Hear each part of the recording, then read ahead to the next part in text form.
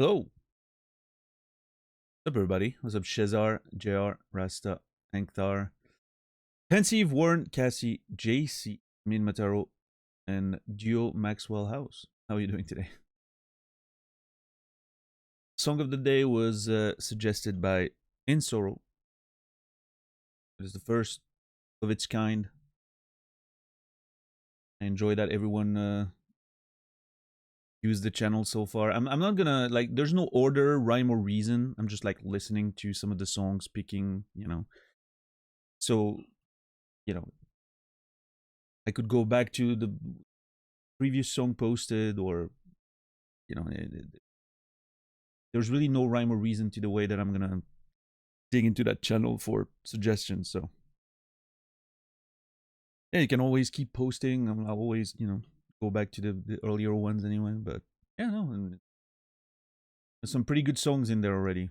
There's a few of them that I know that I want to play. So what's up, Thurlo? How are you doing today? Very chill intro. Yeah, it's a change of pace for what we usually do around here. What's up, Ren? How are you doing? Good to see you. Fear the Dawn. Welcome in. Welcome. I forgot to copy the Discord link. Where do I find it? Can someone grab the Discord link under the channel and post it in chat, please?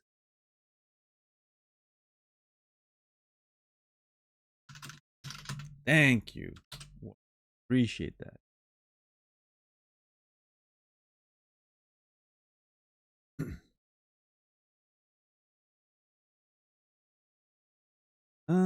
Thank you, thank you.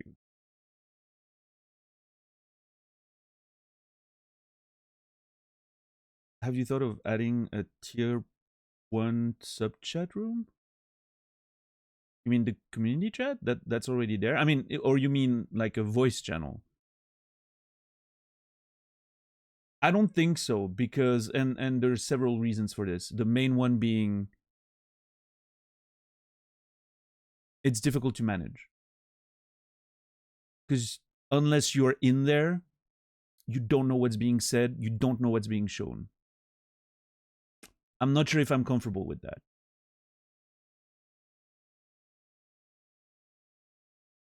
You know, I typically trust people, but especially, tier ones. I mean, tier ones is not much of a wall, right? Because so many gift subs and all that. I think it's one of those things that could easily, and plus, again, I trust people. Like, I have no doubt about anyone in particular, right? But you never know who's on the other end, even of a tier 3, right? Like, I don't want to be personally responsible for someone doing something weird with that kind of stuff, right? So yeah, it doesn't feel like something I would do open and always available. That's why I have a stage right now. I can go on the stage if I want to do things, but it's more of a, like, one-sided thing. Does it mean I will never do like hangouts for like tier 3s or such? No, I mean, I'm pretty sure I will at some point. I would actually not mind having like maybe a tier 3, sort of hangout where we can just voice chat, or even like, hang out and share each other's, like, share screens in general. But I think that would be something where I would like create the channel when I go in as like an event, like, oh hey, community night, whatever, for tier 3s and on Discord or whatever. And it's a specific thing that's announced in advance, and I create the channel for that, and we can go in there and hang out and do whatever, and then I delete the channel when it's done, right? Or lock it down somehow, right? But yeah, like, having I always find that having a completely open voice channel, I mean, Nasrallah has one on his server, and I don't think anything bad ever happened. A lot of Discord servers have that, and for the most part, I've never heard of anything terrible happening. But I don't know. I feel a sense of responsibility with that kind of stuff that prevents me from personally doing it comfortably. So, but yeah, and of course, it's fine asking. I'm just trying to explain my reasoning in detail, as I like to do. What's up, Rico? How are you doing today? Let's go sit on the menu. Ah, shit, I forgot to mute one thing.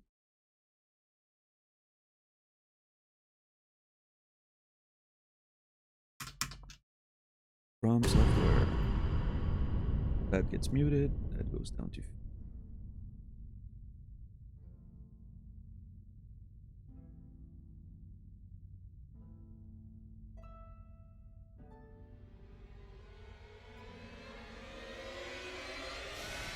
Yeah, moderating voice is difficult. That's always one of the issues that I see.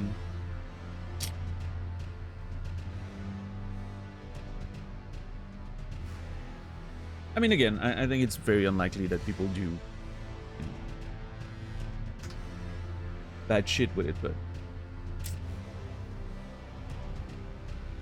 call it my general lack of faith in the human race.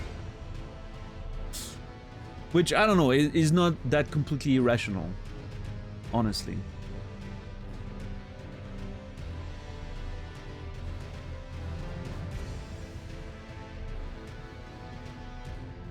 Oh, that was my notes.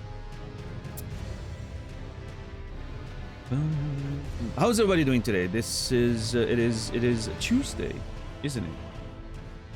15th of April, 2025. I rarely see channels like that being used in community servers anyway. Yeah, I mean, I don't pay too much attention to that stuff, but I mean, I would agree, it's pretty rare. But yeah, I mean,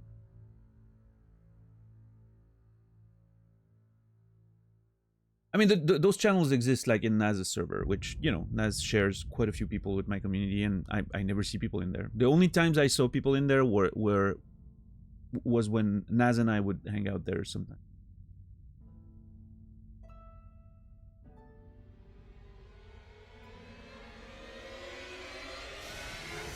Old Min? You mean men? Old Min sitting in voice screen sharing all damn evening for no reason? What's up, Trim? How are you doing today? Honestly, the only server where I see like the community voice chats being actually used actively is GiaCat. I don't know if you guys remember GiaCat. She hung out here a few times. Oh, old Min Mataro. Okay, never mind. Thank you, Min Mataro. Well, I've never seen you do it in Naz's channel, so, you know, in Naz's Discord.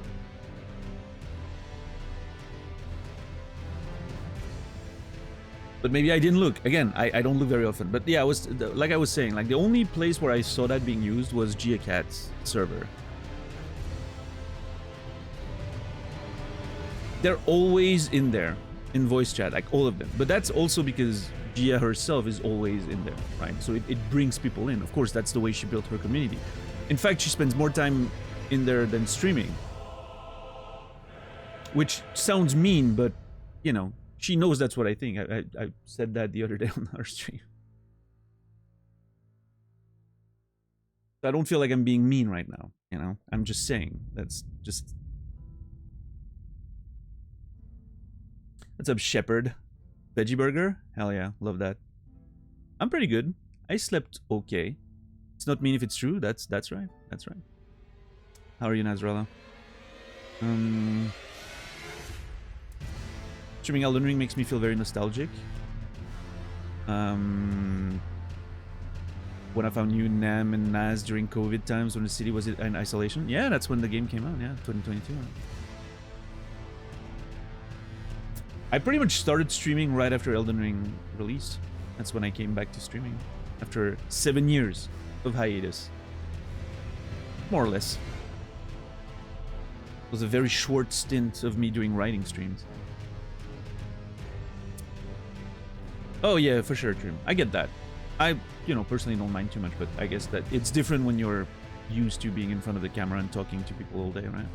But, you know, again, it's just me, my personality. I know plenty of people who stream and you know, talk in front of the camera 8 hours a day and are very nervous and overwhelmed when going into voice chat, even with just one person. So there's definitely no rule there, and it's definitely not, you know, a rare condition. What's up, Sokoman? What's up, Granada? My sleepy question is already answered. Wait, what? Oh, if I slept. Okay, yes, I did sleep pretty well. Came out days after Russia invaded Ukraine. Okay, that is a crazy perspective right there. That actually blows my mind somehow. That this has been going on for like 3 years. It feels so much more recent for some reason. Playing Monster Hunter, World and Rise. You moved on? Okay, from Wilds, yeah. I still haven't finished the story in Wilds. I can't get into it. I think the game came out at the wrong time for me. You know, Wilds, like Monster Hunter, just like Diablo or Path of Exile, like those kinds of games, or, you know, a certain type of grindy game. I always have phases. Like one day I'm gonna think about it and I'm gonna be like, oh shit, I need to play one of those games. And then I'm gonna pick one of those games and I'm gonna dive into it for like 100+ hours. Like, more than that, right? Like for a month, that's the only thing I'm gonna do. I did that with like Path of Exile in January or so, right? January, February. And Monster Hunter's the same. I suddenly get the itch, I pick one of the games, and I just play for so many hours, right? There's usually one that came out in between those moments where I get that itch. So I usually have a new one to play, right? World was wild because I hadn't played a Monster Hunter since like 2014 when I played like 3U or something. So it had been a long time. So when World came out, I was like, hell yeah, I'm gonna play Monster Hunter. It's gonna be awesome. And like the timing was perfect. It came out, I wanted to play Monster Hunter, and I really got deep into it for a long time. I didn't feel that for Wilds. It wasn't a Monster Hunter phase for me. So I'm like slowly going through the story, playing a little bit here and there. But yeah, I'm making no progress whatsoever, which is, you know, it's not an issue. Like the game's gonna be there forever. There's gonna be more content when eventually I get really into it. And at least I'll have the story sort of, you know, progressed. Because it's really once you're done with the story that the game really starts being interesting. But yeah, I mean, at some point I'm gonna get that drive to play Monster Hunter, and like for, you know, for like a year, a month, that's all I'm gonna do outside of streaming, I guess. But the time is not now. How are you, Tixar? What's up, DJ?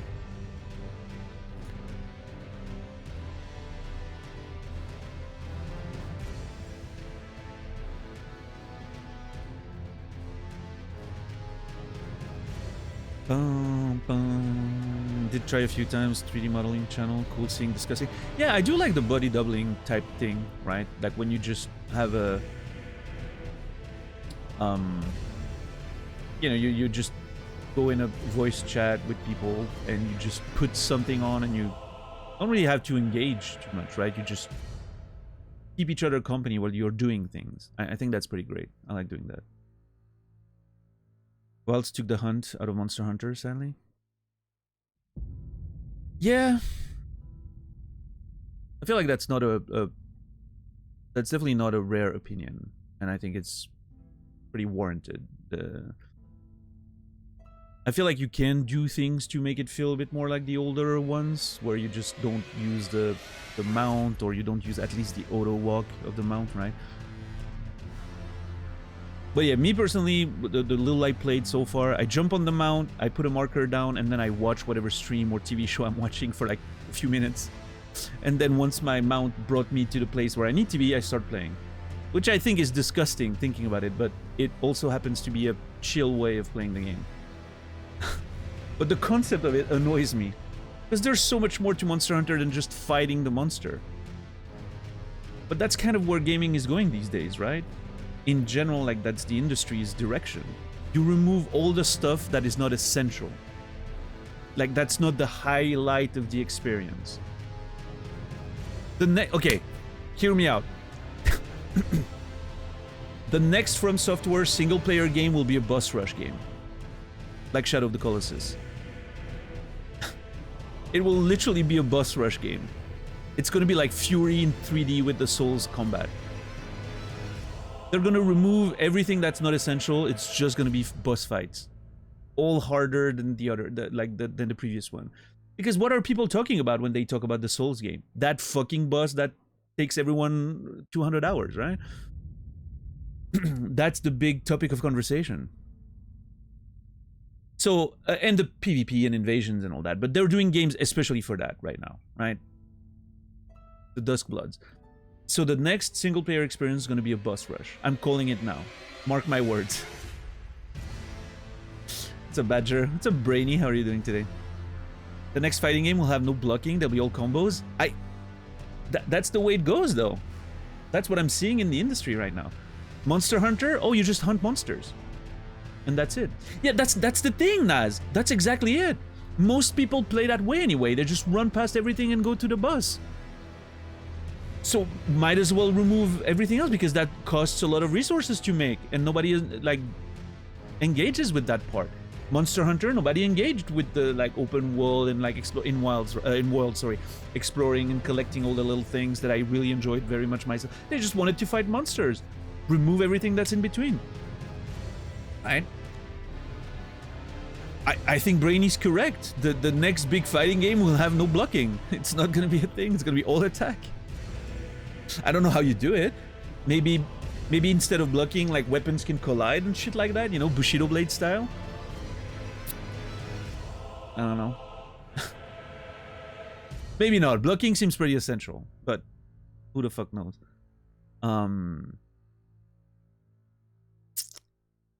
Yeah, I don't know. I mean, to be fair, Virtua Fighter 6... I don't know, many of you... I know like a lot of people are excited about Virtua Fighter 6. I think a lot of them haven't played the previous ones.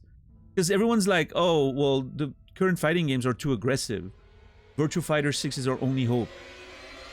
Boy, have you played Virtua Fighter? There's no game more aggressive than Virtua Fighter. That's why I like Tekken more than Virtua Fighter back in the day. You could actually defend. Virtua Fighter, you get blown up while you're blocking. The enemy sees you block, they don't care. They're gonna break your block and fucking launch you.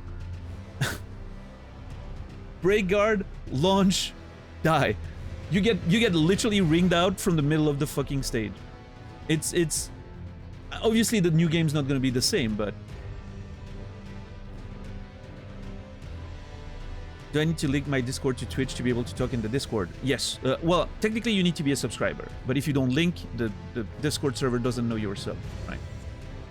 But yeah, every tier 1 sub and above gets access to the chat and the song suggestion for the intro and the clip channel. And then if you're tier 2 or above, you get extra little benefits. Not much for now, but we'll add to it. Modern control don't bother me that much. Executing moves only a small fraction. Yeah, I mean, when I was learning Street Fighter 6, I was very annoyed at modern controls, in so that it felt to me like it made the game different when I play against a modern player. Like at my level, typically, you know, like especially when I was still learning and climbing the ranks, I could easily jump on someone. Like most of them didn't have anti-air, or at least not consistent. Not the modern players. You just press a button and they blow you up, right? So it really made it feel like I had to play a different game, which is not necessarily a bad thing, because I guess I couldn't jump like an idiot anymore, and I had to actually think about what I was doing. But yeah, even like some of the reaction times, you know, for specials and all that, like it felt a little unfair some of the time. It felt annoying, especially ranking up. I think by the time I was done with the game, like when I was in Diamond and all that, Diamond 4 I think is when I stopped. I don't know if Naz remembers, but I think I stopped in Diamond 4. When I got quite a little burned on it. I don't think Modern was bothering me too much. I didn't see many of them at that point anymore, and when I did, it didn't feel very different anymore, outside of a few reactions that were pretty unrealistic. But I mean, at that point, some people are really good at the game, so like the reaction times, you know, you get people reacting just as fast without modern controls. But yeah, I'll return to Street Fighter at some point, I'm sure. Right now I'm just focusing on Tekken. What's up, Blacker Banana? Yeah, I'm playing Tekken still. Oh, I was playing yesterday. I'm learning Fang these days. I really, I had a little bit of a stint. I started picking, when I picked up Tekken 8, I started with Lydia, and then I moved to Clive. Clive was really fun to play, but I feel like after a time, I was like, Clive is interesting because he feels like you're playing Tekken. I think he has a very like fair, neutral, like not fair. Let me rephrase. He has a very sort of honest, neutral. But he's a little too strong. He's a little busted, even though he's honest, right? He doesn't have like crazy, unfair tools, but he has a little too much range, has a little too safe of pokes, he has a little too much damage, right? He's a little too overtuned, but ultimately I felt what bothered me was the theme, sort of like the aesthetic of the character. Like doing a throw and like blasting big lasers with wings, and my Rage Art being like a fucking summon. Like, I mean, it's kind of cool at first because I like Final Fantasy and all that. But ultimately, it kind of distracted me from the Tekken experience. So I picked Fang. I'm not saying I'm not going to return to Clive, but I'm still trying to find sort of my main, at least for the first phase of my Tekken playing. I'm not going to use the word career. That's ridiculous. But like stint, right? Which is learning all the other characters, learning all the strings. Like learning how to defend. Basically, getting back into the basics of the game, which I haven't really done that since Tekken 3 and Tekken Tag, right back in the old days. So there's a lot to learn. But I need like a main character to focus on while I'm doing that. Which is going to take, and then after that, once I know a bit more how the game works and I feel a bit like more comfortable with everything, then I can pick like a proper main, right? But to do that, I want a character that feels just grounded, that feels like, honest, neutral game, proper Tekken, and a sort of a theme of the character that feels... I like grounded characters, right? I don't like the Devil Jin sort of thing. So I think Fang fits that bill pretty well. It's just martial arts. That's what attracted me to Lydia in the first place, right? Just karate.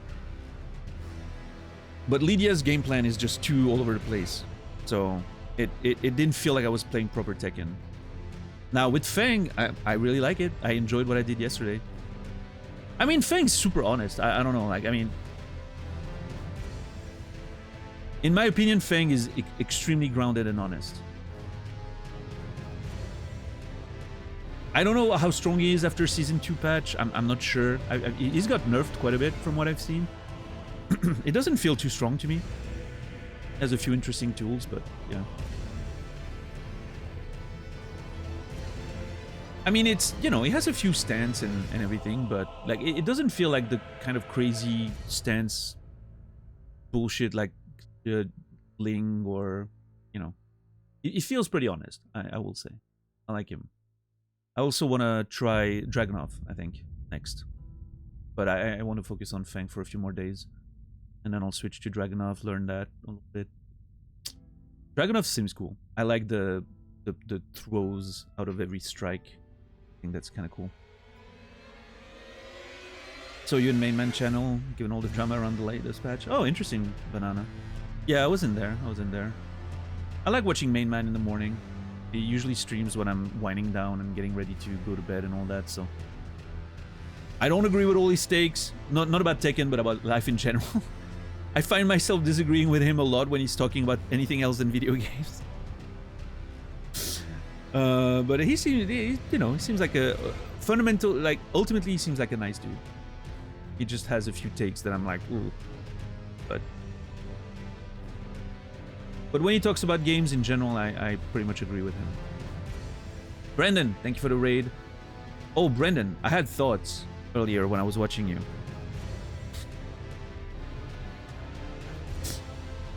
What were we gossiping about? Oh, just talking about like fighting games, actually. Yeah, talking about Main Man right now.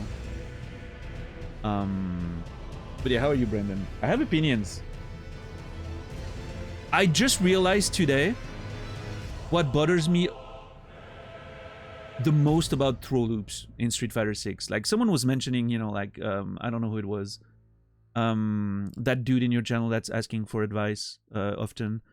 And I was, he asked how to, practice your defense. And I said, well, you just hold down back, right?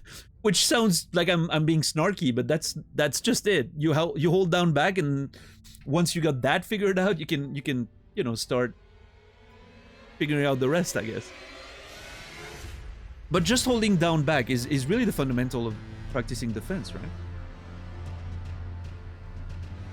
something everyone should do more. And his response, which is very true, was that, well, now I'm getting throw looped. And I'm like, huh, well, yeah, that's just Street Fighter, I guess. But you know what it made me realize? The problem with throw loops is that even if you defend against them, most of the time, the best you get is a reset to neutral. And I think that's the big problem here. Why would you ever want to defend against a throw loop? And the just delay take and don't get shimmied. Yeah, that right. But I was thinking about it in Tekken terms. Throw loops are the equivalent if Tekken had a character. Well, if almost every character in Tekken had a low that knocks you down, but doesn't launch, right? A low that knocks you down but doesn't give you anything else. It just knocks you down, does a little bit of damage, and that's it. And you create another similar situation where either you get launched by a mid or whatever, or you get the same low knocking you down, right? That's the situation it creates. And I was thinking about it in Tekken terms, and I was like, if the characters had that, would I ever block low on Oki? Probably not. Because like if I try, I'm getting launched. There's no benefit. Like, oh, okay. And an important part is if you block that low, you don't get anything out of it. You don't get a launch. It's like 0 on block, right? And it pushes back a little bit. And I'm like, I would never block that low. I would never even try. What's the benefit of it? There's way too much risk in trying to block it. Because if I get launched, I'm taking like half my HP, you know? And when I put that in my brain in like Tekken terms, I was like, throw loops are really fucked. Like, why would you even ever think about trying to defend against them? The only moment you try to start defending against throw loops is when you're tired of getting throw looped. It's like after 5 or 6 times, you're like, okay. And then you try to defend and maybe you don't get launched. I don't know. I think it's a terrible design when actually defending against something is always a bad decision.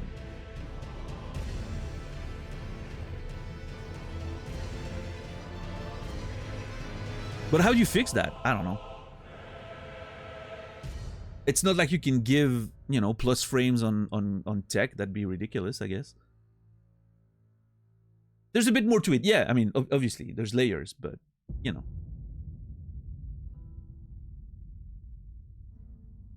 But yeah, putting it in Tekken terms, and like, okay, if someone has a low that knocks you down, and they get the same Oki again, and they can do the same low again, or they can launch you, and if you block that low, you don't get anything out of it, not even a single punish. Would you ever do it? Probably not. I would probably not do it.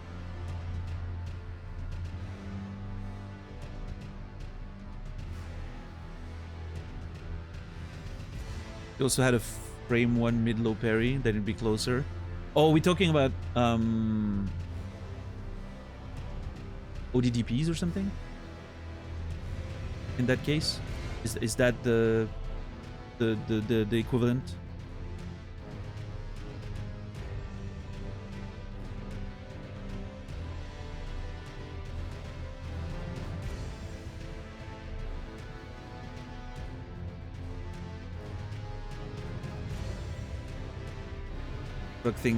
The fucked thing about Tekken 8 offense, currently you only have 2 options. You have a third, but it's way risky.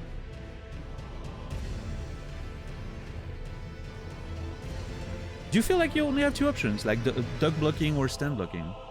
Crouch blocking or stand blocking? I don't know.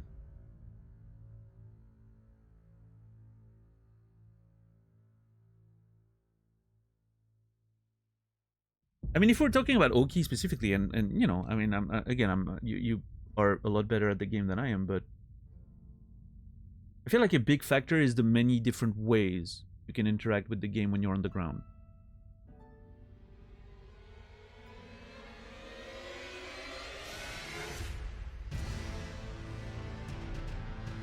I feel like that adds, you know, the fact that staying on the ground is an option to me is a big thing.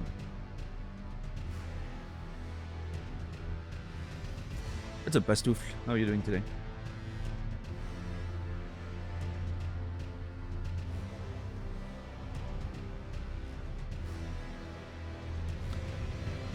I lab situations. The only answer you ever had was stand or duck. Yeah, I don't know. Maybe I'm not deep enough in that part of the game to.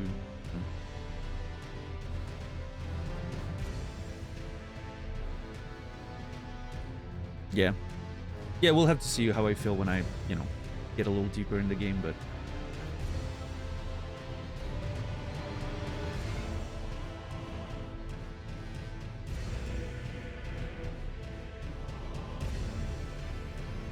I will say, I'll personally take that over pro loops any day.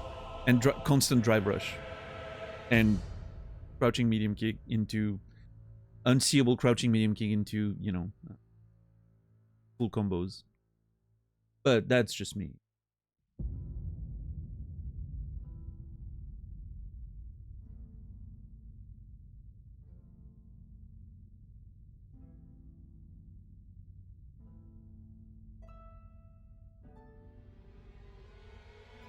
Tekken does have that now. I don't agree with that. I don't think so. There's, at least from what I can see, like even when I was watching like pro play and all that, it feels like poking is still a big, much bigger part still of the game, and you still have a lot of like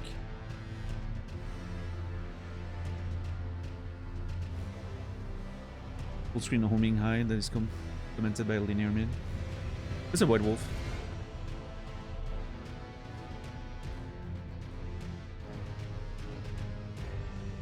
I think there are specific scenarios that where you are correct, right? But I also think that it's not fundamentally into the mechanics of the game, unlike Street Fighter. But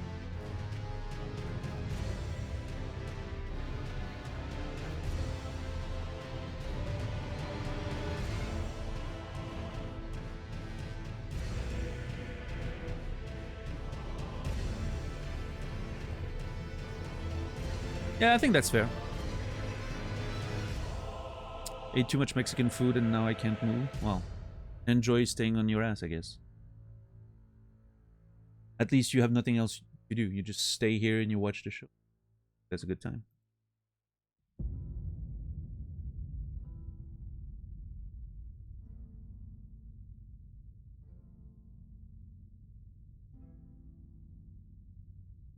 Yeah.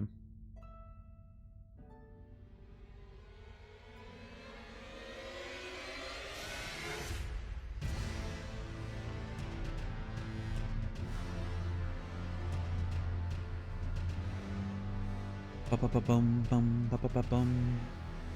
Ba-ba-ba-bum, bum, ba-ba-ba-bum.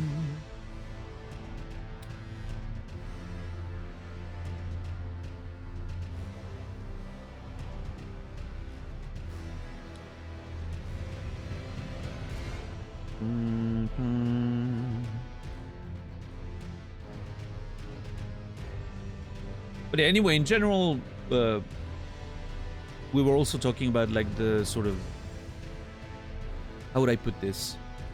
The simplification of video games in this day and age. Well, the conversation started because we were talking about, Monster Hunter Wilds removing the hunting part of the game. Basically just, you click on the map, you let the mount take you there and just fight the monster, right? And I feel like we were talking about the fact, and it ended up being a fighting game conversation because, you remove neutral, you remove blocking, you remove all those things. But yeah, it feels like a lot of game design these days is about removing all those things that are not like the highlight of the experience because they want player to get to that faster and just enjoy that, like simplify that thing and not having to spend resources producing all the other stuff that most people don't want to engage with. But I think there's a loss there in the process because it's just a slope, right? It's the slippery slope of everything getting simplified all the time. And it's interesting because I'm looking at something like Shadow of the Colossus, which used to be my favorite game for a very long time. And one of the design philosophy of Fumito Ueda, the director, was you remove everything that's not essential to the game, to the experience. And I'm thinking about that and I'm like, that's good advice, but I think they understood it the wrong way. Because the Shadow of the Colossus way is you don't have mobs on the map. You don't have markers on the map. You don't really have a map or a mini-map or anything like that. You just have a world, you have a sword, it guides you, you can explore, and you can fight creatures, like bosses, right? But all the in-between the bosses, that exploration, that open world that is there for you to explore even if you don't have to. There's plenty of places in the game you will never see if you don't look for it, but it's there. That part was integral to the experience. And that's why it wasn't removed, right? I feel like the philosophy there was applied in a way to make, you know, everything that's not essential to the experience, but the experience is still that contemplative, you know, long walks towards the bosses, riding the horse, exploring a world that has some environmental storytelling and all of that, but that is not necessarily mandatory to do, right? That's the right way of doing like that minimalistic approach of removing all the fluff and the non-essential, right? Which, to take a game like, I don't know, something like Witcher would be removing the minimap, removing all the markers on the map everywhere, removing, you know, the checklists and all that stuff, right? That would be the minimalistic approach, but keeping the core of the game. If Shadow of the Colossus was made today with the modern philosophy of remove everything that's not essential, it would literally be a corridor. Like I said earlier, it would be Fury, right? And I'm not taking a dig at Fury. I think Fury is a magnificent game, but that's what Shadow of the Colossus would be. You walk down a path and you fight a boss, and then you walk another path and you fight another boss, and there's no really exploration or time in between, right? Just a boss rush, which I think would kill a lot of what made Shadow of the Colossus that beautiful and interesting as a piece of art, right? That sucks, Stoner. I'm sorry to hear. Also, welcome in. Philinor, good to see you.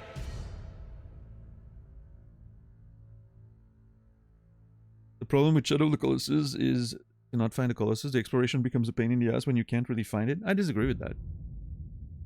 I think it's a, you know, it's a valid opinion. I don't think everyone has to, you know, agree with me there, but to me, that was part of the fucking magic of it. Is you have that sword that guides you in a general direction, and then you have to figure it out. You have to look at the environments. You have to find your way. And even in the few instances where I couldn't find the boss right away, to me it was an opportunity to see things. And I was exploring and I was seeing things I wouldn't see otherwise. And I don't know, to me it added to the beauty of exploring that world.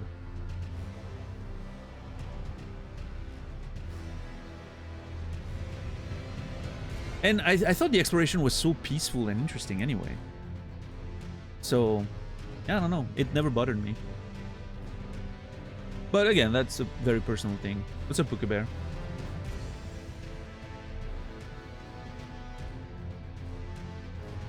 I like exploring with a purpose. Outer Wilds is great at this.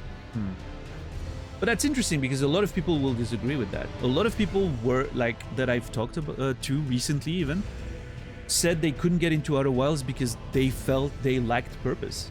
They lacked direction. Which, again, is a very interesting thing, right? Personally, I never felt like that.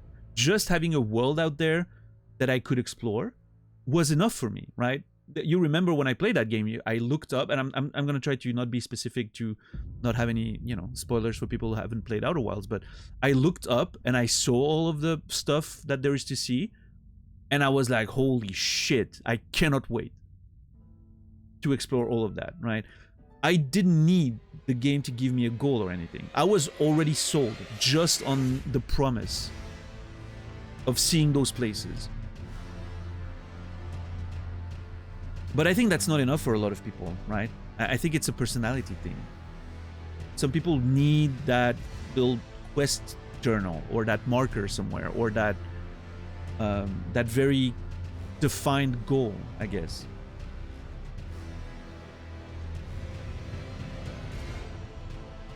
My favorite thing in Tsushima was the minigames, not the story camps or the platforming. When I ran out of bamboo cutting, I lost interest. Okay, that's the most interested I've ever been in playing Ghost of Tsushima. What do you mean the bamboo cutting? Maybe I should try that game one of these days. Off stream, of course, but...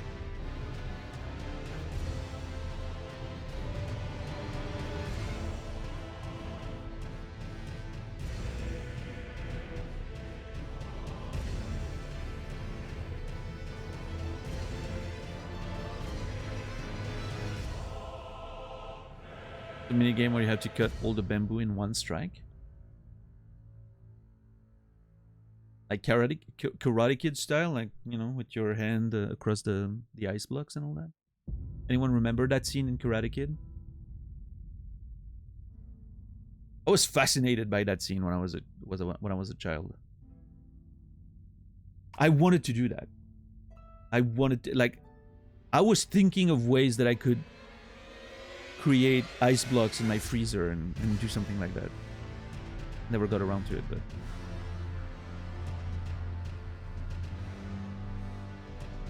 yeah, no, I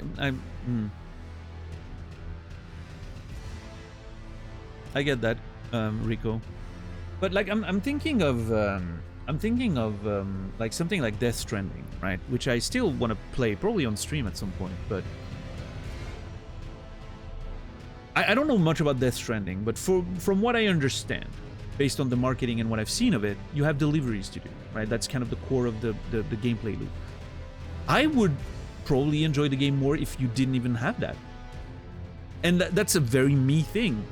But I would enjoy the game more if it was just about traversing the world and getting to the other end of it, whatever the world is.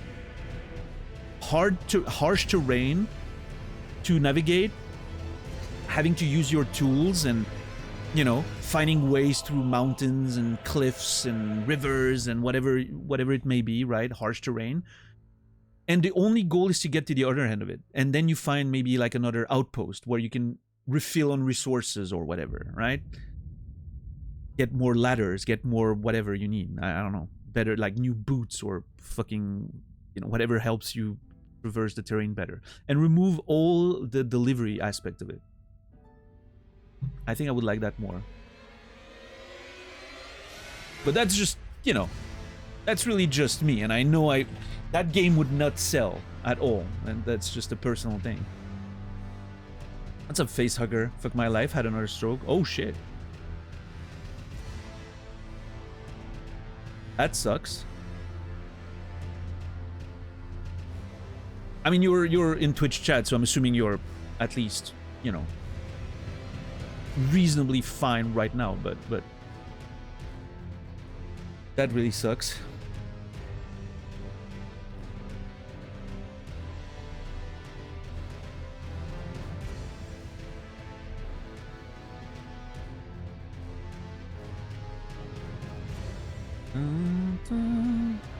You said another, so that implies that there, you know, you at least one in the past already. I don't remember if you mentioned it in chat at some point. I'm sorry if you did, but I'm sorry that I forgot. But yeah, that sucks.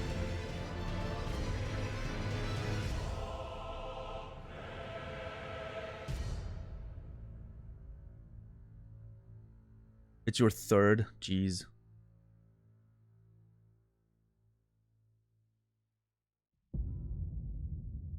Any, I mean, you know, I'm not an expert on that stuff, but any, like, do you have any clue what caused it?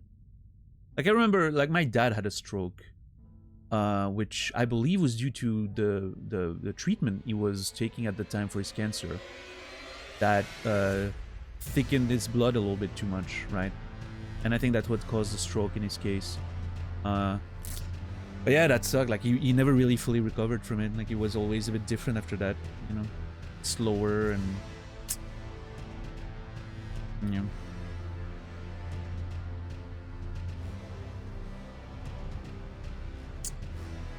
Yeah, that really sucks, facehugger. I'm, you know.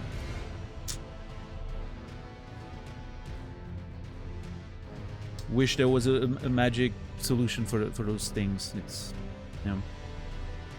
Can't stand my eyesight is fucked at the moment. That really sucks, dude. Are you currently in a hospital, or? I mean, you don't have to, you know, share things you don't want to.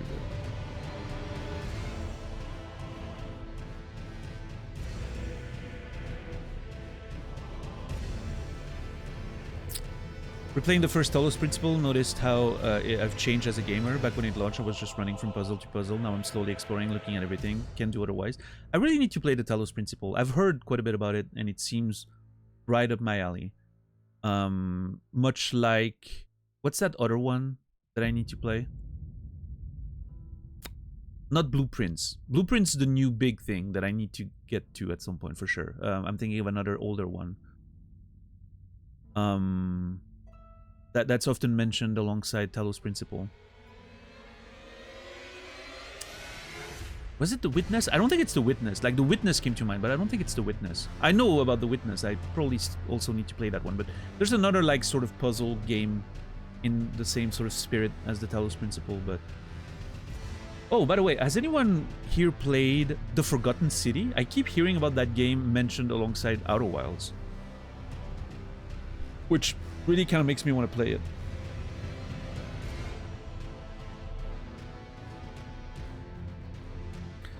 Laying in a hospital bed. Well, Facehugger, hey,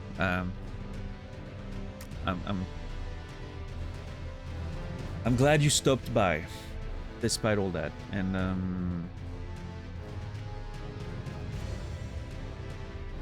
yeah, early days. You gotta take it one day at a time, right? Yeah. Good luck to you.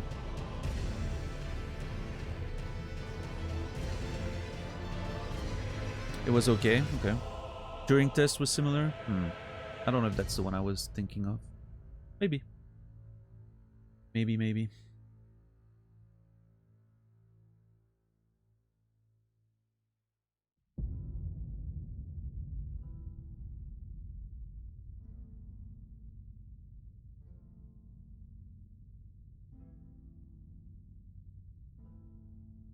Boom.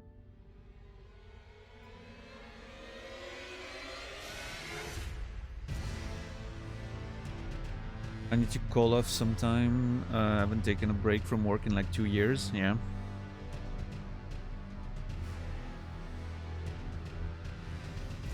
Yeah, you have to do that before you burn out, right, Rain King? I still remember, I don't know why I'm thinking about that right now, but I still remember the one time when I was teaching and I was like, I need to stop doing that job. I remember the precise moment where I had feelings of like being frustrated with the job and being tired and sort of, but the moment I really realized I was burning out and I was like completely like nervously shot, like the nervous system and all that, like I was, this close to a nervous breakdown, I was in like physical education class, gym class or whatever you want to call it. And there was this one kid that was getting on my nerves. And at one point, that kid, I don't even remember what he said or what he did, but he was being an absolute little asshole. And I remember getting so mad. And like, I rarely get loud with the kids, which means that when I do, generally, they know like something's really bad.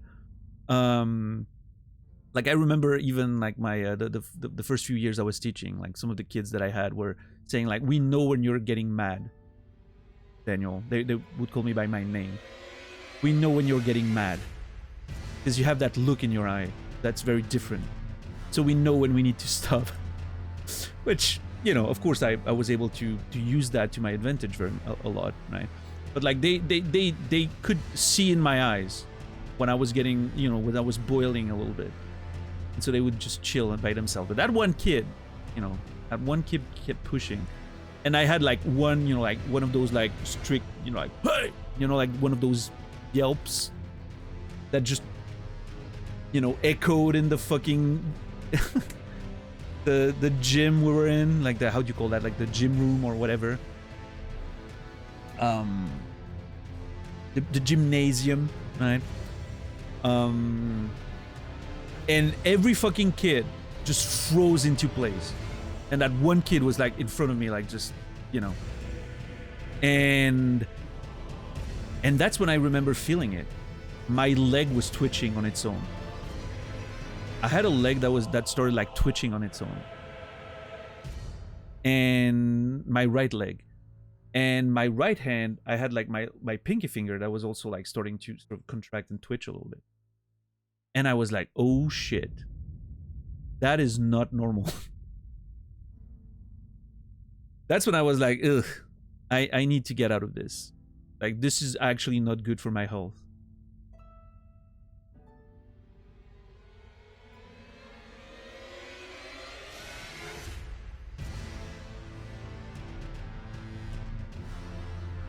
Yeah, that was like a complete stress response, like the you know, nervous system being pushed to the limit and everything.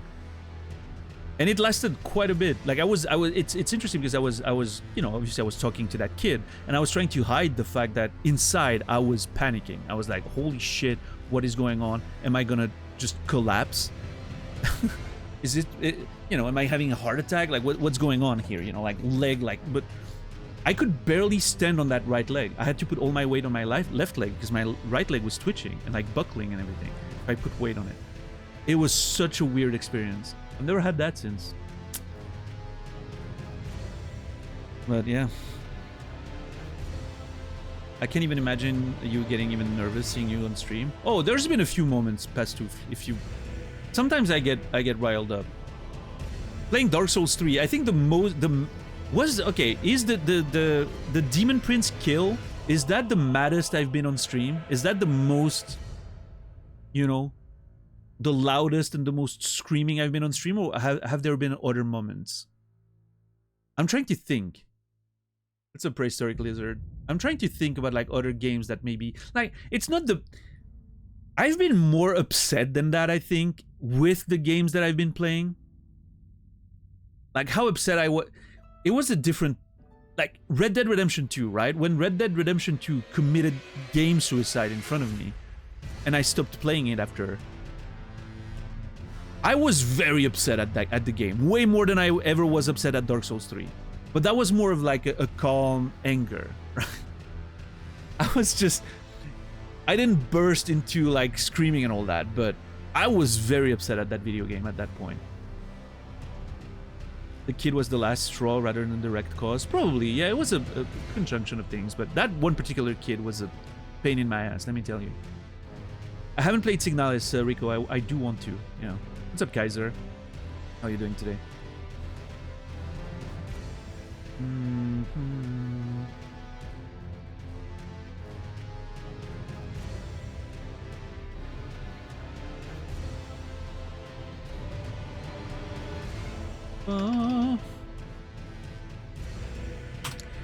But yeah, everyone, if you haven't joined the Discord yet, make sure to do so.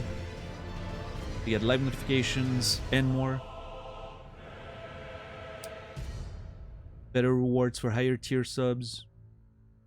All kinds of stuff. There's no secret, super secret tier 3 Discord server. That does not exist.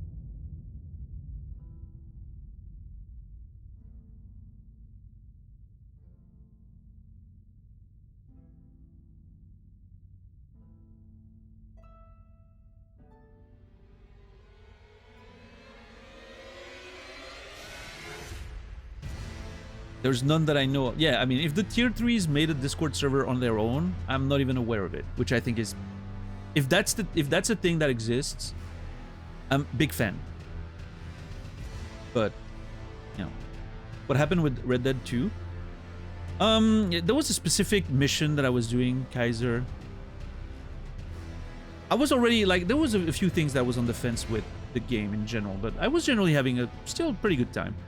But there was this one mission where everything was super. I was bringing Mary on my horse to a location she asked me to bring her, and so we were going through Saint-Denis. It was very chill. The music was beautiful. It was at night. There was a beautiful ambience with like a little fog and, you know, beautiful Saint-Denis at night. And there was a quiet conversation. And we're just like, I was literally slow walking with my horse through town because it fit the vibe, and I was praising the game for its artistic, you know, beauty and everything. And then suddenly, out of nowhere, mission failed because I didn't get to my destination in time.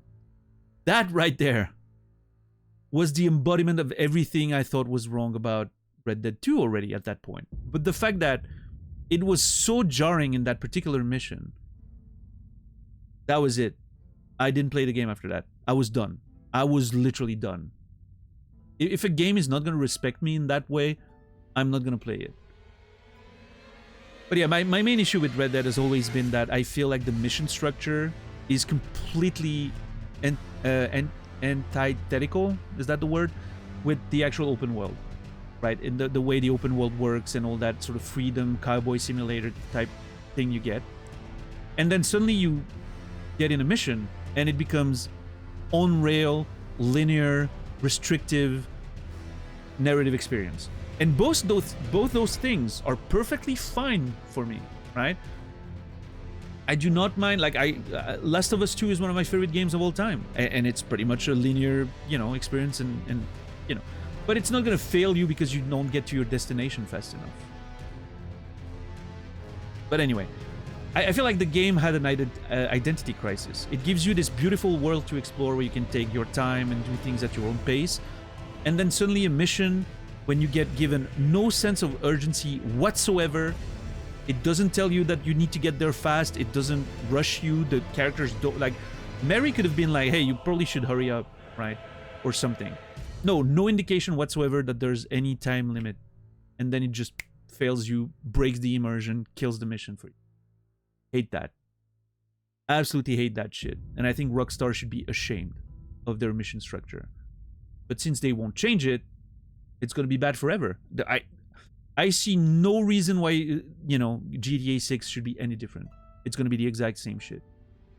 Because they're not going to take risks in big 2025, as the kids say. With the economy being what it is. Hey, hopefully I get proven wrong, but I doubt it.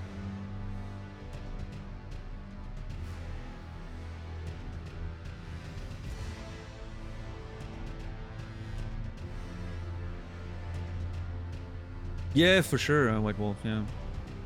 I've never had that, I don't think. I was pretty close, I think, to a vasovagal response when I was working out one time, but... I know that's something you can... Like, if you stop breathing and you contract your body and do the whole thing, you can just suddenly collapse while working out.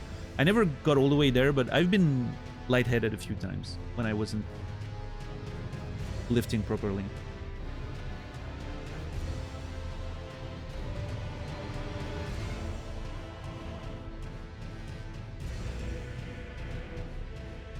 Lords of the Fallen, the new one. The old one was fine, just a mid-game.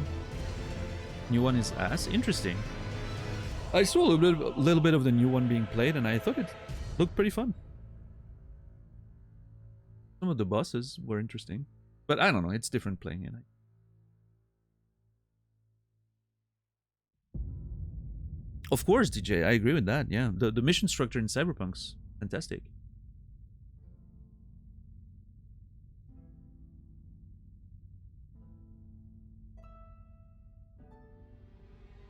The way it's just integrated to the whole world and just like smoothly works, it's absolutely great.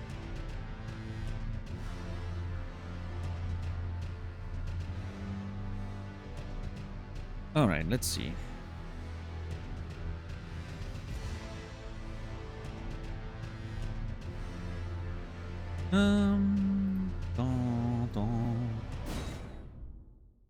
Let's get in game. We have a bus fight to do today. Look at us.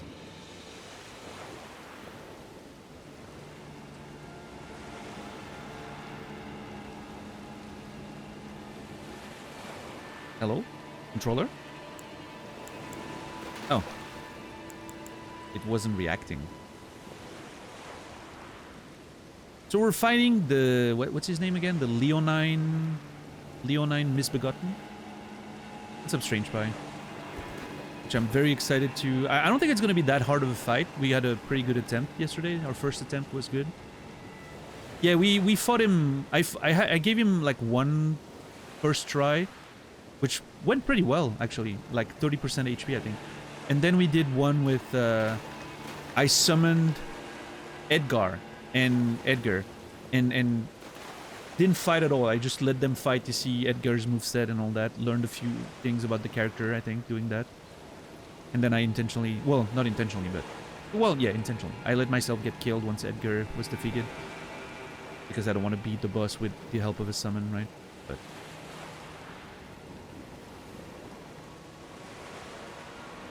Now, today, we're gonna give it a proper, Maybe I just got lucky yesterday in my first attempt. Maybe the fluke window's closed and I'm gonna struggle on that bus now. How are you today, Strange Pie? Well, you're lurking, so I hope you have a good lurk. But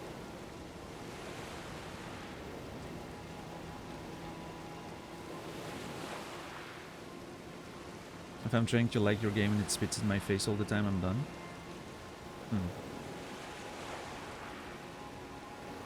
Sick, but feeling better than yesterday. I'm through the worst of it. Hell yeah. It's a Biraz Pinar. I'm still not used to your name. Kitty boss, yeah. I mean, I do like the aesthetic of that boss, looking very much like a lion. His face looks awesome. He looks a lot better than all the other Misbegotten. What's up, Seraphim? All right, let's give it a crack. Let's start the day well. Give it a crack.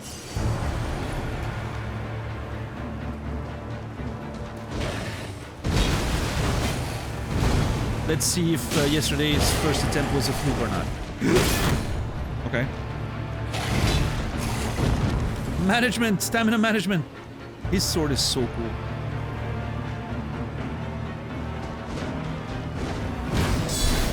Nope. Too far. Yeah, guarding against bosses is, man. Not optimal. Oh, I'm gonna try... Oh shit! Dude, that makes my guard so much better! It actually staggers them on hit. On blood. Look at that! That is crazy!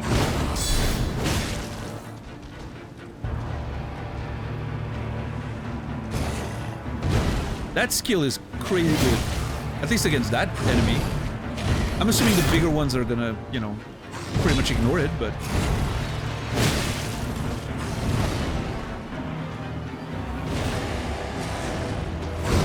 Oh! Felt like I was a little late on the dodge there, but I still didn't get it done. God damn it! God!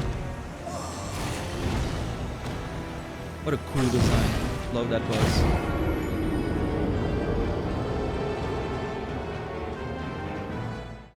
Where was he going? It was just... He was out of here.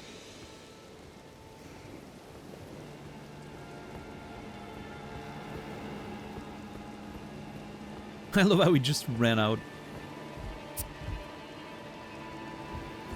Do I take full damage here? No, I don't. Okay. I'm having certain gripes with Valheim that are making me question whether I should keep playing or not. I think the corny line about the game's wasting your time. Games should make you want to waste your time, not waste your time. I actually, that's a good line. I like it. Games should make you want to waste your time, not waste your time. Huh.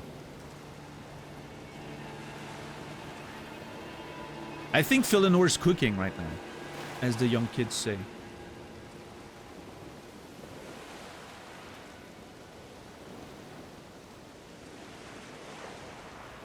Yeah, Valheim for me is something I really enjoyed it for the first few days I played it, like a good 15 hours, I guess.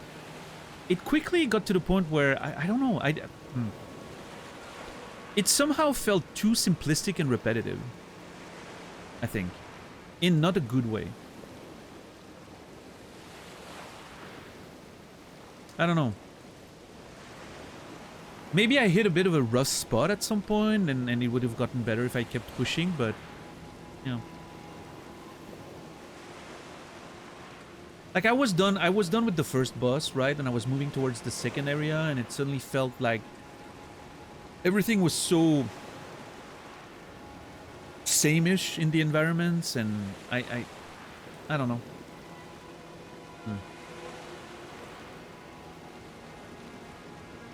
Maybe I would return to it one day. Maybe Valheim is a thing that's more fun played with other people. Maybe playing it by myself was not the right decision in this case. How are you doing, Pit Kiss, by the way?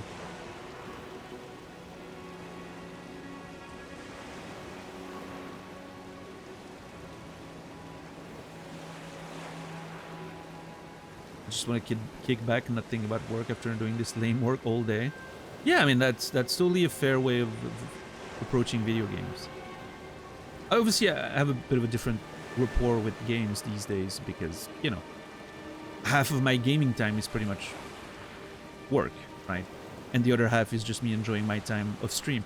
But it's interesting to think about how different I pick the games that I want to play on streams and the ones that I want to play by myself. I feel like I'm seeking different things. And that's maybe where I relate with you, Reem King. Is that most of the games I want to play off stream are games where I just want some cozy, relaxing, chill experience where I can go just, you know, at my pace and I you know, I can zone out, so to speak. Which makes it very weird that I'm playing a lot of competitive fighting games lately. Because that's not the experience that I'm getting. But I think that's different. I think fighting games get a pass for me because it's such an involving game that it fills my entire brain bandwidth when I play a fighting game. And so it zones me out and allows me to relax and not think about life in a different way. Does it make sense? Because like it's such a, you know, it's such a high focus type game, right? Your entire brain bandwidth, your mental stack is completely occupied by the game. And so you just, yeah, it just, you don't have to think about anything else while you play a fighter. What's up, Hobbs? How are you doing today? So yeah, I find, exactly, Jay, you can't think of anything else, and I find peace in that, right? But it's obviously very different. That's why I don't, you know, I do play a lot of fighting games, but I don't want to do that every day and all the time when I'm not streaming, right? I do that at the end of my day, usually with Naz. After we watch wrestling, we do some fighting game. That's most of the, like, that's the you know, when I play the most fighting games. After stream, like if I'm just chilling and watching other streams, or if I'm watching a show or something on the side, I like playing, you know, I don't know, something really relaxing where I don't have to think too much. Like ARPGs are great for that, like Path of Exile and stuff like that. Survival games, depending, can be good. I don't know, I haven't really been playing anything outside of Tekken of stream these days. I kind of want to try, what's that game? Atomfall? I kind of want to play Atomfall as an off-stream chill game, but yeah, I don't know. It also feels like one of those things that's maybe better with other people, not really designed around playing solo, but that hasn't stopped me before, so we'll see. I'm at this weird stressed point in my life where I'm rereading books, replaying games because I love because I want to zone out. I actually do want to reread some books as well, Cassie. I haven't been reading too much lately. And usually the best way for me to get back into the rhythm of reading is rereading books that I love. I think I'm going to reread The Themis Files, Sleeping Giants by Sylvain Nouvel. It's so easy to read, it's so much fun to read. And I kind of want to work on a book that's also purely dialogue like Sleeping Giants, so I think that one's gonna be my next read. I also, okay, this is weird. It sounds very narcissistic, but I swear it's not. I want to reread my books as a way to get back into reading. Listen, my first novel, I haven't touched a word of that novel or read a word of that novel since like 2019. I barely know what that novel's about anymore. And I'm not kidding. I legitimately think if I was to think about my the novel and think, okay, every chapter, one after the other, what is it about? I don't think I could put the whole story back together. It's been so long.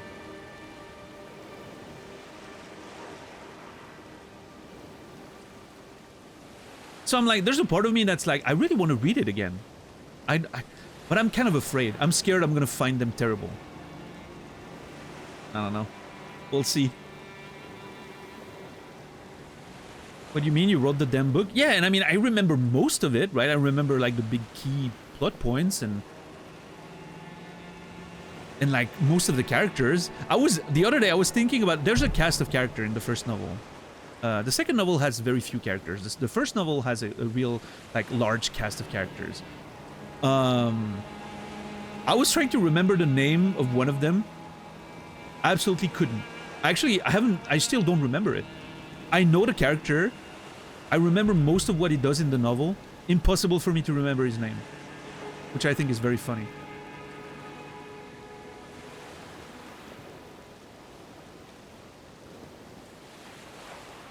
But yeah, how are you, Jay? How are you, Credo? Good to see you, man.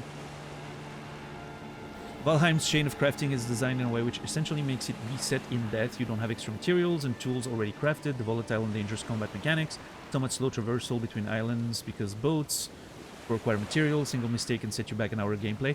I haven't died at all in Valheim in the 15 so hours I played, so I haven't had that experience, but based on those elements, yeah, I can imagine that being frustrating. Defeat in Valheim often feels a bit random and the consequences are dire. Fair enough. What's up, Saladino? How are you doing today? I need to read the second book of the Themis Files? Yes.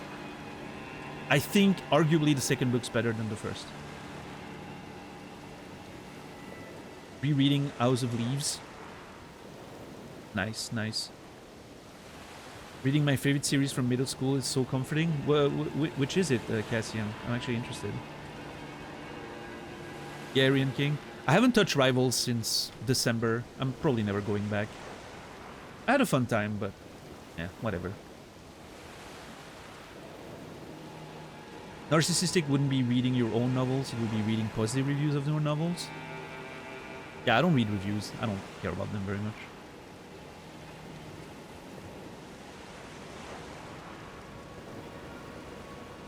Yeah, I mean, I wouldn't expect too much Rian King from like the emergency patch. It's gonna fix the most like egregious stuff. I don't think it's gonna do very much in general, but we'll see. I do like the direction they're going with that first emergency patch and going forward. It seems to address a lot of my personal problems with season 2. But I'm not like most people like dooming about the game, even though I haven't played it for a year or whatever, which is I think like most of the complaints, honestly. People are just enjoying hating on something with everyone else. That is such a terminally online thing. When you find an opportunity to hate on something and you jump on that train with everyone else, I feel that for some things, sometimes. I feel like my hate for Dark Souls 2 is halfway manufactured because I enjoy hating on that game on Naz's channel with Nasrallah. Even though I ended up, you know, by the time I was done with Dark Souls 2, I was really not happy with that game. But I think that was part of the reason why some of the DLC content. And I had played the game for like, I don't know, however many hours. But I feel overall my hate of Dark Souls 2 is a little bit, you know. I'm co-hating with my friend, and it feels good.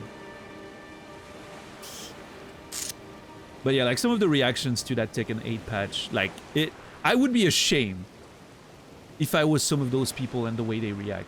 Like threatening, like mocking devs on things that have nothing to do with the game and threatening pro players who are giving nuanced take on the game. Like literally threatening them and saying they should watch their back when they're going to like locals. Like, come on.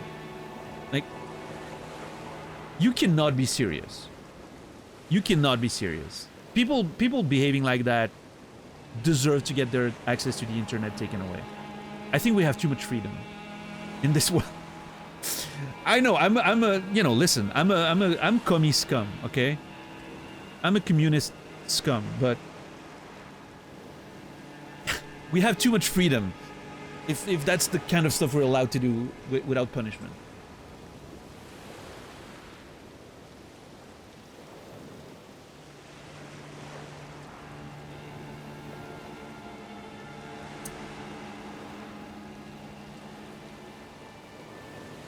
I play some of my guitar riffs and I'm like, yeah, man, dope riff. No, I feel that. I do have some recordings of my old stuff. I did lose a lot of the songs that I recorded back at some point with my computer. I'm very upset about that. I still have the dead hard drive, but I don't think I'll be able to recover it. But anyway, I do have like a few samples of a few riffs that I was recording quickly on a different hard drive that I managed to like conserve. And sometimes I'm listening to them and I'm like, man, I was pretty creative. Or even like reading, I do have like writing stuff from back in 1996. Most of you guys weren't born. Think about that. 1996. Well, maybe not. My channel has a higher than average age, but 1996. I have writing from that time when I was 14 years old. And sometimes I'm reading it and I'm like, geez, Teenage Daniel was fucking creative. The writing's terrible, but the ideas are amazing. Tamora Pierce Turtle series? I've never heard of it.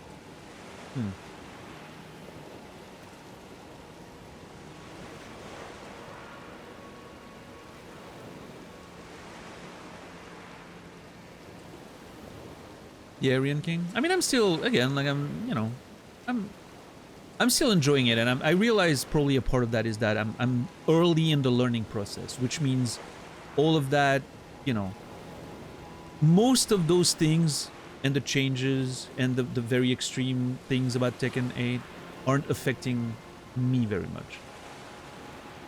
Because I'm at a level where, like, we barely play the game, we just, you know.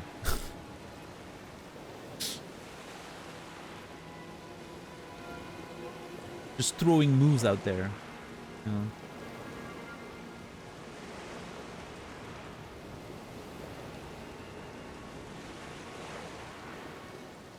I wish to don my tribal clothing, pick up my sword, and attack people opposite of my opinions. You can do that on the internet, Philanor. With no punishment whatsoever. TDX is one of the nicest guys besides being a homie of mine, and these people be wilding. Yeah, no, absolutely. Like, and these, like, he was critical of the, like, it's not even like he was, you know, they call him a shill or whatever. He was, it's fucking critical, more than most people, actually. But he has a nuanced opinion. He's not being blindly stupid about, like, riding the hate wave and, you know, making, like, clickbaits, which a lot of content creators are doing because that's what brings them clicks. They see an opportunity, right? A lot of these fighting game creators, they see an opportunity and they dive into it. He's not. He's having a reasonable conversation about the game. So he criticizes all the things that need to be criticized, and then he has like a nuanced take and he's like, well, those things are not bad. That's probably something we should keep going in that direction, like the movement and all that.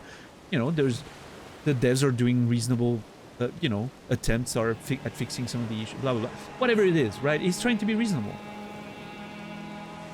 Which apparently is unacceptable for some of these fucking Terminal Online nerds. What's a Bryboot? What's a Bristlebutt? Emotional dependence, opinions, and tribalism. Yeah. Yeah, I guess so, Rian King. I guess so. For now, I'm just, you know, I like, I feel like my fundamentals are much better than people I play against. Like, I'm playing, you know, the game while I'm talking to Naz while he's playing Street Fighter 6, and I'm like constantly saying, I'm better than this guy. I know exactly what he's doing, but I can't, I still can't deal with it because I'm getting knowledge checked all the time. Because, you know, I have like less than 150 matches total or something, right? So it's like I'm getting knowledge checked all the time. And so I just lose to these people just doing basic strings and all that. But it's fine, that's part of the process, right? I'm excited about it. I like learning.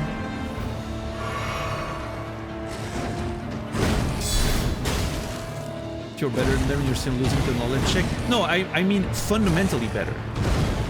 I don't mean overall better. They win their overall better, right? But I know that I'm fundamentally better than the players.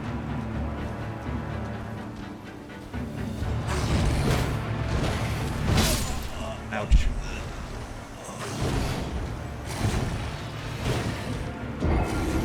And I'm sure that's the wild part is if I was probably just forgetting about learning and I was just going Oga Bonga, you know, and I was just throwing my drive, whatever, no, what it's called, like the heat, whatever, and I was just throwing my own strings, I'd probably win most of the matches that I lose anyway. And you know, Grant, I still win. Like my win rate, like I played Feng yesterday, I think I went like 90% win rate or something, you know. I still win the vast majority of my matches. But if I was like not even trying to learn the game and just throwing shit out, I would probably win those matches that I lose, but I'm actually, you know, I'm actually trying to learn what the opponent is doing, and because I want to learn those strings and get that knowledge in place.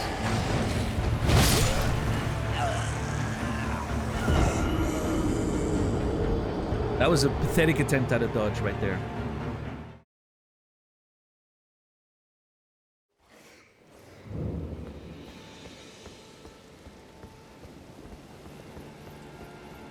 Yeah, you know exactly what they will do, but you don't know how to answer it. Yeah.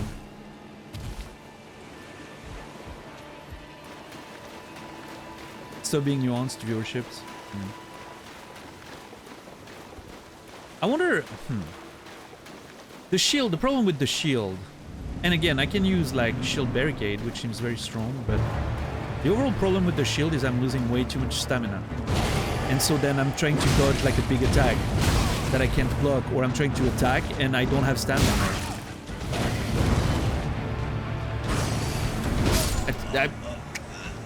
At that point right there, I was like, I'm gonna die, I don't care, I want to get my souls back, because I have quite a few of them. Yeah, I do love that shield. It looks like a, you know, like a proper medieval shield. I love that.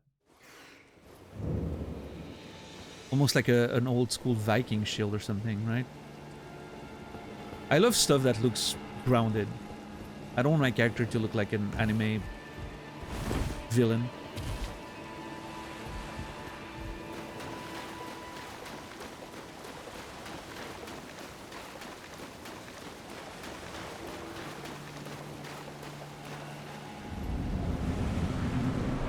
There was a bot that spammed one button on Eddie and had reasonable success online. I think that someone did that in 7 with, what was her name? Katarina? Just pressing 3 or 4, one of the kick buttons. Literally just spamming that one button and they got to a ridiculous rank.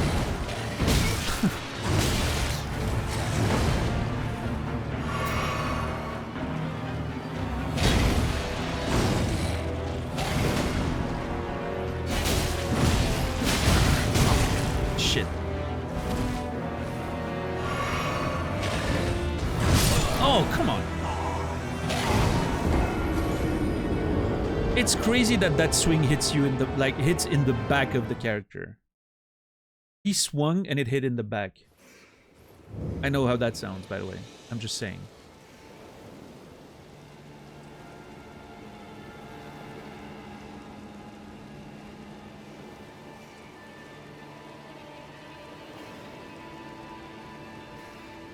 Are you still here, Brendan, by the way? I think I did a very bad job at thanking you for the raid. Did you even get a shout-out? I'm not even sure. But thank you for the raid, Brendan. It was 60 minutes ago. But I appreciate you. Guys, if you don't know B_Sun, I would highly recommend following him if you want your daily, almost daily, fighting game content. Man's playing Street Fighter 6. He's loving the game right now. So it's a good time. But also interesting conversations, you know. He always has a little topic for the day in his title, and the best part of waking up is Brendan in my cup. Now it's watching his title and, you know, seeing what kind of nonsense he's coming up with today. Where's the fucking souls? There. There's also a looker. Yeah, obviously.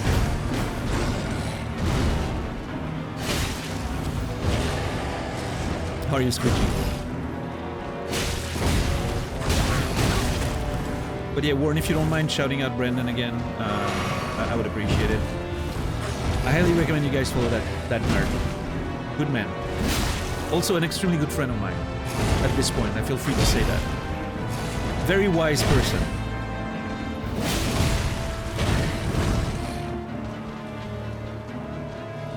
So, like, this shit makes me kind of invincible, really. Look at this crap. I mean, I'm still getting chunked stamina-wise, but... Yeah, I mean, this is... It's really strong.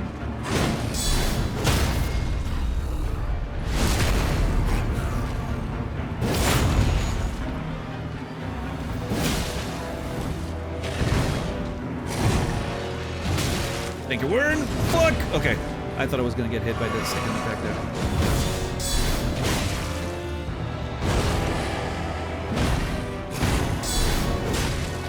Yeah, I mean, barricade shield, sorry.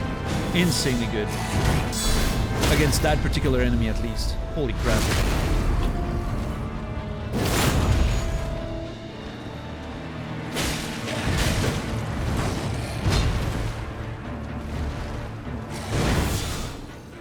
And it doesn't cost that much. What happened? No! Okay, hold on, hold on. Dude! I don't know what happened there. Did I roll when I... Dude, I'm panicking. He's almost dead.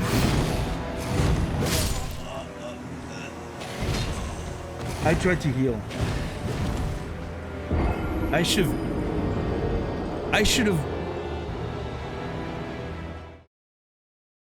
have attacked. I just should have attacked. There was that... I don't know what happened at that one point where I activated Shield Barricade, and for some reason I got hit. I don't know if it hit me behind the shield or something, but like something really strange happened, and that threw me off. And then I for some reason tried to heal. I should have finished it. I just should have attacked. I made the wrong choice trying to be defensive there. But yeah, I got this.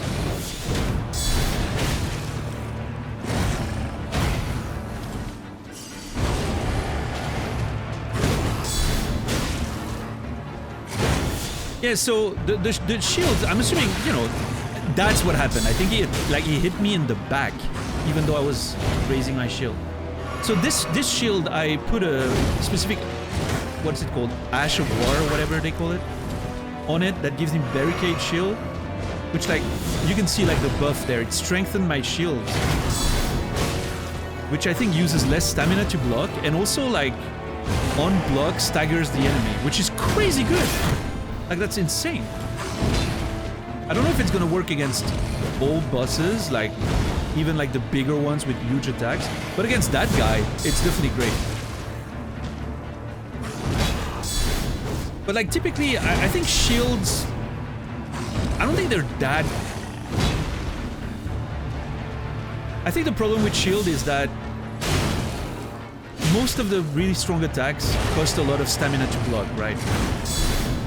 So it becomes a game about stamina management much more than the typical like dodge style, I guess, which is more about timing, right?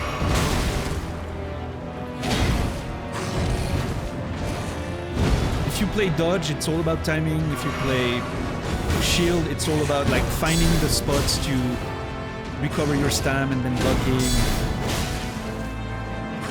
But yeah, that shield, I still don't know how they call it. The block counter, shield riposte, whatever. It's really cool. Like, it staggers the enemy a lot. Breaks poise quite a bit. Okay, I'm dead. Damn it.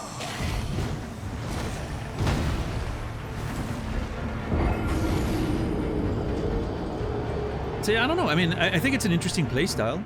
I don't think it's necessarily better. I think it's a different kind of difficulty, right? It becomes more about patience and knowing when to hit, knowing when to recover stam, which I like. I think it makes the game, it makes the fights a little more grounded and interesting. You also get to, I feel, see the enemy moveset quite a bit by just standing in front of them and blocking, rather than just rolling around and dodging everything, right? Yeah, I don't know. We'll see. I'm probably gonna do a healthy combination of some fights that where I will want to block, play with shield, and sometimes I will just play the dodging game. It's probably gonna depend on the boss, right? I'm sure there's gonna be bosses where I can't block that easily. God damn it.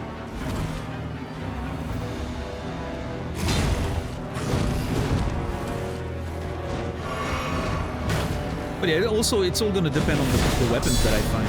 Right now, I'm really enjoying the spear and shield, so...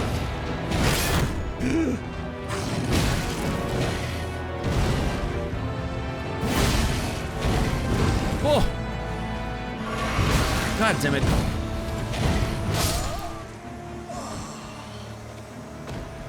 It feels like...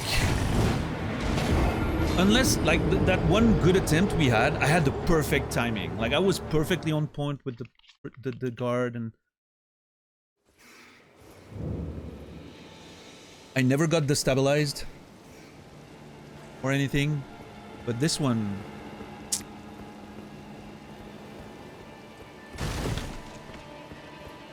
most of these attempts, I'm just... As soon as I need to start healing and all that, I'm like, the timing gets all thrown off. Very cool boss though. I like the design of the moveset. It's very aggressive.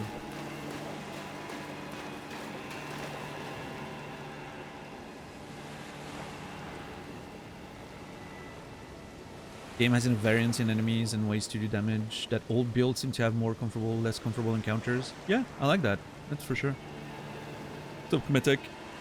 First try is decent, almost successful, then the next 20 tries suck completely. I mean, I think I'm okay. Like, I'm you know, this doesn't seem like a fight that's going to take me very long, but... We'll see.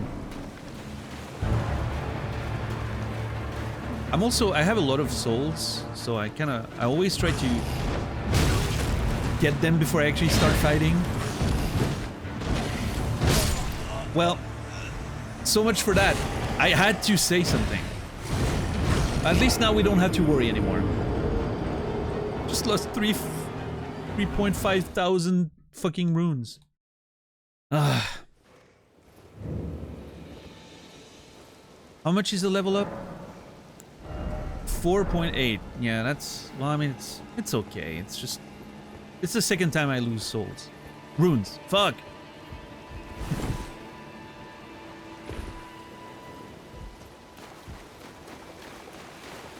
Place your bets. Am I gonna be... am I gonna be able to switch my brain to saying runes instead of souls before I finish the game? That's the bet. Oh, come on, that's bullshit. I was guarding.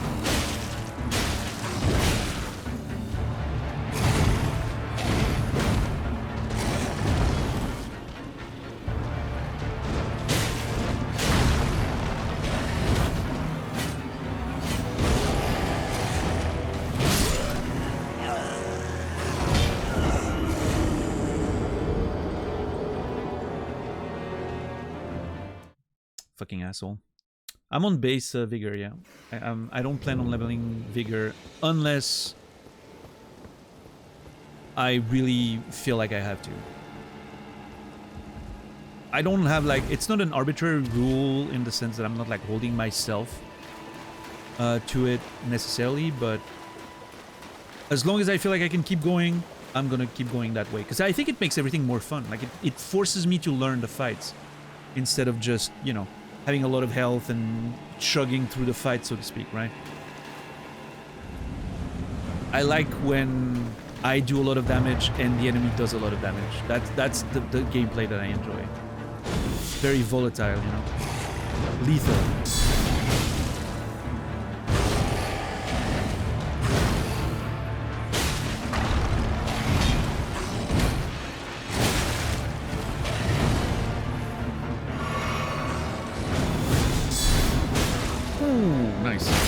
Oh shit, yep. That's what I mean, the stamina management. I wasn't paying attention. It's like a whole other game when you have to manage your stamina. Honestly, I think a lot of, like, it's interesting how the Souls community is sort of...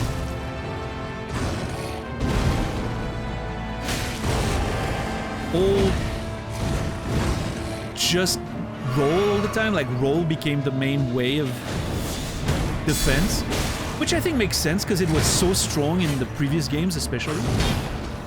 And obviously it's a little more impressive, like you know, it's definitely a display of skill that's more obvious, I think. More mechanical than anything else. And it's probably still optimal, right? If you play perfectly, rolling is obviously optimal. But I think for like casual plays and stuff like that, it's a bit of a shame that everyone just goes for rolling strats most of the time, because that's what everyone tells them to do. I think a lot of people could have fun with the shield stuff, right? I think it's definitely a different game. Suddenly it becomes a little more... less mechanical, a little more sort of mental, right? You have to manage the stamina, be more patient. I don't know, I think it's really cool. I definitely vibe with it. And you can still, you know, you still have to roll in certain circumstances.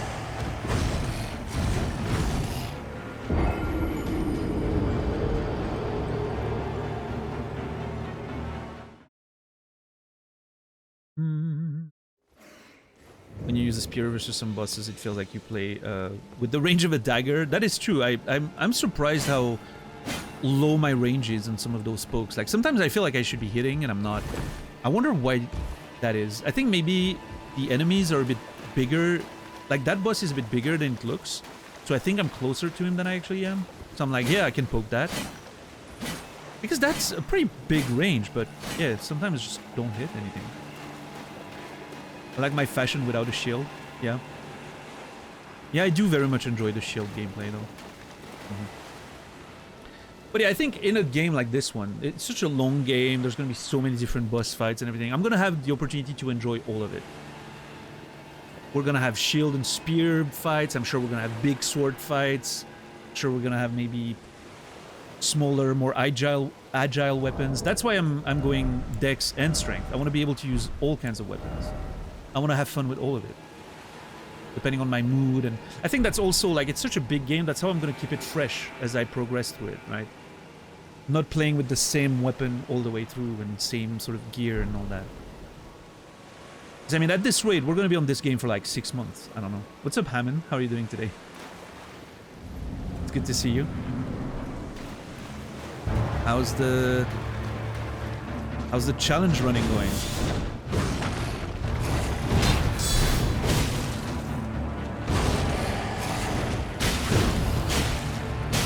Nope, see? Bad stamina management there. Yeah, I'm gonna pay for it. Okay, I'm good.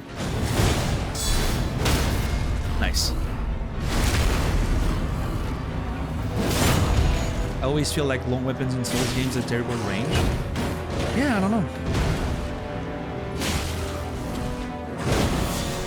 Okay, I'm low on stam.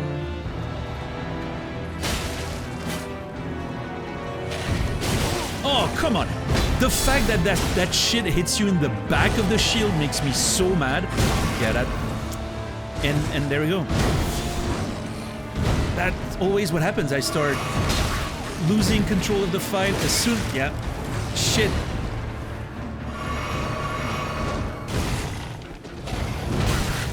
I'm sorry! Can you chill?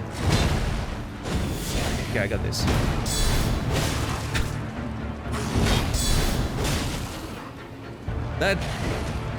Those fucking... What's the... Okay, tell me what the official name of that move is. The guard counter or whatever. No!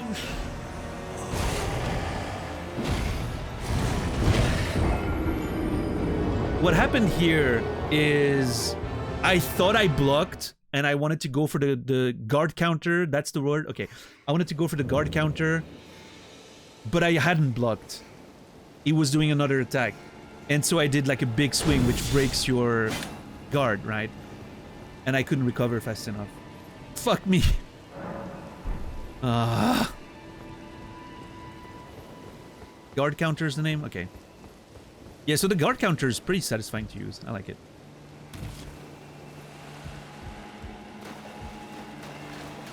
Yeah, maybe Pastouf. I'm not sure. No. I think what makes my current strategy pretty good against this one is the barricade shield staggers him on block. I think that's a wild thing. I'm sure not every boss is gonna stagger on that, like the bigger bosses or maybe, you know, bigger swings. But the fact that it blocks his like small attacks like that, that's insane. That's such a, you know, big opportunity to do big damage in this fight. And it doesn't cost too much FP too. I can use it like a lot.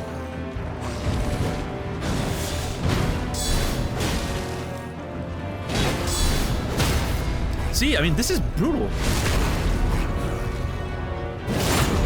I love the face of that enemy. Like his, I think his face looks really cool. Sick design. When it's done right, it's brutal. Yeah, yeah.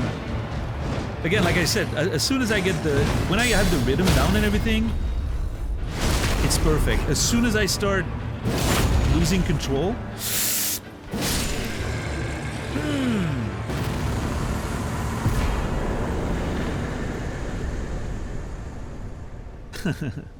easy.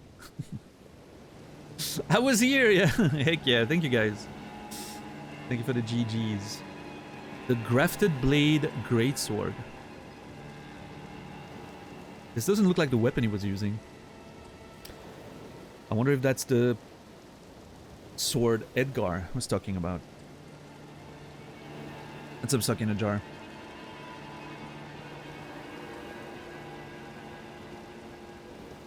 You can get a hit during guard countering and like parry, so you gotta be careful. Yeah, that's another tactical element to it, right? You have to know when you can do the guard counter, because if the enemy doesn't get staggered on block, and if you can like do a string, you can very much get punished. So.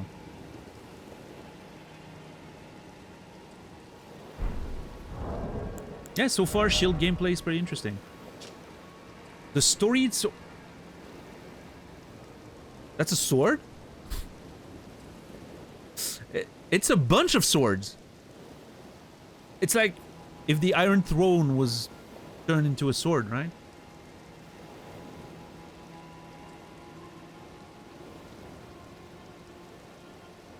You know when they say everything can be a dildo if you're brave enough? I think this is the line. That's the exception to the rule. I don't know why I'm thinking about that, but...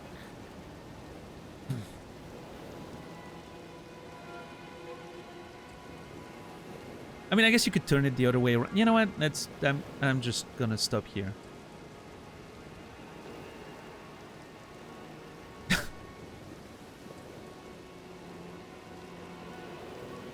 George R.R. Sword.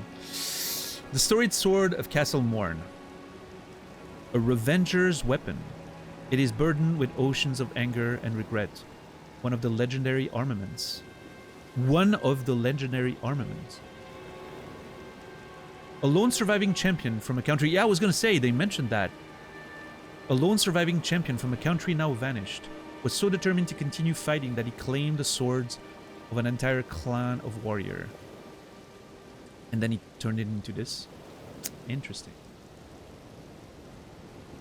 Unique skill, Oath of Vengeance. Swear an oath upon the greatsword to avenge the clan. Temporary raising all attributes for a certain duration. While the oath's effects are active, poise will also be increased. So, okay. Let me bring down my notes. There was a mention of a sword. That's the one. But there was also mention of a...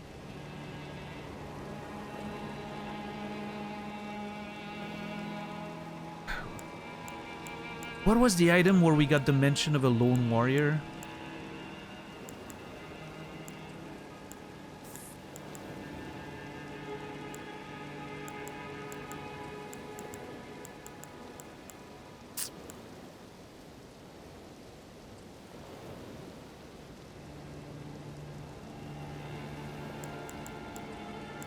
It had to be when we were in the castle, right?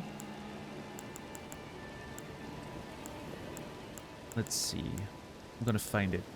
It's in there somewhere.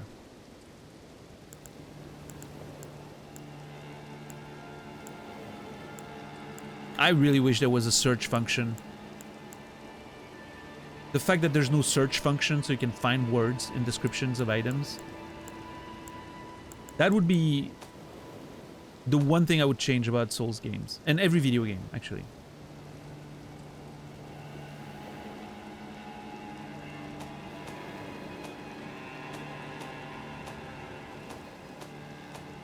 Oh, was it the ghost that we talked to, maybe?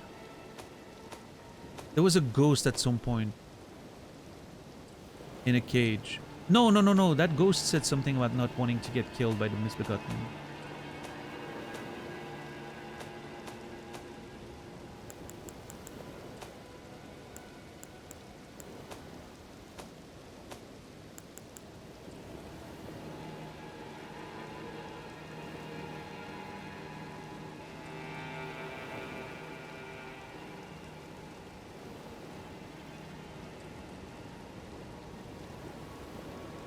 I'm not crazy though. We did get an item that mentioned that. It mentioned something about a lone warrior. Oh, I remember. It was the... I should have taken a note. It was the monument outside the castle with the swords. It said something about the siege of Castle Morn. And a lone warrior stood in front of someone. Oh, I got it. It's up there. Hold on. Never mind. I took the note here. Godfrey. Mentioned in the siege of Castle Morn. Killed a lone hero fighting for vengeance. So Godfrey killed him. And this is referred to here with, you know, a revenger's weapon. The lone hero fighting for vengeance, the revenger's weapon. Burdened with oceans of anger and regret. A lone champion from a country now vanished. So determined to continue... Okay, so I'm thinking that this country was invaded by Godfrey. Maybe. Godfrey the First Elden Lord. And his armies took over that country, killed people, the clans that were there or whatever. And so that one guy took that the swords of his clan, put them together, created that sword, and then came here to fight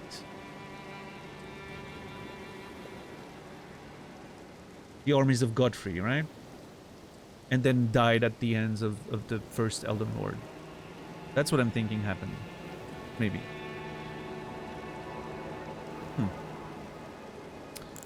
Let's see. So, mention of a sword. What's the name of that sword again? Grafted Blade Sword. Great Sword.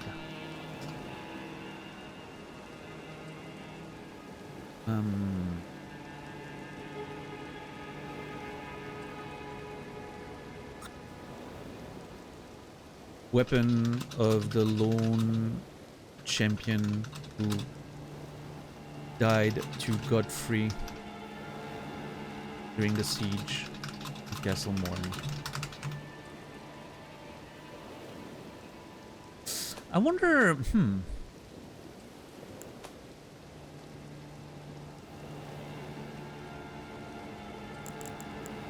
like, it makes me wonder if maybe Castle Morn initially was the home of that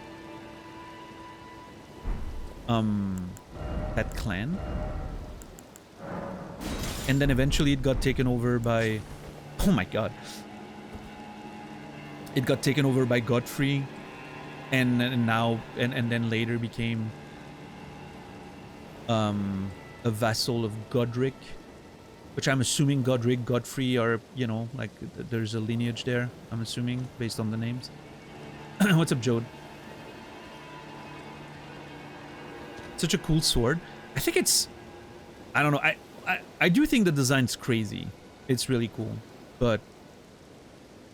it looks very thick. Look at the thickness of it. Oh my god. Nice. Yeah, this is like a Monster Hunter greatsword. Right.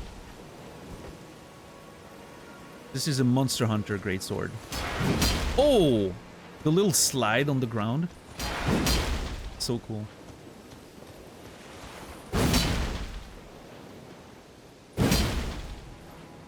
Yeah, Mopo. Yeah, I like it. I know what you mean, though. I understand. Valid opinion.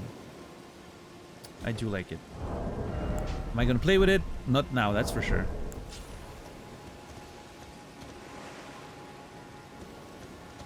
Oh man, we'd have so many souls runes right now if I didn't lose them. Could level up and everything. I'm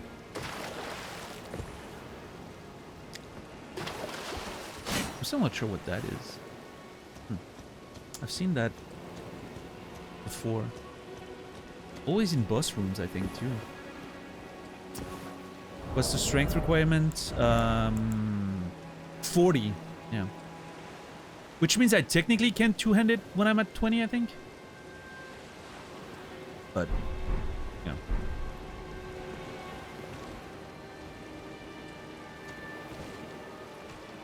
I'm not sure exactly how the two-handing requirements work, but I think it's doubling the strength. I am very upset that there's no items behind here. That it feels like there should be an item back there, right? It should be a ring. If you know, you know.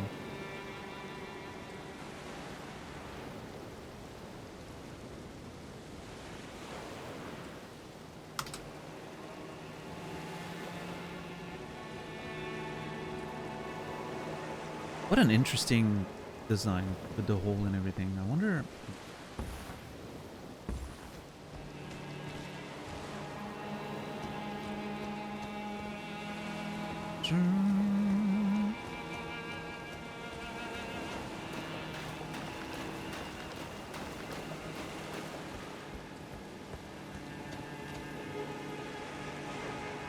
Oh man. Postcard time. What's up, Foo Fox? How are you doing today? There are usually messages if only I had giant butthole near those things. Yeah. Typical. See, that's why I don't play online. It would break my immersion. I say that as I made a terrible joke about the sword, but, you know. It's different. So, I think this is... Yeah, this is definitely Stormvale. And that's where we started. That's the Chapel of Anticipation. I don't know what that is.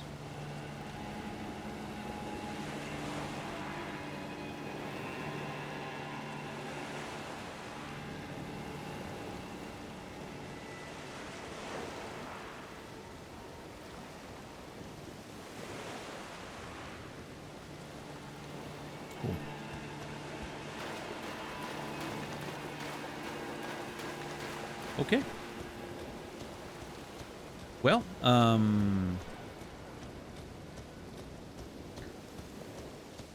now I wonder...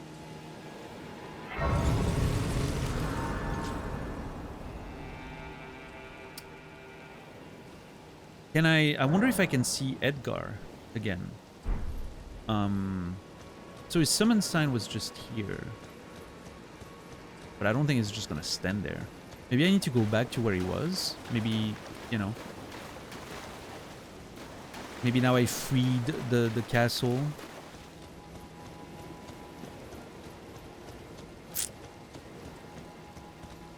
Let's see. I'm gonna do a couple of things here. I think I have to fast travel. I can't go back manually there. Oh! Oh! Okay, the map tells you, literally tells you where the NPCs are. Doesn't leave a lot to the imagination, I guess.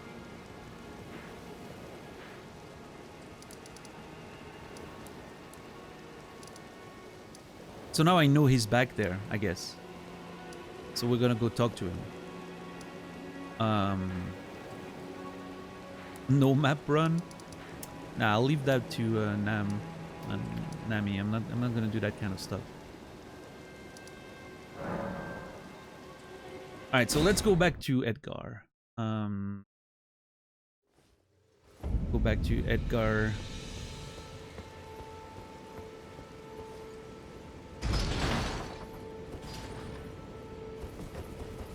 I hated that.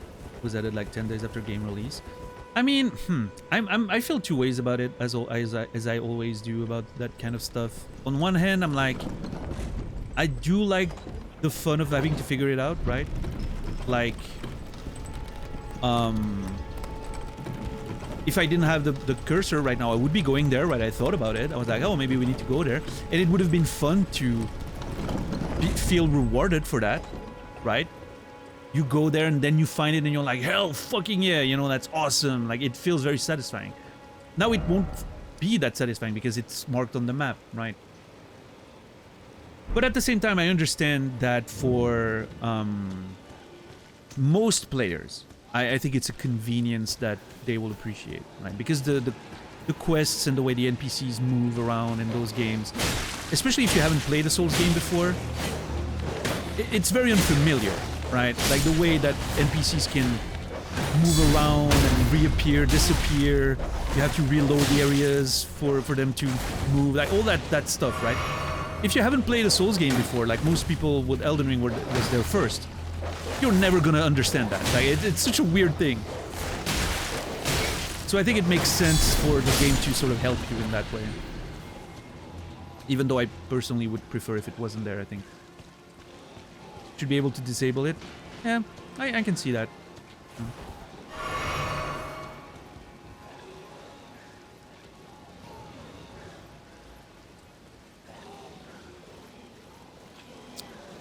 Personally, don't enjoy spending an hour running through the neighborhood looking for a specific NPC. I have no clue where to find. Yeah, to me that's part of the fun of the fucking Souls games. But I get that it's not for everyone, for sure. But I like the idea of having to sort of figure it out by myself. But oh well.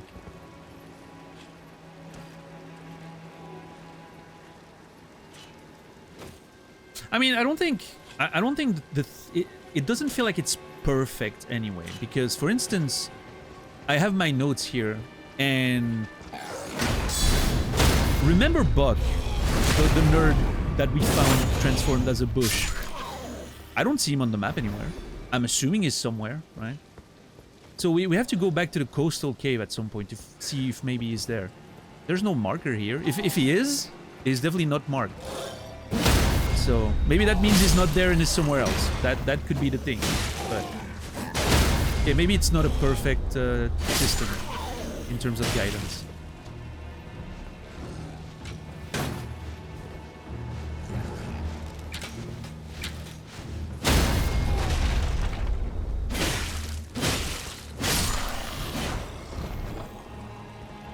Yeah, Jode.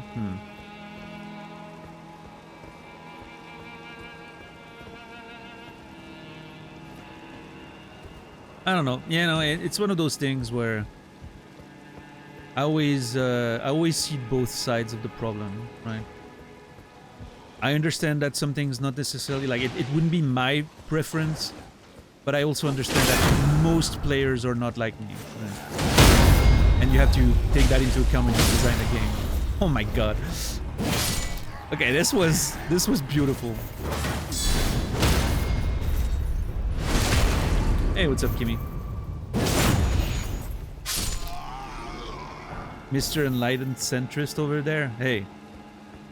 No insults on my channel.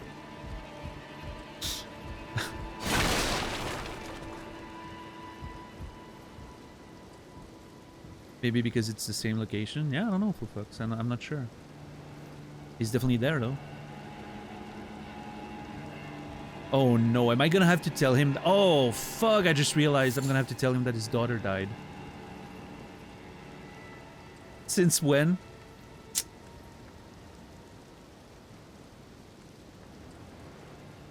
You progress through areas. You progress through areas in a way that makes me nostalgic when my first Elden Ring run. I'm glad.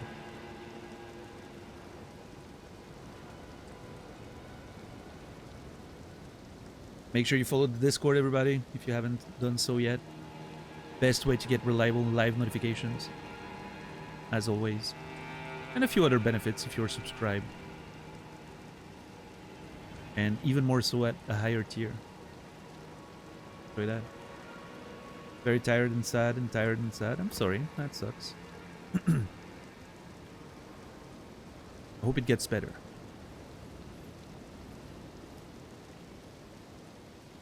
Alright, nerd.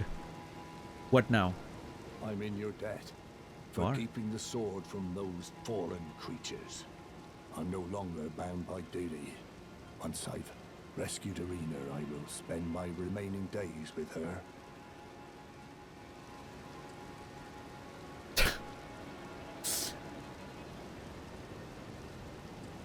I wonder if there was a way for me to save her. Or have her, well, save her. Have her not die. I don't know. Your daughter left to live on a nice sunny farm. Yeah, she's living in the farm up north with everyone we've, you know, with everyone we've reunited with their families. You know. Yeah, Kimmy, hopefully, yeah. Man spreading. Oh yeah, Bryboot, we talked about his bowls yesterday. Look at this. Has a bowls protection in his armor. My actual, like, you know, my Vati level lore theory is that his wife made him put that on. It's a chastity thing, right?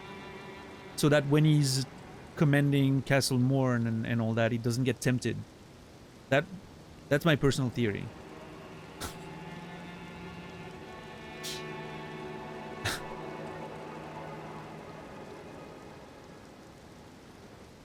This is the most unattractive man spread I've ever seen. That's fair. What's up, Zico? How are you doing today? Thanks to you, I will be reunited with Irina. I hope I don't. My remaining days to her. I hope I don't have to tell Irina him. has a gentle nature, though. I only hope it remains intact.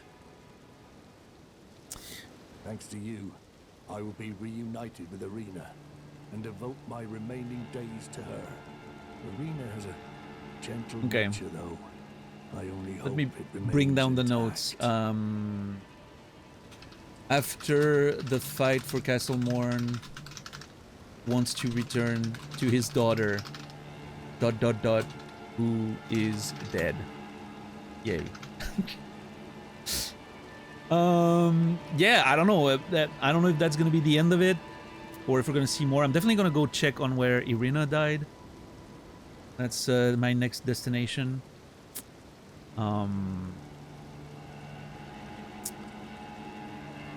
But we're gonna try to, you know, follow that quest for a little bit. What's up, Chemicar? How are you doing today?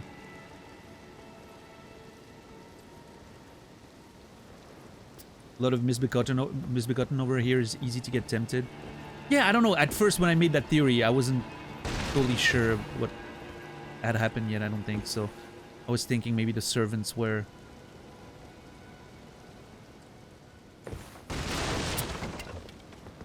Not the misbegotten. Can I make that jump? Okay. Hold on. This is gonna kill me, right? There's no way I survive this.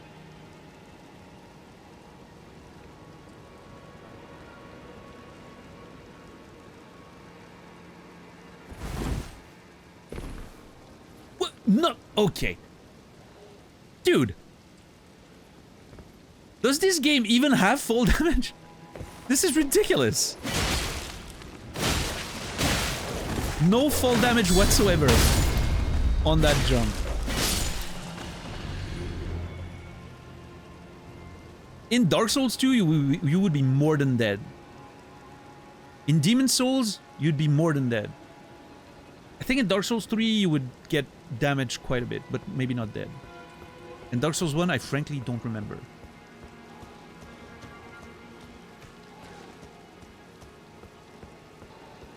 I've never seen a Souls player upset they didn't die to gravity. I'm just trying to understand. I haven't taken a single point of fall damage in the game so far. Not once.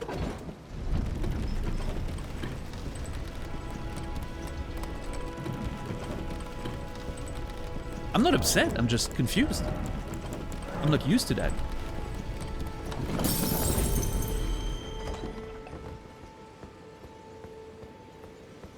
There's a very detailed video about the fall mechanics, yeah. I'm not gonna watch it, but I'm glad it exists. Oh, look at that beautiful, like, 18 runes left. Perfect. 19s across the board. We're doing amazing. Just a little check in there. Nothing. Okay. Alright, let's make our way to where Irina was. How's everybody doing today on this beautiful Tuesday afternoon or night or whatever time zone? Are we guys enjoying? Are we enjoying the show? Are we having fun? Are we chilling while working or whatever? I hope this is reasonably entertaining. I know, you know, I'm just doing my thing here at my slow pace. Look at this. Me, my cow, and a beautiful castle. Cinema.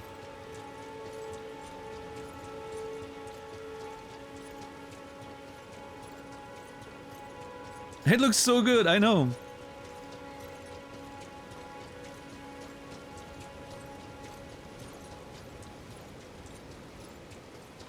Yeah, the Castle Morn, very, very cool. I somehow expected it to be bigger to explore. I feel like it wasn't that big, because most of it is just a mountain, right? I expected it to be a little bigger to explore, but... Oh, I never solved that sound that I was hearing. I don't think.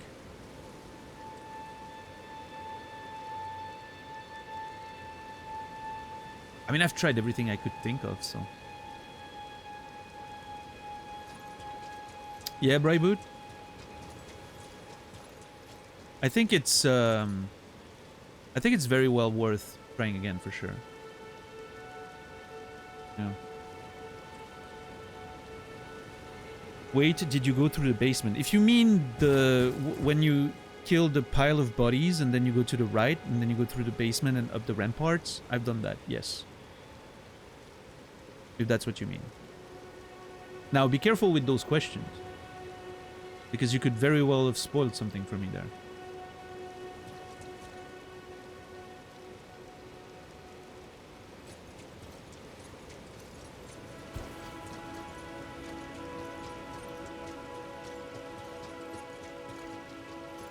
Actually, I was messing with you. Well, don't do that either.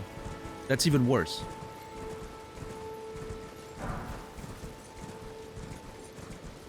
Joke spoilers are spoilers.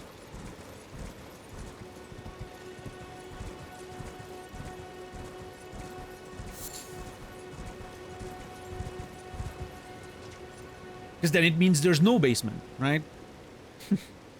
Which for all I know, there could be.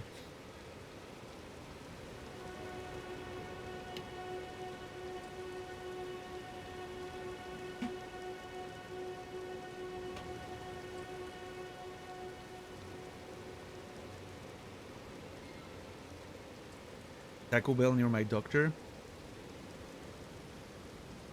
I've had Taco Bell once. It was okay.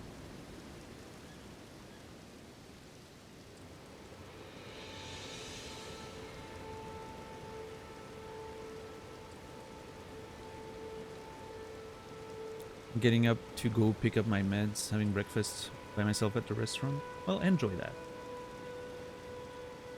There is one, definitely. You just need to find it. Did you just hear any word of what I just said?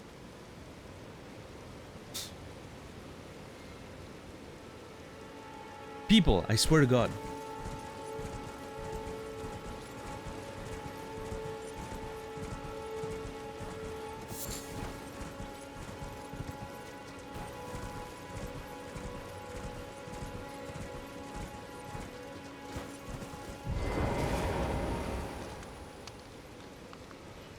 That's what you get for having the same name as me? Trade again. What? We're not on the same wavelength, sir. I find you confusing.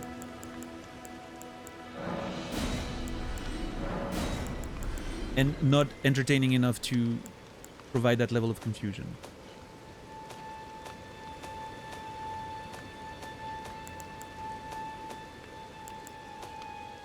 That's intentional.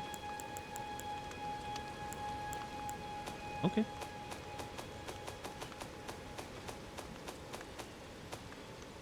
Well, I hope you do enjoy the attention your parents never gave you. because you're definitely getting it right now.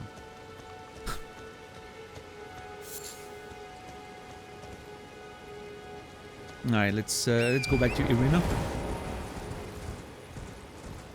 I should. Should I switch to night? No, I think I traversed the location at night first time.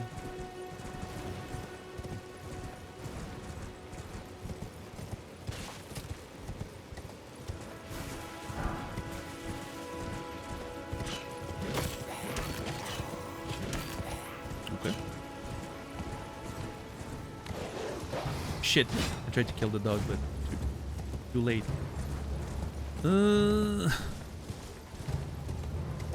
Is our boy Edgar gonna be here?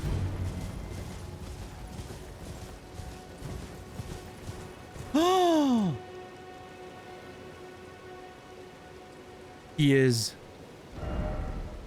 Okay, see, the map doesn't have him marked here in this case.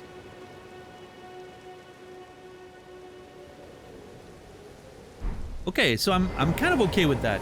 I'm kind of okay with that.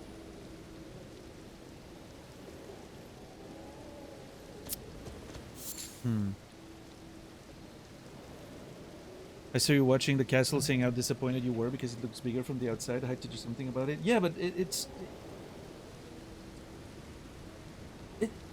doesn't change anything, right? Like it doesn't help me.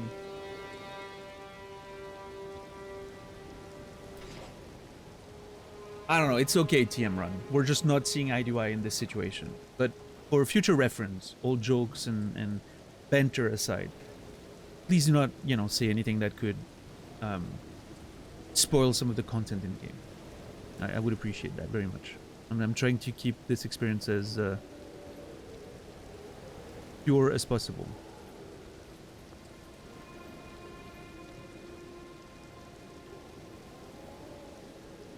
Why is he here? I mean, he brought her here, right? When we first saw Irina, she said that her father brought her here to be safe and then went back to the castle to defend it. So he knew she was there. And we saw like the dead bodies. I even remember mentioning like apparently the guards that came with her were killed. It's strange that she's safe. Which again sort of plays in my head with that notion that I expressed yesterday with it almost feels like time isn't really working in a linear manner. That sometimes you get to talk to characters that maybe aren't alive anymore. And like, I wonder if the first time we talked to Irina, she's actually already dead. Because she's been killed along with her, like cohort, right? Who's kneeling there? That's Edgar. That's her dad. The one we saved, so to speak, from the castle. And so, she just like, it's as if she lingers a little bit behind. Just so she can give you a letter to give to her dad. And then when you come back there the second time, you see what actually happened, that she was killed by the Misbegotten. Because otherwise, and obviously it could be different. Maybe I'm looking into it a little bit too much, but I like this theory because it explains why all the guards were dead. And she wasn't. She should have been dead alongside the guards, right? There's no sense for her to be left alive and then later killed. Really. So I'm thinking, like, I like that theory about time not being completely linear. And us having a chance to see something that's already not that anymore, but we get to see a peek of the past for a second. And then we actually see what actually happened here, is that she was killed alongside with everyone else. And he's gonna feel very guilty about it because he left her alone, right? Obviously. So, that's fun.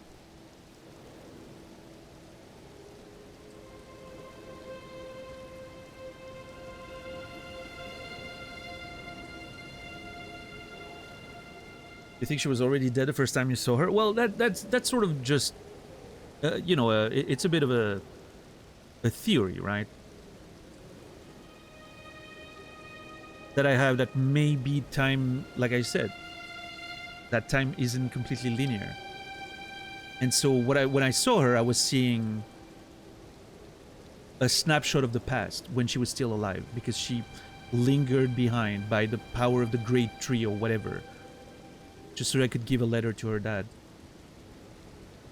But that's what we see now has always been the actual reality, is that she got killed alongside her guards, because the guards were already dead. So that's the only thing that sort of makes sense in my mind. But maybe it's, you know, again, maybe I'm looking into it too much, but I do enjoy the crazy theory crafting a little bit. That's the beauty of it, what's left open for interpretation.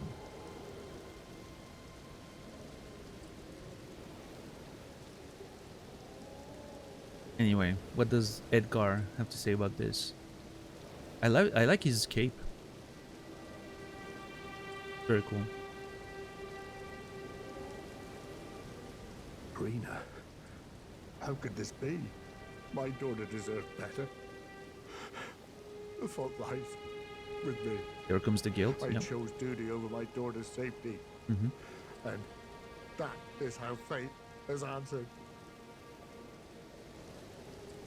I'll find them. The foul wretch is responsible for this. I'll hunt them down and exterminate every last one of them. Rest assured, Arena, it will be done. I'll find them. Okay. The foul wretch is responsible for this. Let me bring my notes. After finding his dead daughter, Arena, promised to vowed to find the murderers and avenge her. Misbegotten? Like, I mean, it's likely that they were misbegotten because of the sword, right?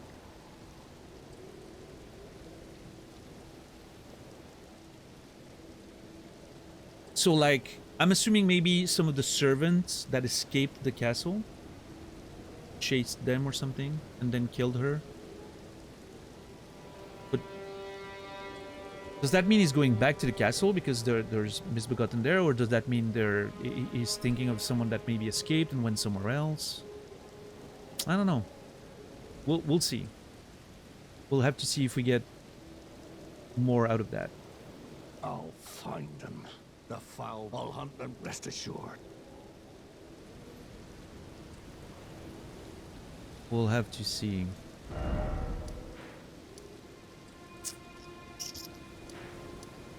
Castellan Edgar.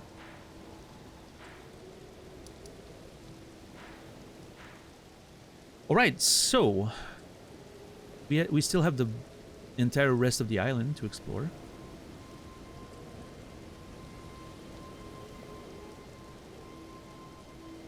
Well, let's do that.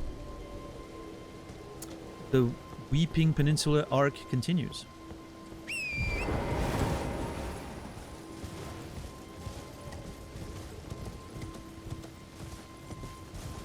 It's interesting that you still have the grace showing you the way, though, even though we completed that part.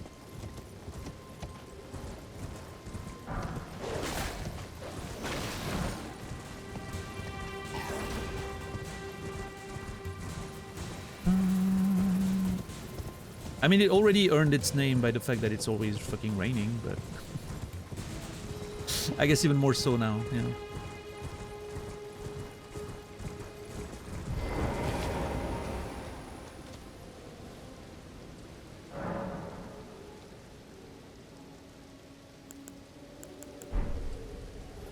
All right.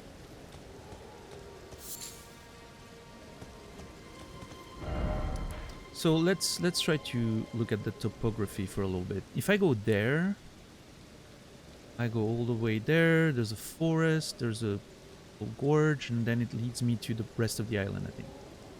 If I go here, maybe I can reconnect with this here, but it leads me up there. I'm not sure if that's gonna be a thing. Not sure what down there, how you access that. Yeah, I think I'm gonna go there first and try to hit that, whatever those ruins are up there. Because if I can do this, clean that, and that, bam, that's a nice little chunk of the map cleaned. And then we can go here, start working on the rest. That seems to make more sense to me.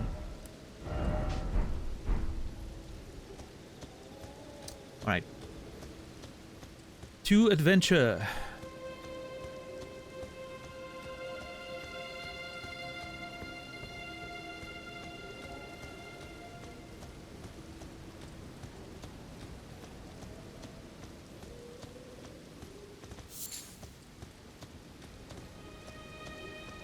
Oh, let me look at my crafting.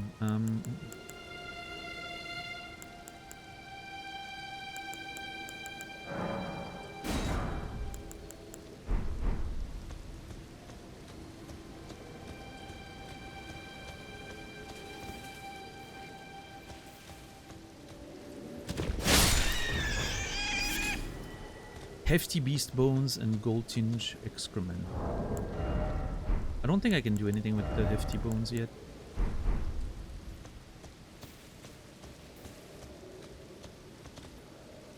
Probably start collecting some anyway.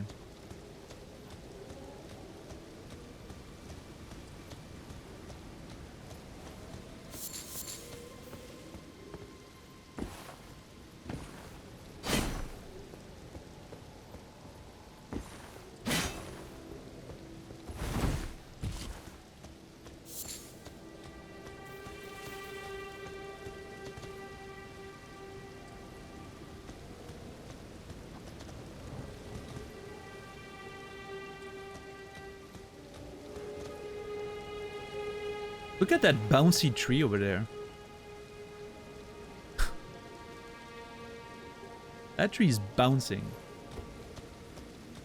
Hmm.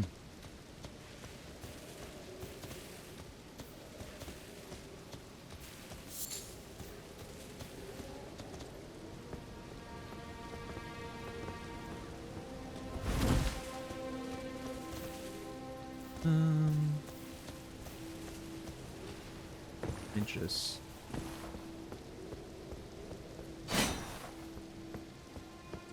Thank you, suck in a jar. I'll wait for the mods to look at that.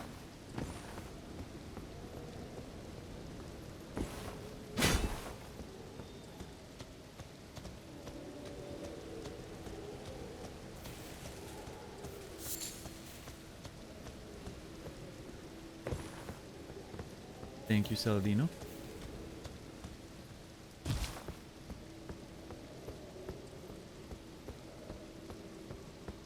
Secret wall.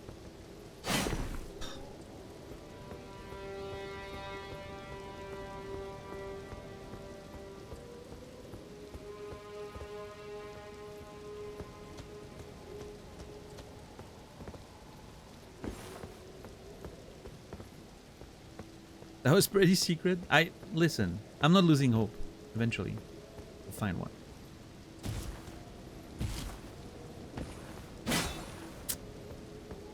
When we find a secret walls, let's celebrate it. Oh yeah. Oh yeah.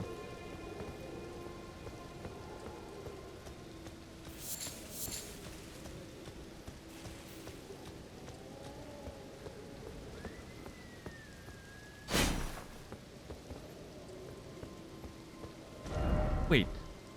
Oh yeah, okay. Makes sense.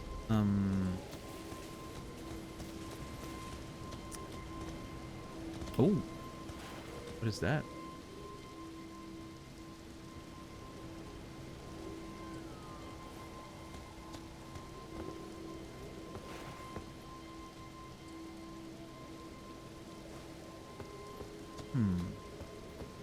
Just want to make sure I haven't missed anything on that, the bottom part of that cliff there. I don't think I did, but sometimes it feels like you could literally hide a dungeon behind a fucking tree like that. Just having a small entrance, right, to a cave or something. This is a daunting thought. It means you have to check every fucking, you know, corner of every cliff.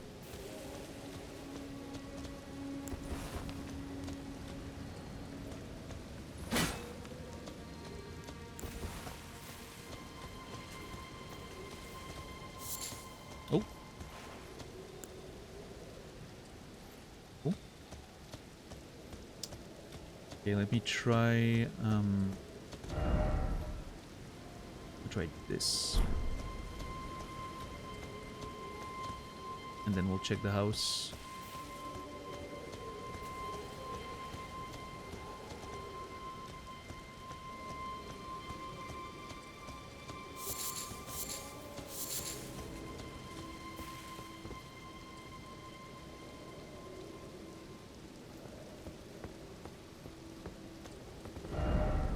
It's interesting that the house is not on the map at all. Like, usually most structures are on the map, right? This one's not even there. Makes me wonder if that's intentional or not.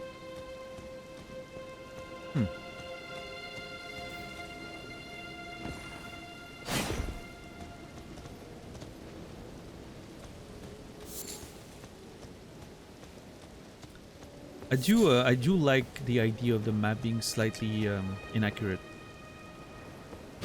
Maybe it's not up to date, or maybe, you know, not every little detail's on it. Gives a nice little sense of discovery, I guess, when you find things. Is that still the... Yeah, okay, that's still the peninsula.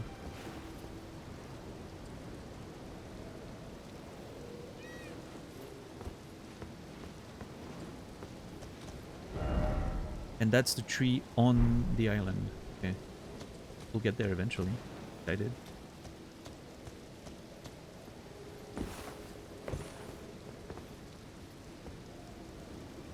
That thing's... Okay. I will say, when we were far away from the island, like in Limgrave, and I was looking at the tree from a distance, it didn't look that big. As I'm getting closer, that thing looks gigantic. The sense of scale in this game is crazy.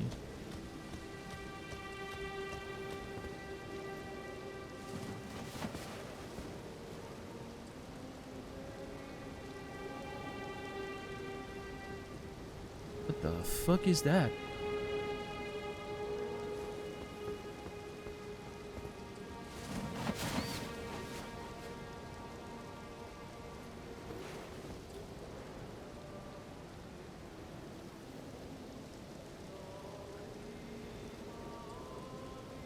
Am I hearing singing?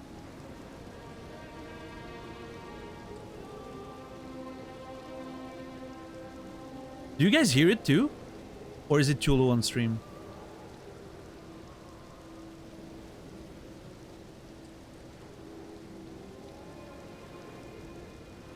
You can hear it?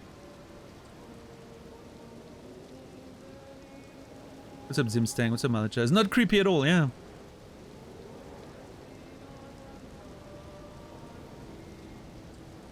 That thing, I'm pretty sure, like, it really looks like it's that thing. Is it like a siren type thing? You know, it attracts you with a song and then it just... Oh, you can hear it more if I actually rotate the camera a little bit.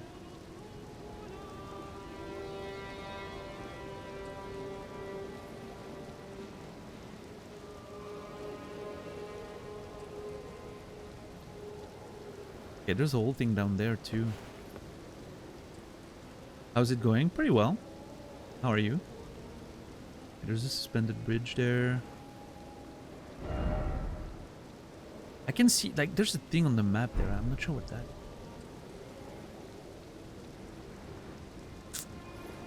Can't really see yet. Can I get a better angle here? Not really.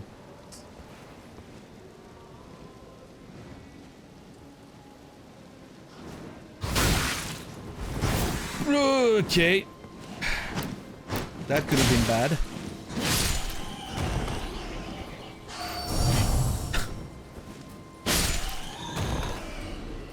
Hey, I'm just looking here. Leave me alone, bats. Jesus.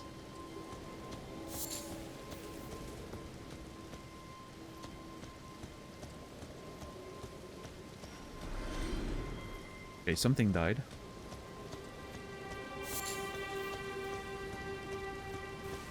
Yeah, Kimikar. I definitely answer yes, as long as it's in a video game. I'm gonna check that place.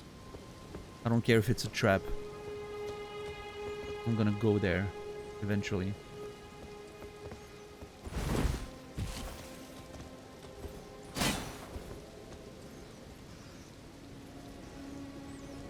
What am I hearing? It sounds like a mouse. Oh my god, it is a rat. Okay. What the fuck is wrong with those rats? Whoa, whoa, whoa, whoa, whoa, whoa. What is this?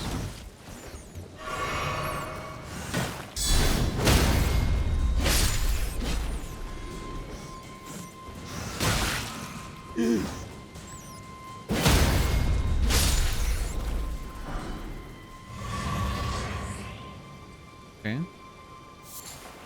Yellow ember. An ember taken from the eye socket of a corpse. Material used for crafting. A sign that the deceased suffered from the flame of frenzy. This grape has ripened and burst.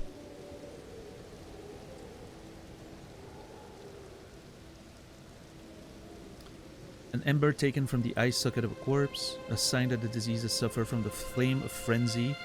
This grape has ripened and burst. What an interesting sentence there at the end. I'm assuming the grape's the eye, right? Ripened and burst. And in the place of the eye, you get an ember, a little ember. Which is a consequence of suffering from the flame of frenzy. Okay, let me take a note there. I'm gonna put that in concepts. Flame of frenzy. Makes your eyes explode. And leaves an ember in its place? Question mark? Still, I'm gonna put a question mark because it's a theory more than anything, but...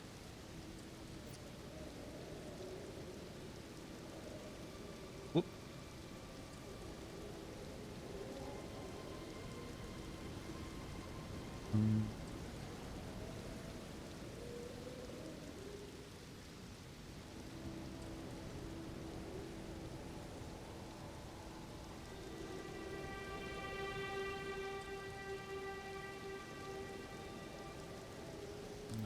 Second.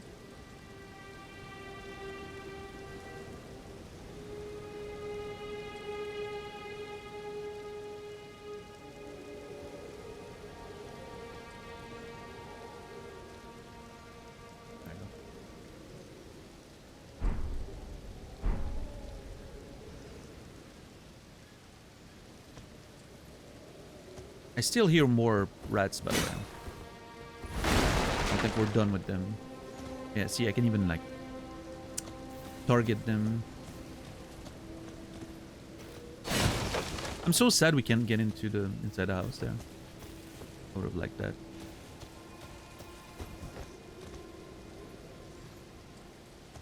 Yeah, I'm pretty happy with it, Tim's saying. It had been a while. I've been, you know, I've used notes before in stream, but it's the first time that I actually, like, put some thought into how to make them feel more immersive. I like the little transparency and, you know, it makes it a little more involved, I guess.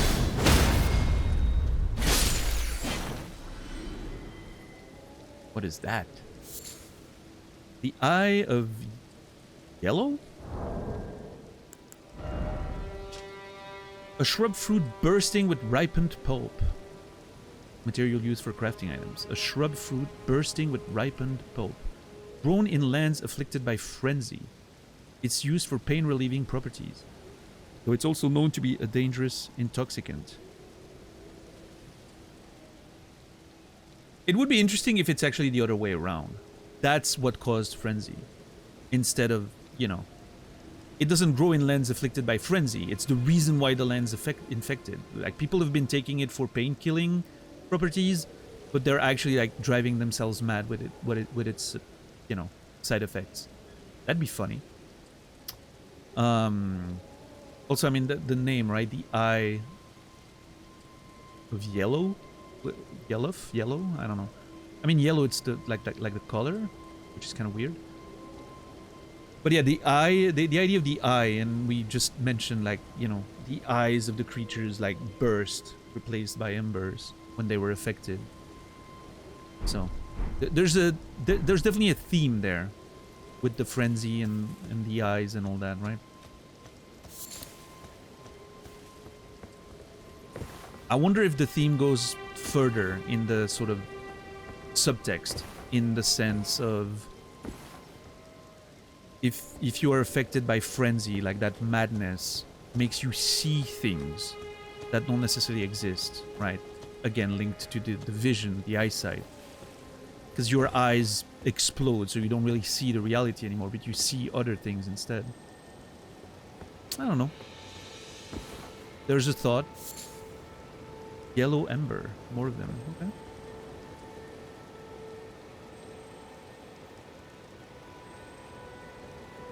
Okay, so, it looks like whatever this is not accessible from somewhere else?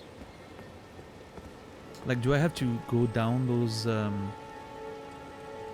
giant tombstones? I mean, I'm probably not gonna... What I'm gonna do, because if I go down there, even after clearing up there, I'm gonna miss the entire bottom portion here, right?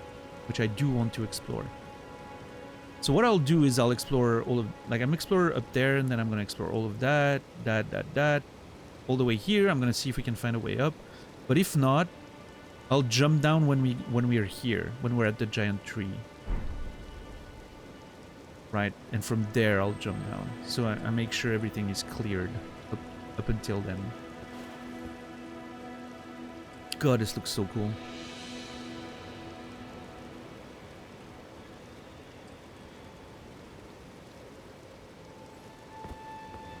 It's envy-inducing, you mean the notes? I mean, it's pretty easy to put together, Colette. If you want to imitate the idea, I don't mind.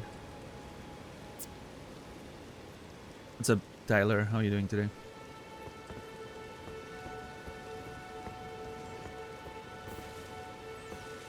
And I'm hearing more rats. More eyes of yellow.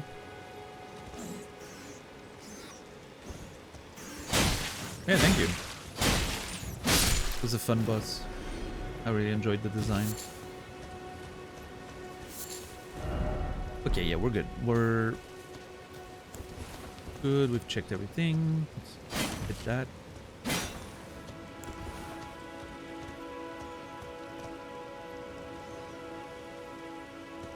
Oh, they're not organized, Colette. I know it looks like it, but they're not. It's all over the place right now. It's actually upsetting me. I need to, one of these days, reorganize the sort of categories and all that. But I'm glad you like them.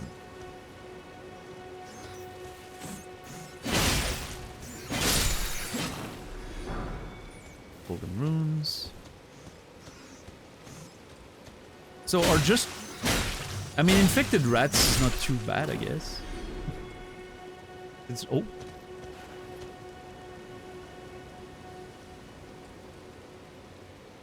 Okay. Enemy or NPC? I wonder. Oh, I can target him, so probably enemy.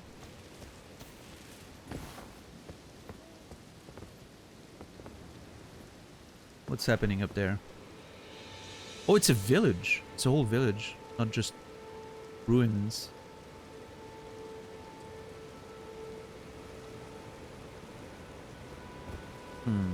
Okay.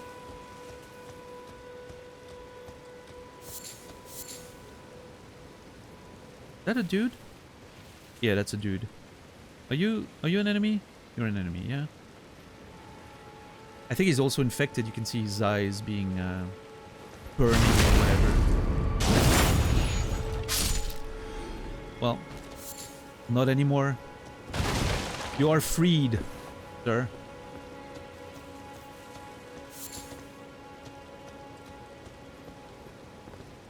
I love the suspended bridge here. That's really cool. Oh, geez. What's happening down there? Okay, so there is a passage. As I thought by looking at the map. I'm just going to take a peek. I don't want to lose track of what I'm doing, but I'm just going to take a little peek.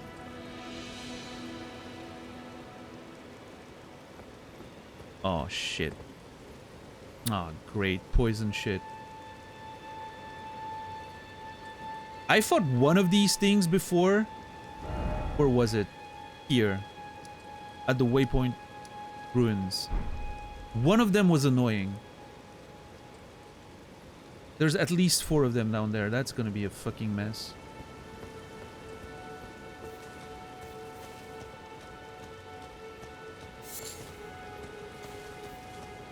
Oh, okay. I am not jumping down there.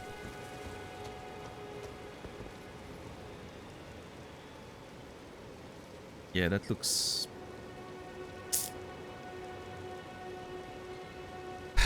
not very inviting.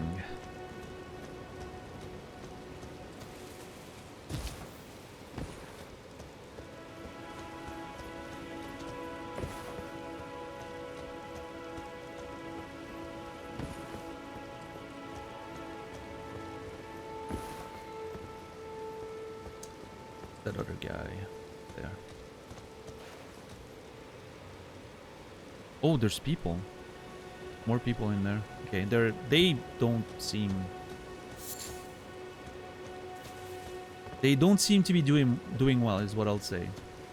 Oh, there he is.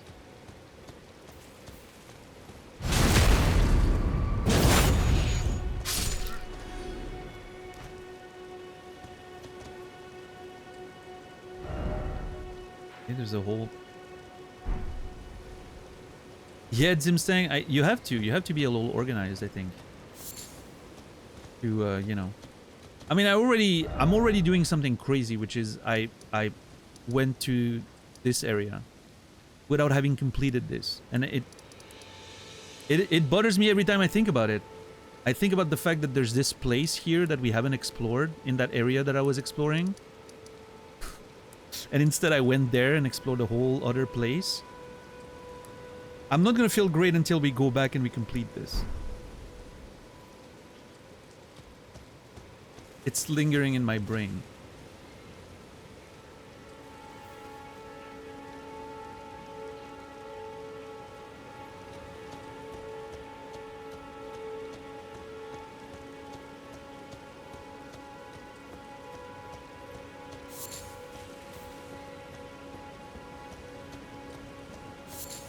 There's always, you know, there's always a downside with everything you look at and you're like, oh, you know, you're very organized, you're very disciplined. No, there's a downside coming with that. It's not just a great trait. Oh, I thought that was an enemy right there for some reason.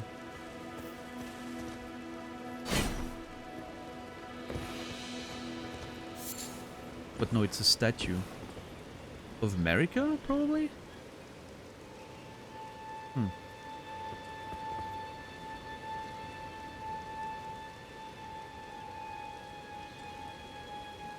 For the first time in my life, I bought a complete PC instead of building it myself, and now a part broke and I've been waiting for a week for a replacement. Still not here, never again.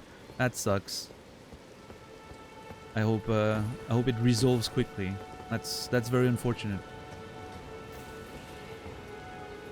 I'm amazing at being on time, but it's a curse for me. Being on time is a curse? Man, I wish I had that problem. I'm okay. Like you know, if I have, like if it's a big responsibility thing, like when I was a teacher, I would never be late. Because you can afford to be late.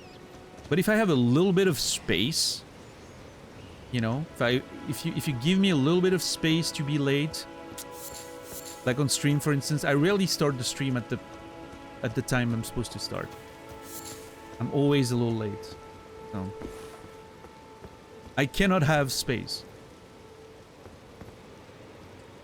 If I have space, I'm gonna use it. What the fuck is this?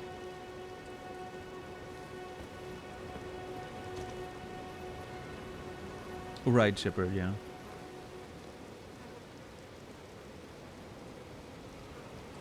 I feel time in my bones. When time is off, just a little I freak out. Interesting. I have a pretty good internal clock. I'm always kind of sort of able to tell what time it is. Although I've noted recently that is not the case as much as it used to back in the day. I think it's because my days are a bit more free form right now, you know. I have less structures to my day, so.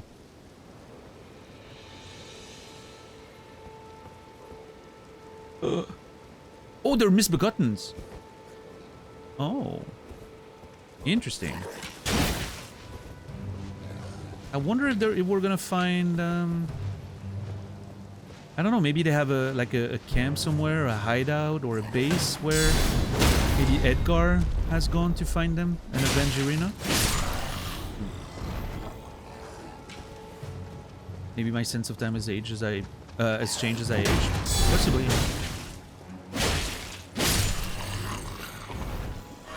My cat can tell time, makes sure to sit on my lap, on me every morning at 5 a.m. That's cute. Yeah, I think animals have like a... I mean, I don't know, I'm not an expert, but it seems to me like animals have like an instinctive understanding of like time based on the days and the nights and everything. Which would make sense, sort of, right? They're pretty in tune with nature, typically. But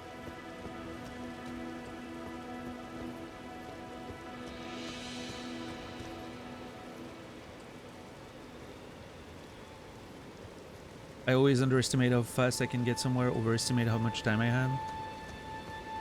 Yeah. So bad at times, that's an ADHD symptom.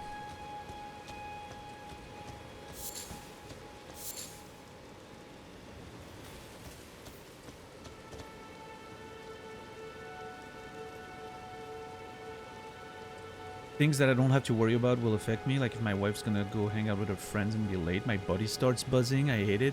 Yeah, that's kind of weird. I mean, that has to be like some form of anxiety. It would be interesting to question. I mean, maybe you know the answers. I don't know, but when I'm hearing that, my first reaction is, where is that anxiety coming from? Is it a need for control? Is it a need for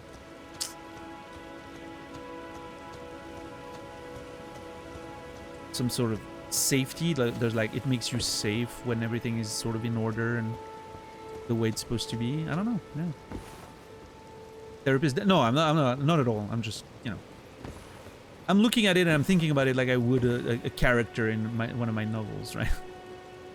Like, oh, that character has a quirk. How can I make it feel more realistic? Like, what's the cause? What's the underlying reason for that? I don't know.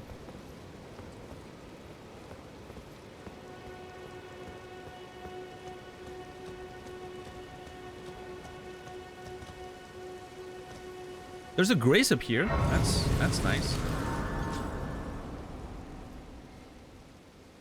Oh shit, I shouldn't have... Fuck, now all the rats are back. Ugh. I need to look at the Grace's names more. Beside the Rampart Jail.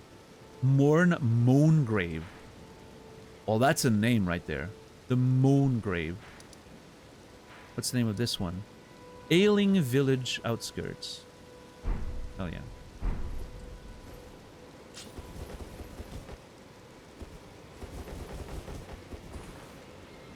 Mine is definitely a control and eldest daughter thing.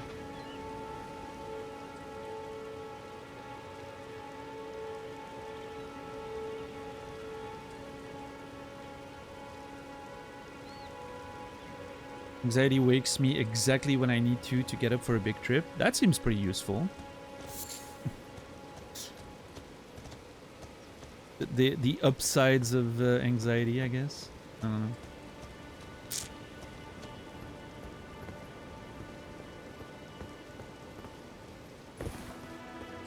Okay, so I've checked all around the village, which I'm very happy because we found a grace. Now it's time to, well, get in there and see what's there.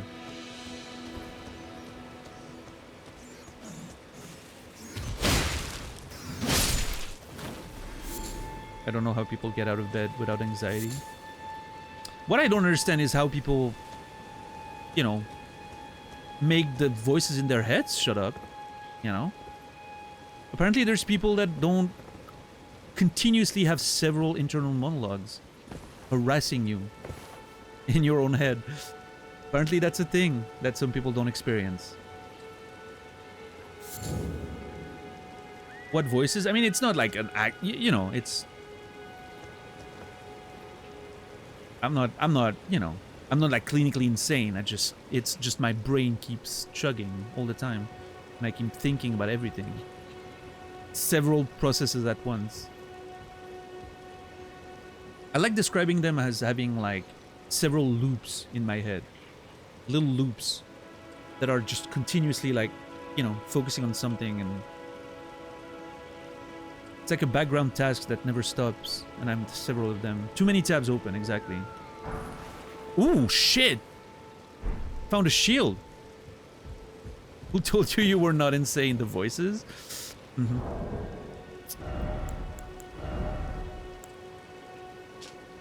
A tall, medium-sized wooden shield. Light for its size and easy to handle. Carried by soldiers of the village that is afflicted by frenzy.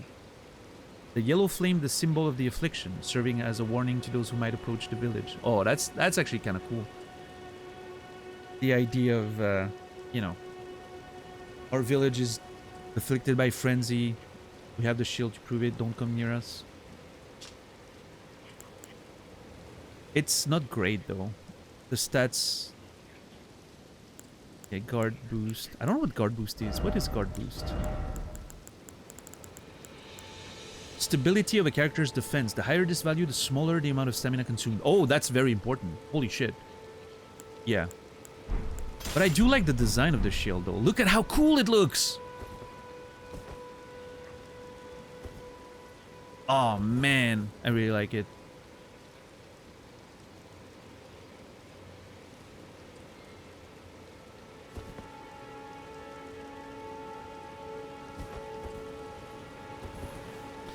But I mean, I do like the one that I've been using so far. And it's a little better. It's heavier, but not much. Which shit is fairly useful for silencing the voices. Really? Oh man, it only makes mine worse. But that's maybe a me thing. I've been battling the last couple of months internal monologue, intrusive thoughts. Helped me recently. It's therapy and exercise. Still rough sometimes. Yeah, exercise used to be a huge thing for me. When I would exercise, everything would be quiet. And I liked that. It wouldn't last very long, but while I was working out at least, you know, I had some peace.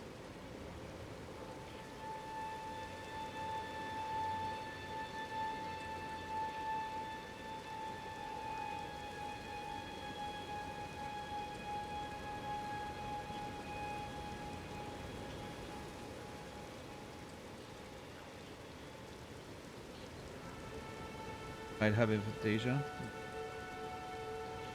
Yeah, I'm the other way around. I have hyperaphantasia, so a lot of my thoughts are visual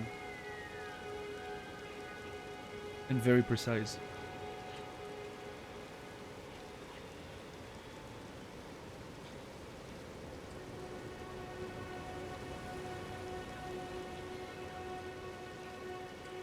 Yeah, stoner. That's crazy. And not in the, you know.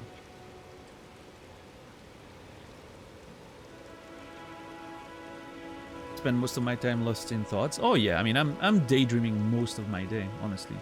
I'm daydreaming in the middle of stream sometime. I'm just, I guess, multitasking.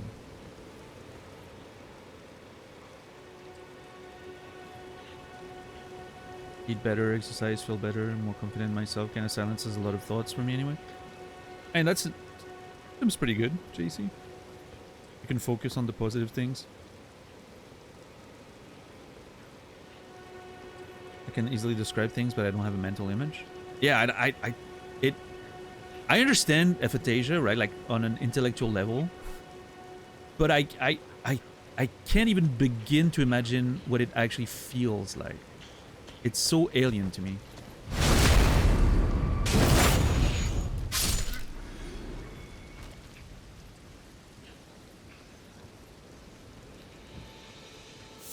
This place is scary with like the high grass hiding the rats and all that. You never know when you're gonna get jumped by something.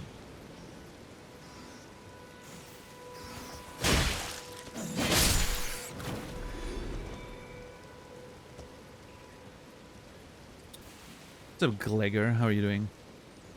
What's up, Goji guy? How are you doing? Welcome in.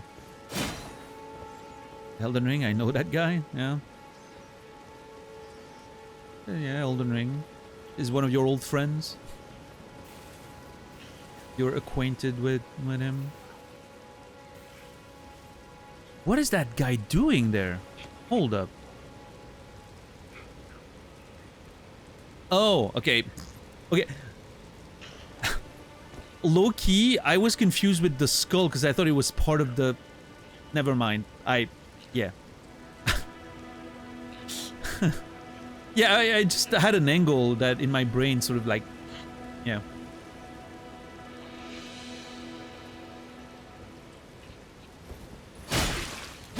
Yeah, I do enjoy the partisan, the spears in general. Spear and shield, always a fun gameplay for me.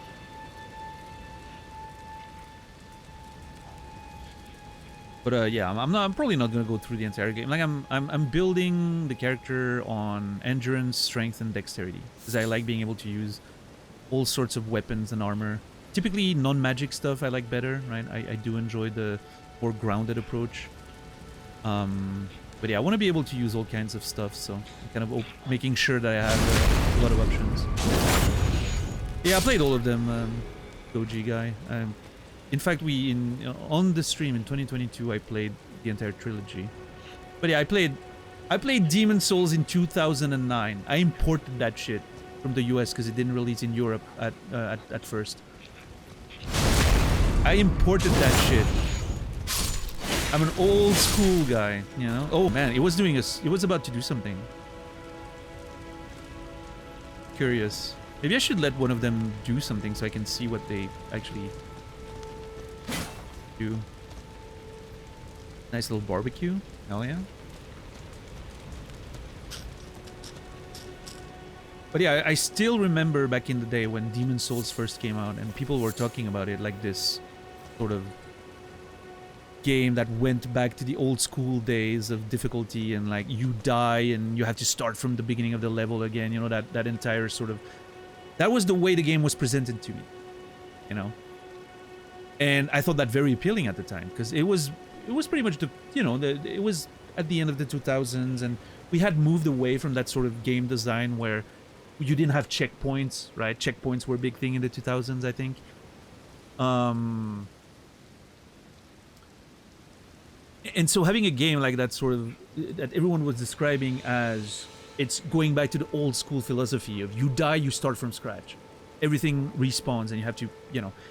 And that to me was like, oh man, that looks really cool. I had no idea about From Software. I had no idea about, you know, what it would eventually become, of course. But I was just attracted because people were presenting that as an old school experience. So I imported the game because it wasn't out in Europe at the time. It was just only out in Japan and the US. Man, what a ride that was.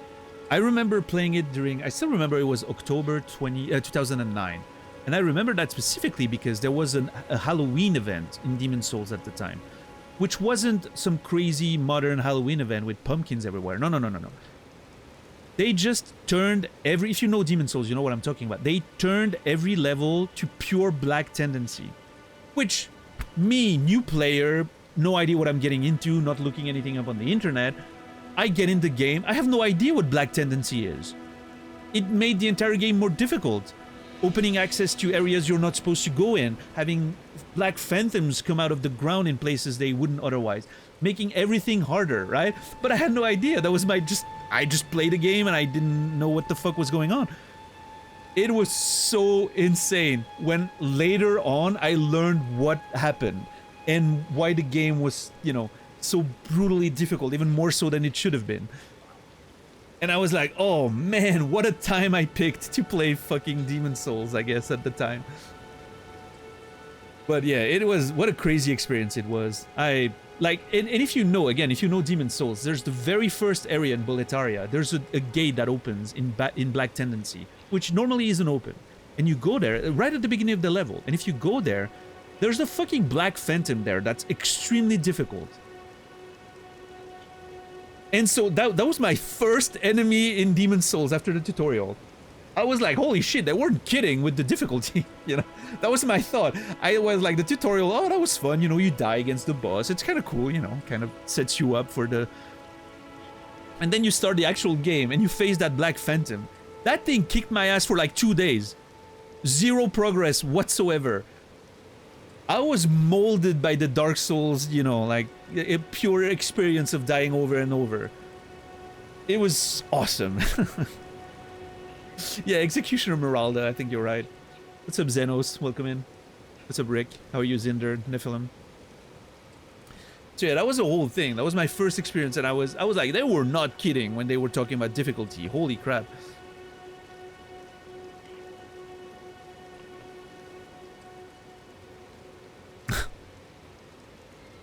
But then, immediately, in that area, you find the Brushwood set. Big shield, big-ass armor. I wore that shit day 1, never looked... Well, day 3, I think, when I eventually got there, but never looked back. I wore that shit the entire game. I didn't know you had to roll at the time. Nobody was rolling, right? I had no idea. I was just in gigantic armor, loaded up to the max, giant brushwood shield, winged spear, entire game like that. It was awesome. I never rolled once. Not even accidentally, I think. I tried rolling with that armor and I was like, well, okay, and, you know, it doesn't seem like it's very useful with that gear I have on. And I never looked back. I was just blocking everything. Hell yeah. Like, I mean, there was no meta at the time. I was not aware of it. You know, people online were probably talking about it, but I was not aware of it.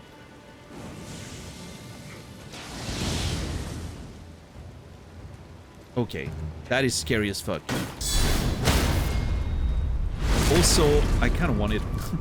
Can I get that? I want that spell, whatever that is. It looks cool. I like yellow stuff. Yellow's my favorite color. That's how I played before I got shamed by the online community in Dark Souls. Yeah. I mean, to be fair, I think shields in Dark Souls were pretty crap. Coming from Demon Souls, it definitely felt like a little step down, and like Dark Souls 2 was even worse, I think. Shields in Dark Souls 1 were pretty cracked. Okay, maybe it's me then. Maybe I didn't play them correctly, or I don't know. Or maybe I'm misremembering because Dark Souls 2. Yeah, I'm not sure. But yeah, so far Elden Ring, you know, the shield gameplay, I'm really liking it. It's a different approach, more stamina management focused, less timing focused. I'm an old man. It's good for me to not have to deal with timing very much. No, I'll definitely, you know, I'll probably play some two-handed weapons at some point and have to do all the dodging and shit. Yeah, the guard counters, I was talking about that earlier today actually, Goji guy. Guard counters are amazing. They feel very satisfying. But yeah, I really like the whole stamina management aspect of it. It's like a different game. Again, less about timing and more about sort of a little more slow pace, and you have to think about, you know, when to release the guard to build up your stam again, and know which attack to block and which you maybe want to dodge because they do too much stamina damage. I think it's interesting.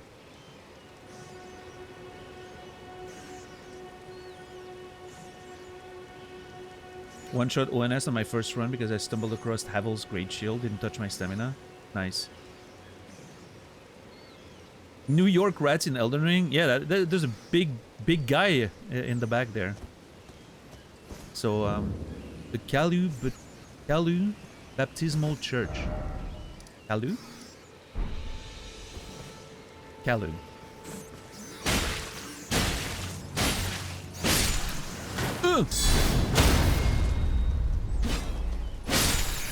Or weapons like Valorhard in DS3 where you attack with sword and shield. I probably saw that weapon when I played Dark Souls 3 because I was pretty thorough, but I don't remember it. Most of my Dark Souls 3 playthrough in 2022 was with... what was the name of the weapon I was using? The Wolf Knight Greatsword or something? The one where you like sort of breakdance on the floor and like you know, you plant your dagger in the ground, you just slide around it. That weapon was fucking cool.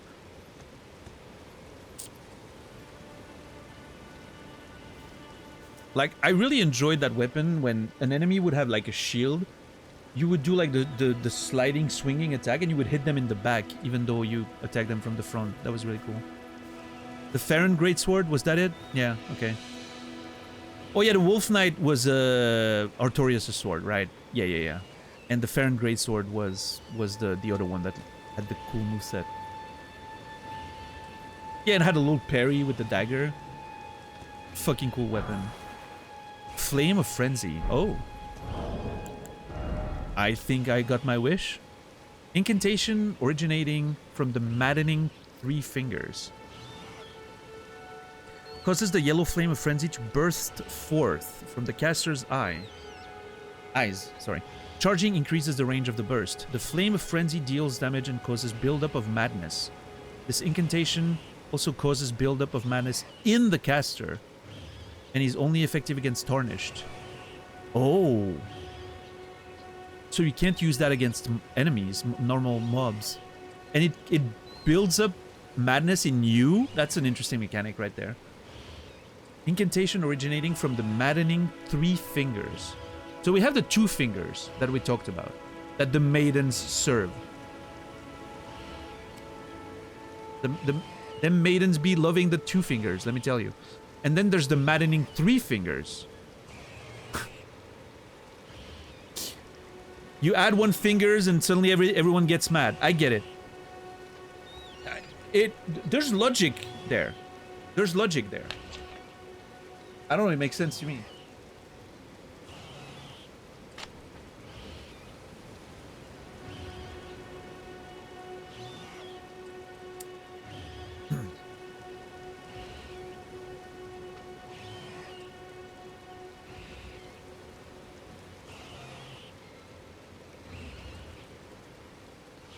That's 50% too much fingers. Alright, let's bring down the notes. I have to take notes here. So we have the 2 fingers. I'm gonna put that to the side here, and we have the 3 fingers.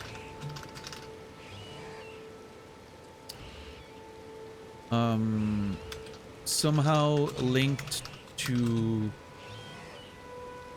the Flame of Frenzy. Question mark? Said to be maddening. Actually gonna put that to the side. I'm gonna put the 2 fingers in and the 3 fingers to the side there. Yep. Let's stand up the notes. What's up, Chipmunk? How are you doing today?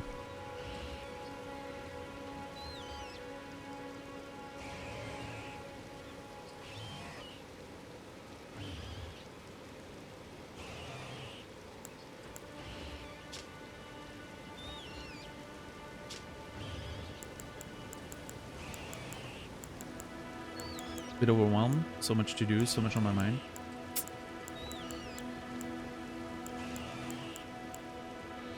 Relatable. So I have 4K runes in there, by the way. I just noticed. And a few more here. And more here. Should probably use them at some point. Only a week left till exams. Ah, fair enough.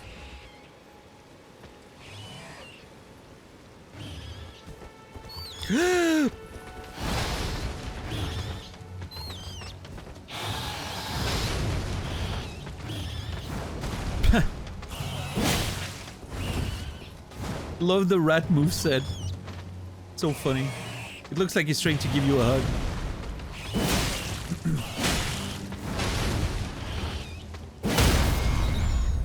Nice.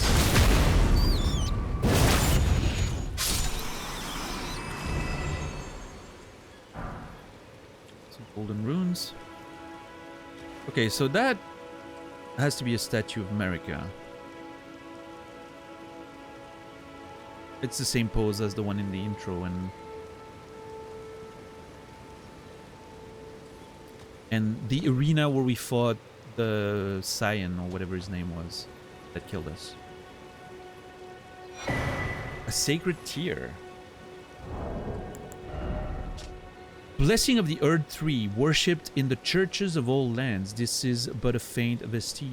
Increases the potency of a sacred flask restorative effects. Oh, fuck yeah! Can be used at site of grace. Oh, that's good. That's really good. Because the fact that my flask doesn't even give me full HP makes me so mad, even though I don't have any bigger level up. I'm also realizing that I'm going to very quickly max that out, right? The amount of, like, one chug gives me full HP, and then those are going to probably be useless. Those upgrades. Unless I end up leveling up HP later in the run, which is very possible, I would say. During the age of the Erdtree, these tears were used to spread the faith. But theirs was once a certain blessing. During the age of the Erdtree, these tears were used to spread the faith. For theirs was once a certain blessing. So it's interesting because that also means we're not in the age of the Erdtree anymore. We're past that. Even though it's clearly still there. Unless there's something I maybe... Because it's... There's been mention of, like, the Great Tree, right? Erdtree, maybe they're synonyms. Maybe this is not really the Erdtree. It's just a great tree that, you know, was born from it. I don't know. Maybe there's more to it than what I think in terms of...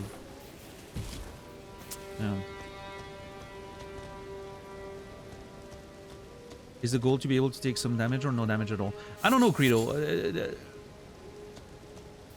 The goal is that I am not going to level up. I mean, it's not even a goal. It's just the way I like to play. I'm not going to level up Vigor for as long as I can. I don't mind dying in one hit. That doesn't bother me. I'm only going to level up Vigor if it reaches a point where I'm like, okay, this is getting ridiculous and I'm you know, it's making my experience less fun. That's when I'll be like, okay, I'll level up a little bit of health, right? Find the right equilibrium, I guess. But to me, it's fun. It's fun to have to actually learn the fights and not be able to rely on having a lot of health. It's just more engaging. But I can see there being a point where it becomes a little too much. So I'm not, like, it's not a hard rule. It's not a challenge run or anything. I'm just playing in the way I think is most interesting for me. Okay, I think that's it for that village. So we're gonna go back down, and then we're gonna go through here. I mean, I could jump down here, but I really kind of want to take the normal route, because I think we can also explore up there. Let's go back down to the Grace with the Merchant. Probably level up Flask. Maybe level up myself.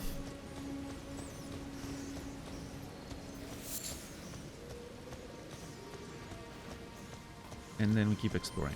Okay, cool. We're doing some progress today.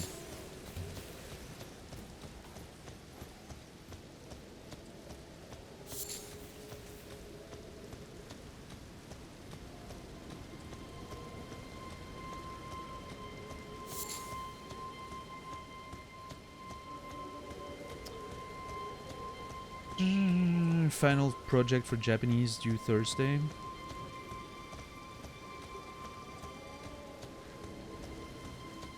Have to move out after the exams are done. I'll have quite a bit going on after. Well, good luck with all of that for sure.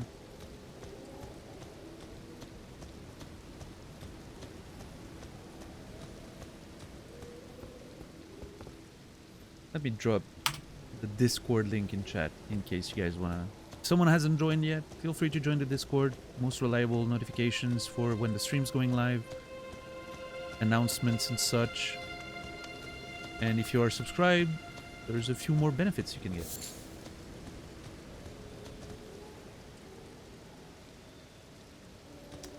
Alright, let's see. Increase amount replenished by flask. Yes. Yes.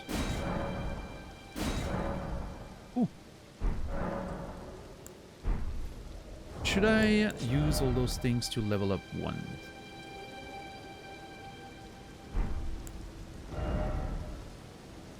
I need 4,070.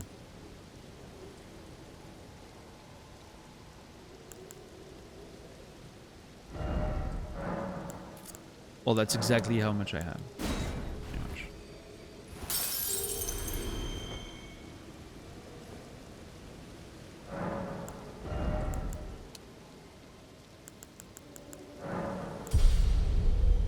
All right, 20 endurance.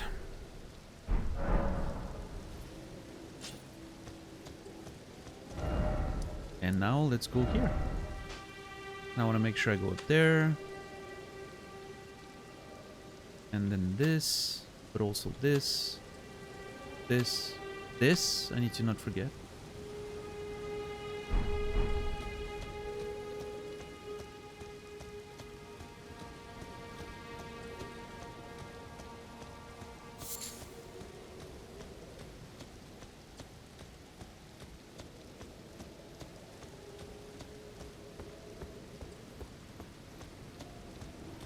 Oh, I could have jumped down there. I didn't see.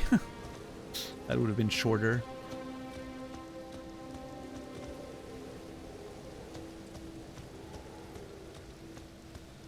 What's with all those fucking giant side graves on every cliff? Like, how do you explain that lore-wise? I wonder.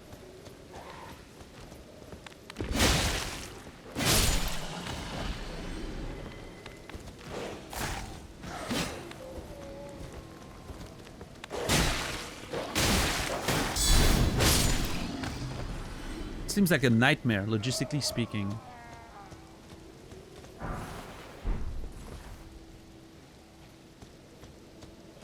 I know the reason why it's there is purely gameplay. It's giving you shortcuts between levels, but different levels of the environment, but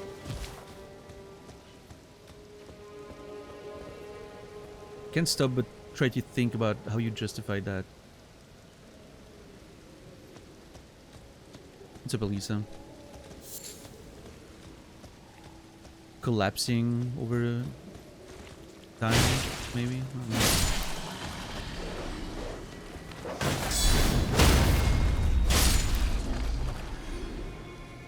How are you doing today, Elisa? Okay, that fucking thing can die.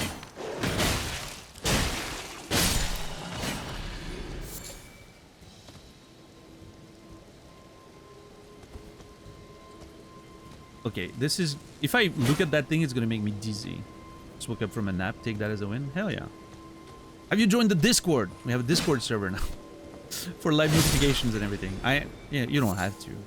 But I'm just saying. There's a thing, you know. No way, yeah, you can even suggest music. For me to, you know, every day I play like a song during the countdown. Every day one song. You can... There's even a channel for subs. To suggest a song, and you know, when I don't have something I really want to play, that I really want to play, I'm just gonna pick one from that assortment of suggestions. We played a song suggested by Insoro today.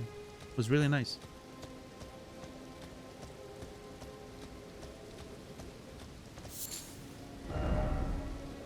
Okay, there's a grace up there. I'm quickly gonna catch it, but then I need to explore that first. Yeah. Oh, Beastman. No, Demi-Human. Yeah. Or Beastman? I'm not sure. I'm not even sure. I don't recognize all the races and everything. You join Malacha? Yeah. I mean, honestly, the best... The most important use of that Discord is for the live notification. It is so useful. You have a reliable way of informing everyone that you're going live. Nephilim, thank you so much for the Prime Gaming subscription. Less money for Jeff, more money for me. Thank you so much. Nephilim, you will be remembered. Hope you're doing good. $10, what's up? How are you today? It's giving you an error. Yeah, some people have had that issue because of browser problems. If you have another browser, you can try with that. Or you can copy the link and then you go on Discord and you go on add a server and then you can manually like enter the number.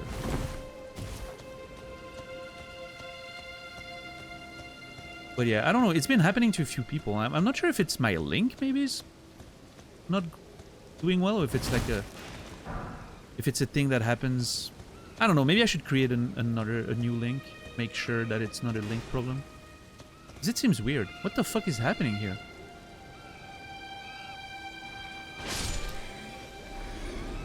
Wait! They're getting attacked! By whoever's up there. You know what that reminds me of?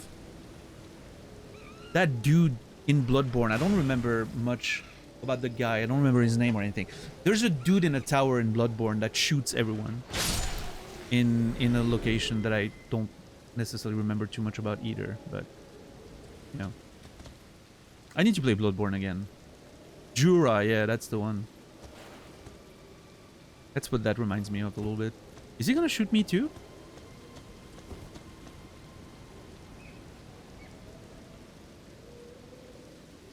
Yeah, the link works for most people, but it's just like, I don't know if maybe there's an issue with it that makes some people unable to use it. I don't know.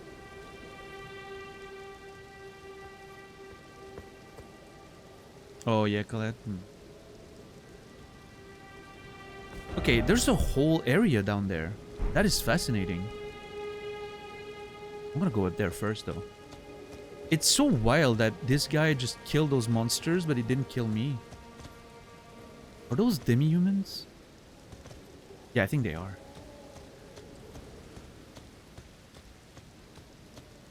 Duran. You should be ashamed with that joke. Malachaz.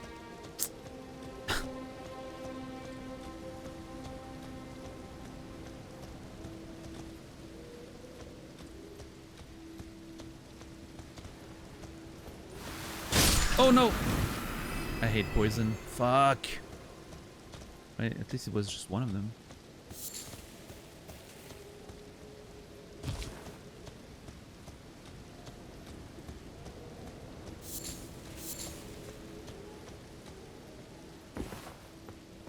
Okay.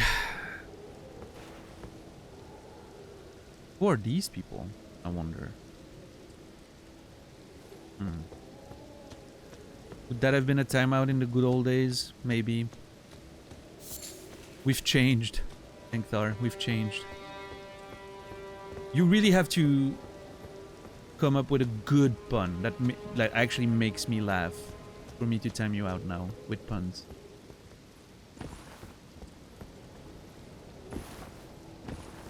Wait, where am I going right now? Is this leading me to... Wait, am I not...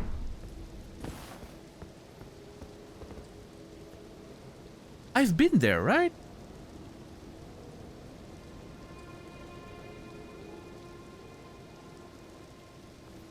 Yeah, I mean, that's the other side of... Yeah. But, hold on. Did I never come all the way up here? I must have. I used that statue, I'm pretty sure. See, I'm already forgetting what I did. Yeah, we did. Okay. Yeah, that was the catacombs there. I'm already forgetting stuff that I did like a week ago. This is crazy. Oh, there's a grace down. Oh, no, that's the... Oh, yeah, okay.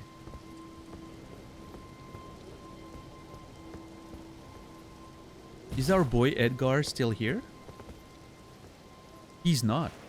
What's up, Darstein? Edgar's gone, by the way. Huh. Well, that's interesting. I have a feeling we're gonna see him in like a misbegotten camp of some kind. Like murdering everyone. As an act of revenge.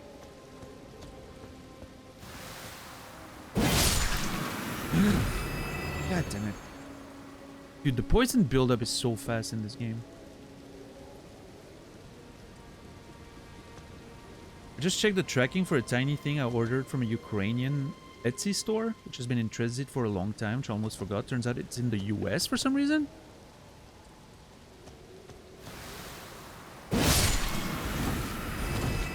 That's weird.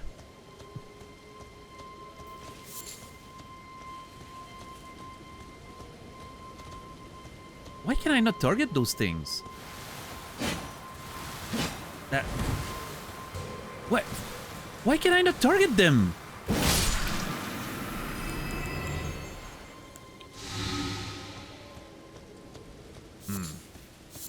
I should have let... Actually, I should have let my HP go down to try and test how much more HP I get now.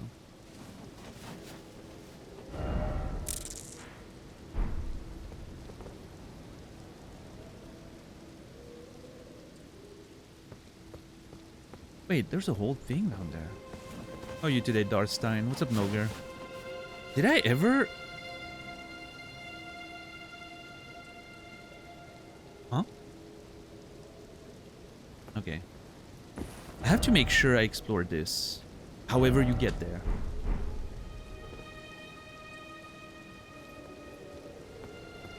Just a small detour. Yeah, it's actually me delivering your item, Enkthar. So you know, just your typical Daniel Matt detour. Oh.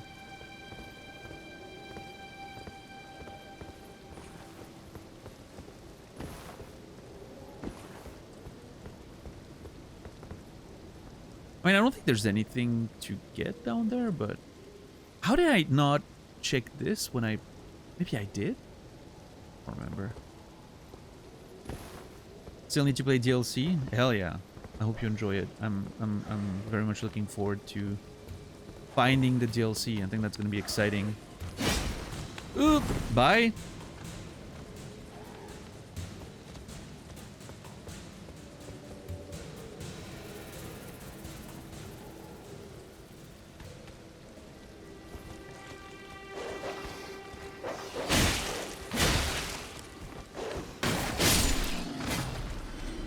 All dogs go to heaven, this one did not.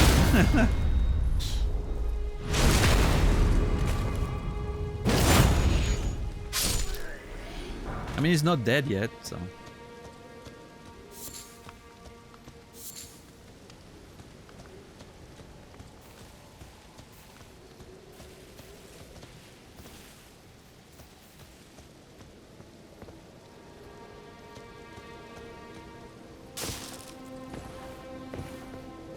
Hell yeah, love that.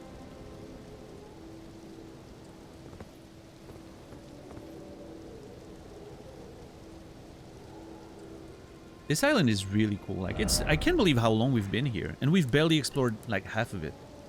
Yeah, basically we've explored half of it, right?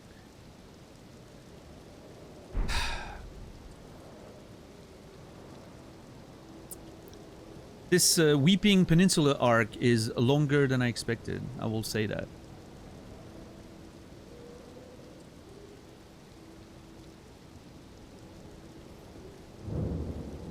Forest Lookout Tower.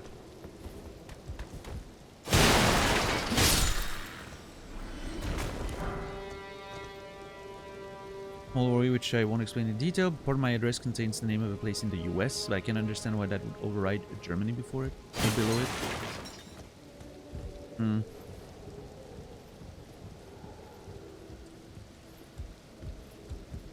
Yeah, I don't know. Could have been a user error, someone messing up, forgetting the Germany part. Yeah, I don't know.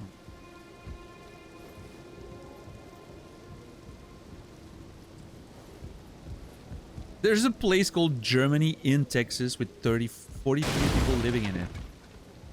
That would be insane if that's what happened.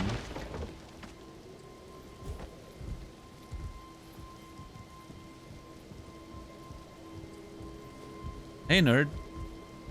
You wanna... Okay, now tell me I can use this. Aw, fuck! I mean, I know there's nothing to shoot with it. I just wanted to shoot it. I don't care. Well, if I can't have it, nobody can. Okay, I guess you can't break it.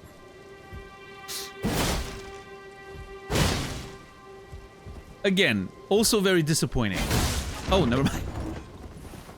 I was just about to rant about not being able to break it even though it reacts to your attacks, but yes, you can. It's just very sturdy. That's a sturdy What is it?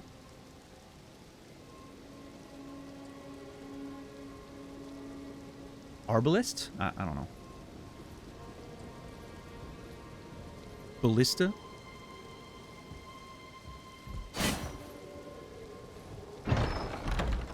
I still haven't seen a mimic either.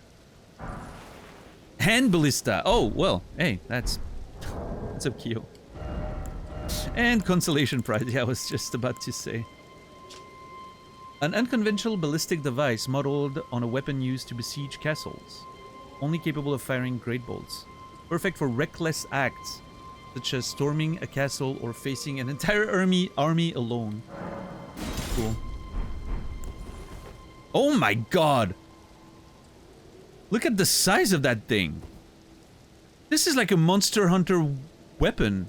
It's a heavy bowgun. Dude! Oh, yeah, the kick, yeah. Look at this thing! So cool.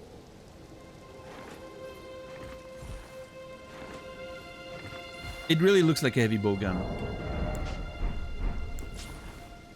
Yeah. Anybody here read Terry Pratchett? Back when I was younger, I read some of his books, yeah. Not in a while, though.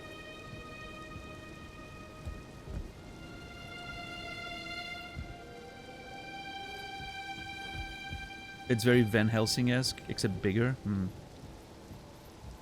Did you finish Wilds? No. I haven't finished the story. I was talking about that earlier. I think Wilds came out at the wrong time for me. I wasn't in the mood for a Monster Hunter game. But eventually I will. One of these days, you know, I'll be like, hell yeah, I could go for some losing a month of my life to Monster Hunter. And when that happens, you know, I'll give it a proper crack. Yeah. Okay, so now we go around and down there, I think.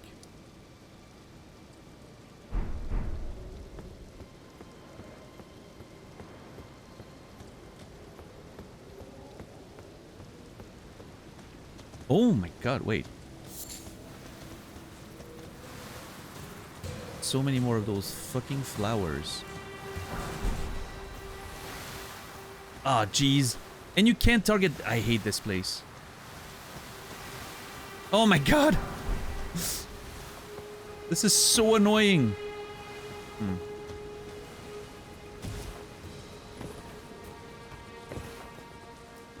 Pollen allergy simulator? That's funny.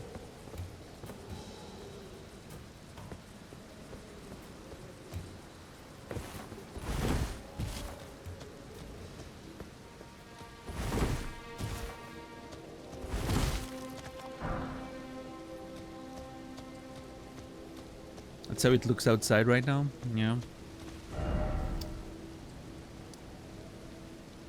Spring is here. Okay, so the Grace is over there. That's the way forward with the bridge. So I'm gonna... I guess so. You have the bridge to go there and the other part. And then you have the whole forest area. That goes under here too. So okay, let's do the forest part first. It seems to make more sense. Man, exploring this game is so overwhelming. Because of the geography of everything. I know I say that every stream, but I mean it.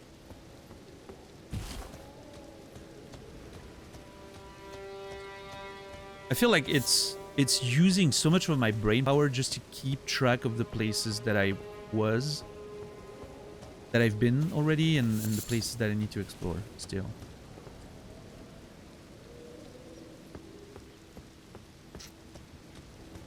Golden level 2 weeks ago, 14,000 count. The last record was 9,000. I don't really know what those values mean, but that it sounds like there's a lot of pollen. Which sucks if you're allergic. It's like Dragon Ball. Oh, speaking of which, I don't know why yesterday I was thinking, you know what? I kind of want to play Dragon Ball Fighter Z. Which, I don't know why I would. I'm already playing a fighting game, but there's something about Dragon Ball that always attracts my interest. What's up, Kagaij? What's up, Co-Trooper? How are you guys doing today?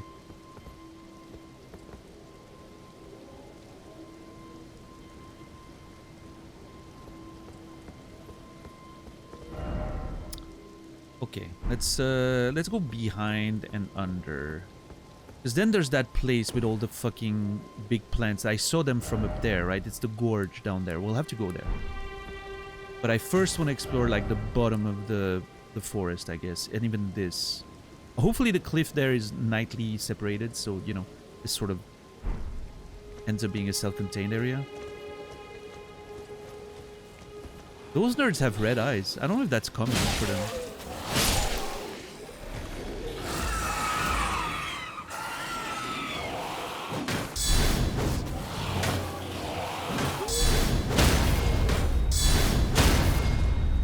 Oh, they're not dead! No, they are.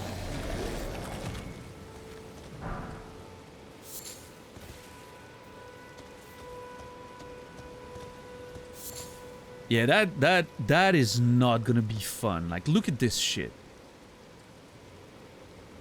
That is not gonna be fun. So many, like, big plants. I fought one of those, like the big ones, in Limgrave. And it was already, like, kind of hard to deal with the overwhelming poison. And if I remember correctly, they have this sort of, like, laser attack. Holy shit, what the fuck? I'm getting ambushed now? What's up, person? How are you doing today? Okay. It's not that big of a deal. It's just a few of those, like, not very dangerous nerds. But the way they just come out of the ground and everything was terrifying. I was expecting something a lot more, you know.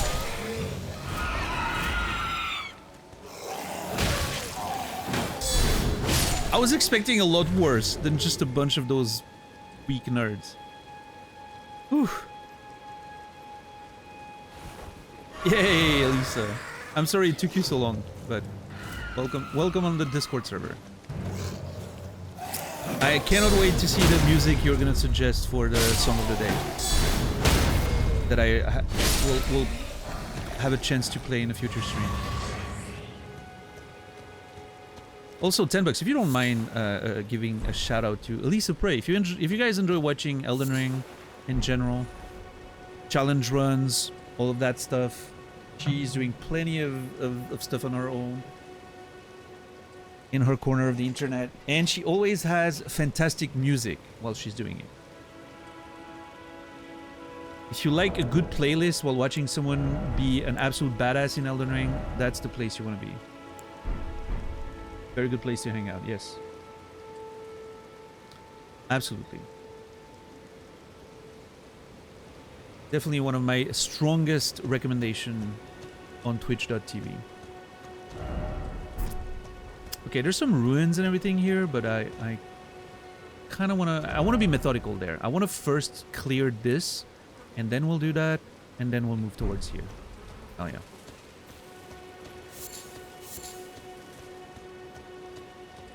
We gotta be organized. Those runes are really cool, though.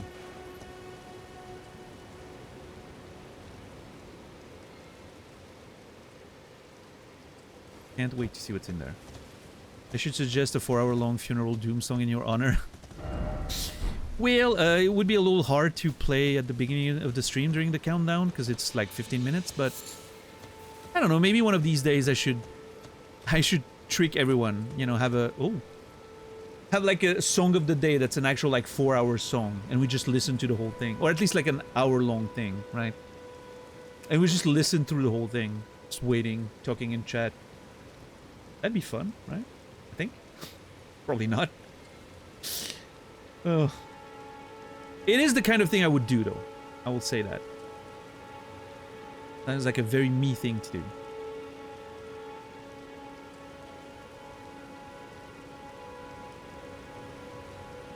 Wouldn't hate that. I mean, yeah, I don't know. One of these days I put some Witch Bell and we just hang out listening to the song. I'm just chatting, you know, with you. I make an actual like hour-long countdown. That would be funny.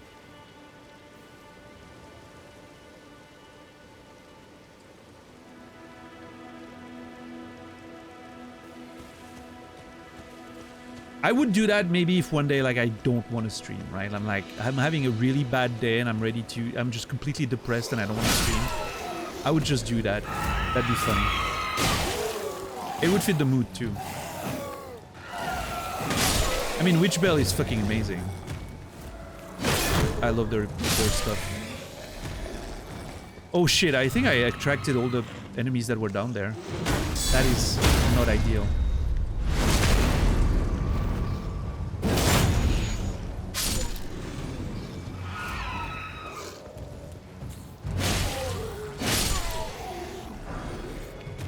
Okay.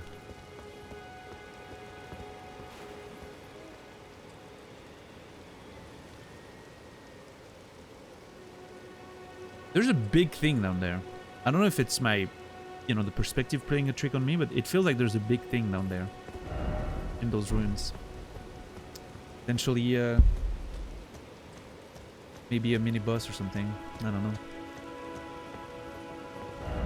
Is that Limgrave? It is! Wait, have I been down there? I have not been down there. It's part of the places we haven't explored yet. Oh. It's so close. I almost feel like I could double jump it with Torrent. Probably not though. I'm not gonna try.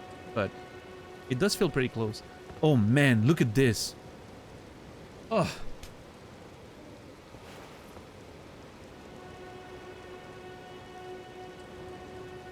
So beautiful. Something about like the desolated ruins and the sun rays coming from, you know.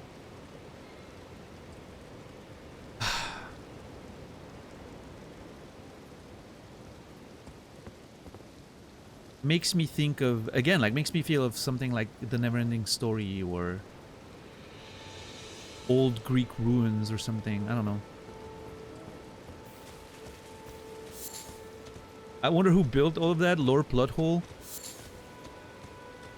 Listen, I've already gone on some real interesting tangents with the lore, Elisa.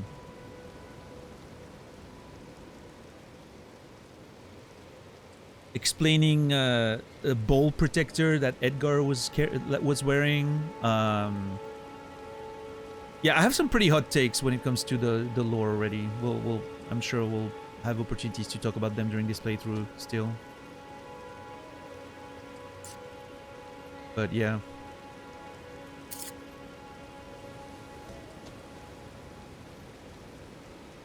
Okay, what the hell is that? Examine.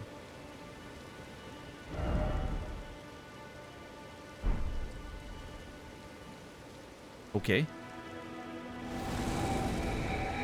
Oh, hi. Oh.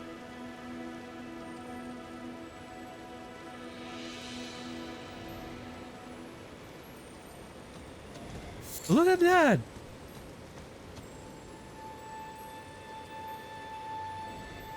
Am I being guided by a spirit? Like an old ghost that can't return to the Erdtree? A lingering, one of those lingering spirits we've seen?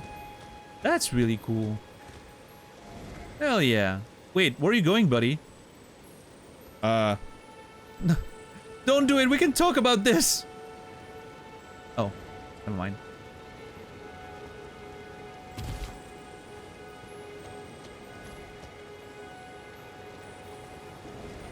I used the Luigi board.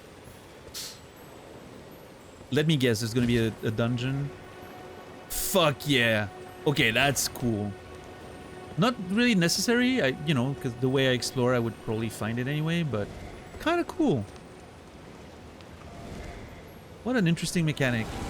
And then it disappears. I think? If that had killed something, I would have felt very bad, but... Okay, so there's a dungeon down there. Let me just get it marked on the map. The Earthbore Cave. Well, that's a name. Okay, I'm not gonna explore it right away. I still wanna just clear around first, make sure I don't forget anything. What's up, Lionlance? How are you doing today? Ooh, Jesus, I almost... From Soul lore is always filled with plot holes. Bloodborne may be the worst example. Yeah, I mean, I don't think... I think that's sort of by design in a way, right? The way they design those stories and lore and all that isn't necessarily...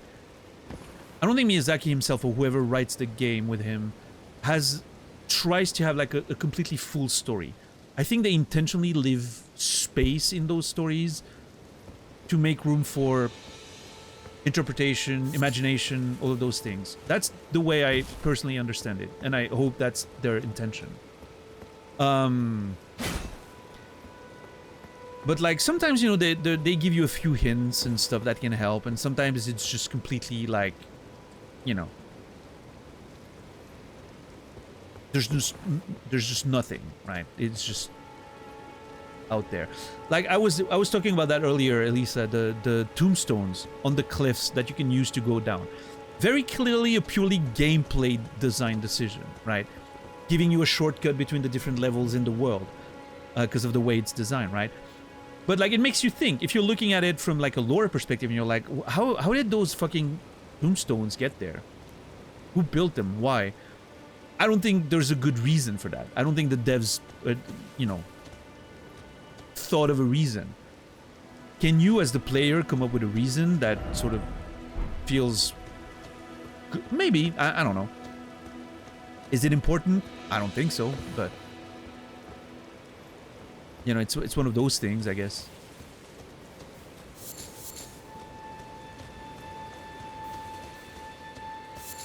But I do personally think the sort of like the cryptic nature. I'm hearing a growl and I'm not... Okay, that's what it came from.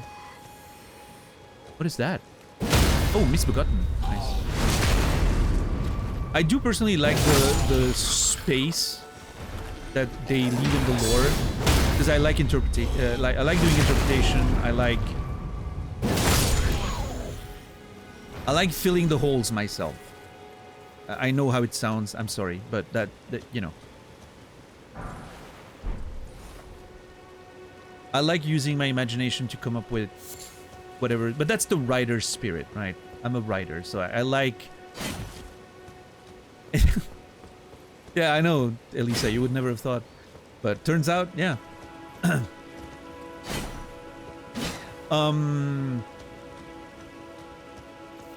But yeah, so like I kind of see it, and it's a weird way, but I've mentioned that in the past. It's almost the same process as writing for me. Because when I write, you know, when I have an idea for a story and I put the first few, you know, plot points and sort of the world, I start creating the world. It's not a complete picture from the start, right? It's just like, oh yeah, I have this idea, and I have a few like elements here and there. And there's a lot of holes. There's a lot of space at first. And of course, when you're writing the novel, most of the space you want to sort of figure out as you're writing or before you're writing. Because you're the you know, it's a book, it's not a video game, it's different. There's different requirements for storytelling.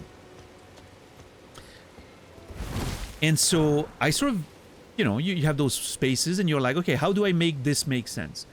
And in a lot of ways, when I play Elden Ring or I play a Souls game, I feel the same. I approach it in the same way. It's like an incomplete story that I'm being given. And I have space for me to make up whatever's in between, right? And I do like that. I do enjoy that very much. I feel like I'm exercising the same brain muscle as I am when I'm writing. So it's very pleasant for me. And it's probably not what the devs had in mind. It's very different from anyone else's interpretation, right? I'm sure I will, over the course of this playthrough, I'm sure I'll have a lot of opportunities to disagree with Vati's fans. I'm sure we'll have a few people who are big fans of Vati and will disagree on a lot of stuff. And that's okay, right? I think it's part of the fun of it. Because I've never watched any of Vati's videos or whatever, and I don't think they're the end-all be-all of the lore interpretation. I think they're one interpretation, and I'm glad he's having so much success with it. But I think there's more ways to look at the lore than the one he's proposing. And I think he probably admits that himself, but sometimes, you know, with all due respect, some of his fans don't necessarily see it that way, right? They get pretty intense about that's the way to see it and that's the only truth. And I disagree with that. But anyway, big, different conversation we'll, I'm sure, have one day, but, okay, can I fall here? I took stamina damage. I am so confused with the fall damage in this game.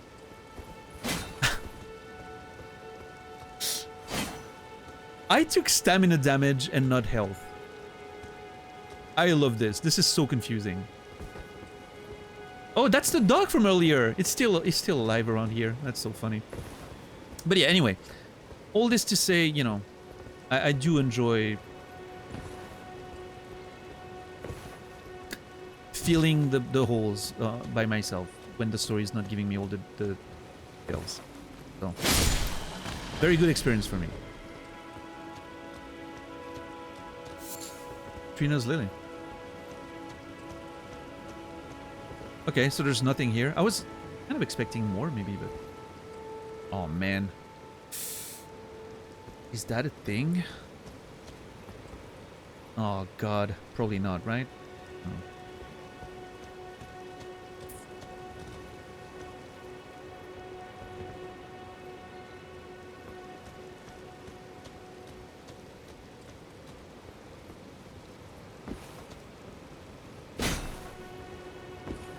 I mentioned that in the past, but this type of exploration makes me feel like I'm playing World of Warcraft again.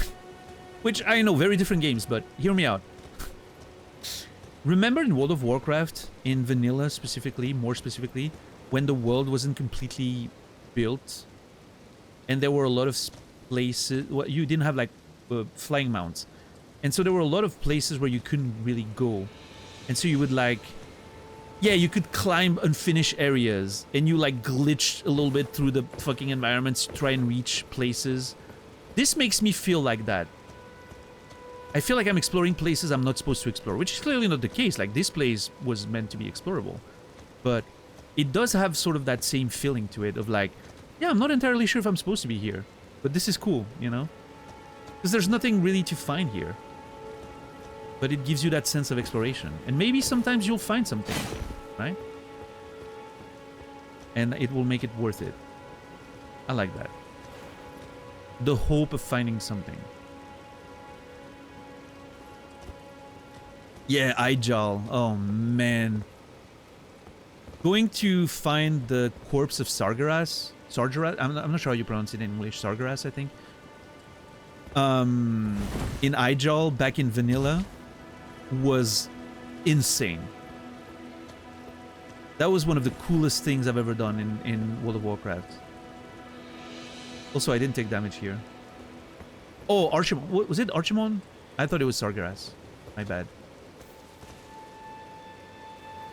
But yeah, it was the corpse of that titan in the tree, right? Yeah, I haven't thought about WoW lore in 15 years, so I'm definitely not, you know, my memory is a bit hazy. Yeah, I agree with that, Quasi. Absolutely, I agree with that. The game making you feel like you're not supposed to be here makes you kind of feel like you cheated somehow, and like, I don't think I don't think I'm supposed to be here, or like the devs thought someone would get here. And then suddenly you find a little item, like just a Trina Lily, just a little detail, right? The Trina Lily. But it gives you the hint that, oh no, you know, they thought about someone getting there. It's a small reward, like it's a small reward, doesn't mean anything. But it's enough to like make you feel satisfied, I think.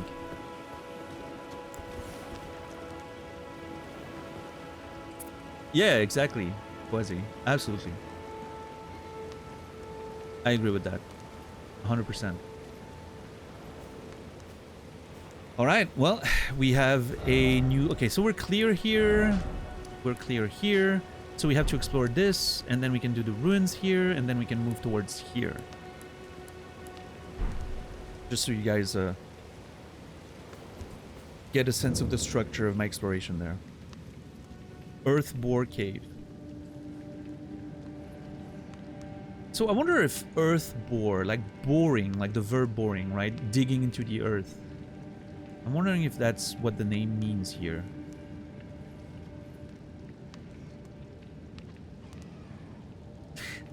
I can see that, Strange Pie. Yeah, yeah. I think there's definitely merit there as well.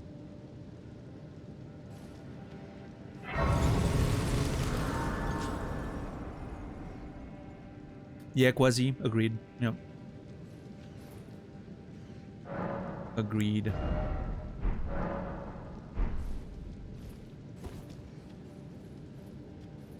Alright, let's see.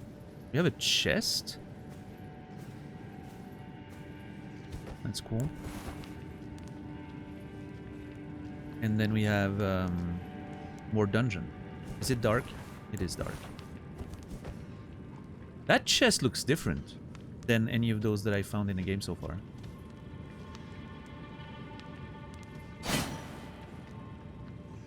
Acquire materials and open. Wait, what?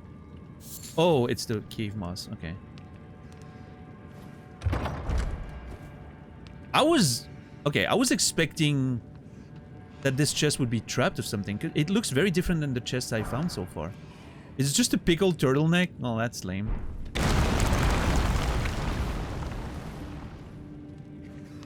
Ah! Okay. Shit. Oh my god. I need to use my torch. I don't see. I can see shit. Fuck. There was a trap. Oh my god.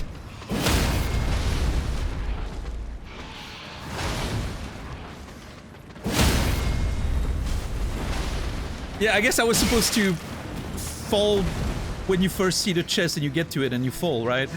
I just somehow dodged it, I guess. So funny. Yeah, somehow I guess this is even funnier, right? Because like I even had the moment of like, oh, this chest looks different.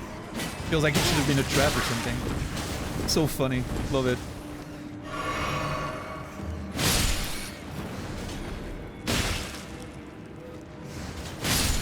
I even thought, oh my god, I even thought, low key, I'm not kidding.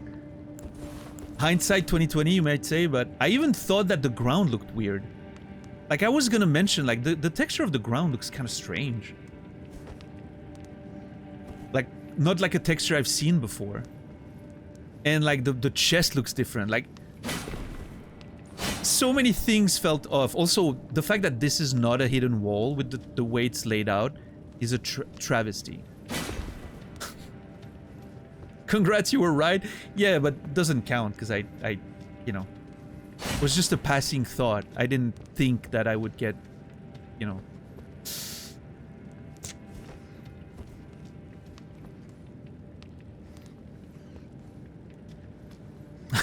This is so funny. Fucking video games. All this for a pickled turtleneck. Whoever designed this is a fucking asshole. I can imagine trying to get the chest and you fall and then you get screwed and you finally make your way back to the chest and you're like, okay, I'm gonna get that item. It's a big chest. It's gonna be something special. And it's just a fucking pickled turtleneck.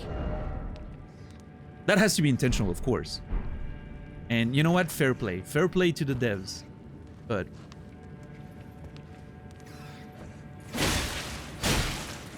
yeah, see all of those skeletons, like the bodies of the people who didn't make it.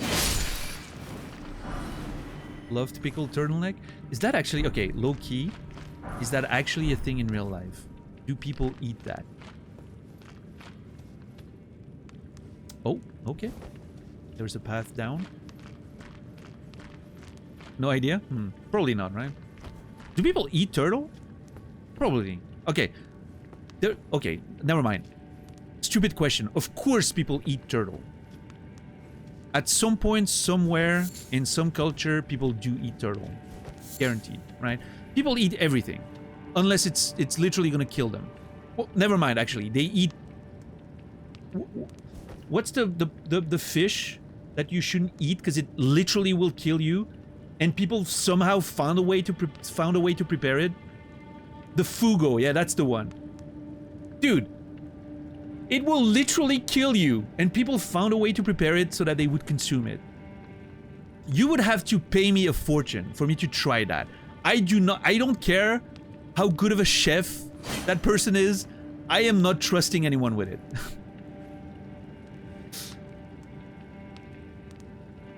American South, people eat turtle there? Oh yeah? Okay. Yeah, person. Yeah, I didn't know about that. What's up, Marble Boot, by the way? How are you doing today? Turtle used to be common as food. Most species as protected. Okay. There's muck turtle, like fake crab, fake turtle. By the way, if anyone hasn't joined the Discord yet, I know I'm saying it a lot. I'm sorry. I'm trying to promote it. Best way to get live notifications of when I'm going live. There's a few community channels in there for subs and, you know, exclusive channels for higher tiers as well with different stuff. Anyway, including a spoiler chat, by the way. There's a spoiler chat. I know a lot of you want that. If you're tier 2 or above, you have access to a spoiler chat where you can write all the spoilers about the game that you can't write in here. Okay? And tier 1s can also watch it but cannot participate in it. I'm sorry, I know, it's disgusting, but I had to find ways to reward higher tiers for being so generous and supporting the channel that much.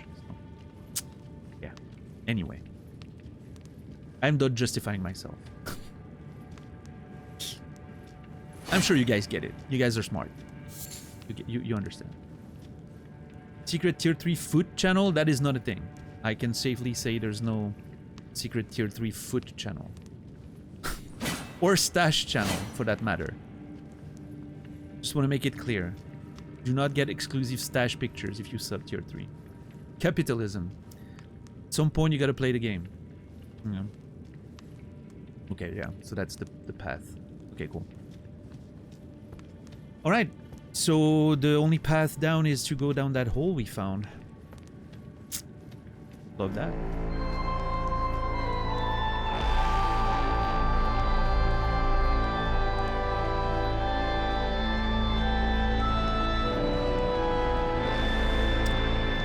Person, thank you so much for the 5 gifties to the channel. I appreciate that. 101 total gifted subs. And Fathom, Fluff and Stuff, Adrian, Igor, and Ismail, I guess. You will all be remembered. Thank you very much, name person. Means a lot. Gotta populate the Discord. Yeah, I guess so. Yeah, I mean, everyone, even the non-subs can see the channels. Like, you can see the you know, the spoiler channel. You can see the community chat and everything. You can just not write in it. It's not just a matter of, like, you know, it looks like a way to make more money, but it's not just that. It's also like it makes it easier to control, right? Not having annoying bots or whatever trolls, you know, so easily, potentially, you know. I like that it just puts a little bit more of a hurdle for people who would want to do something bad. Dude, look at how dark this is. I really like how they did the darkness in this game. Very nice.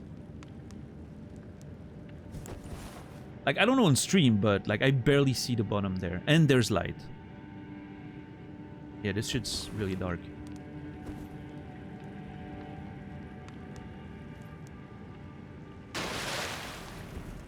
Up. Yep, I didn't even see there was water. Oh.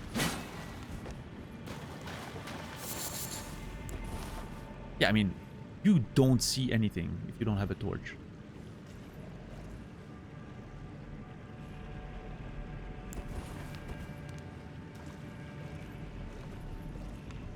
I'm hearing snoring. Very deep snoring.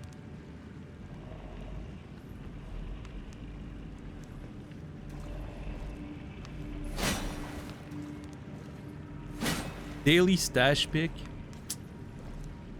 I don't know, that would definitely be a tier 3 only benefit. That's for sure.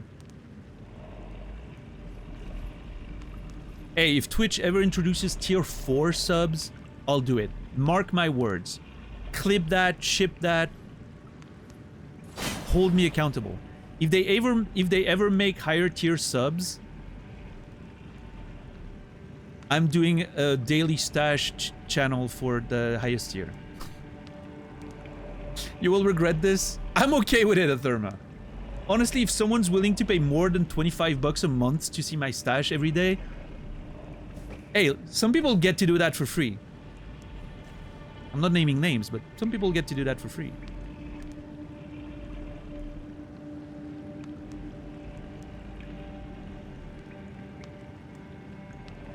What's up, Mark? How are you doing today?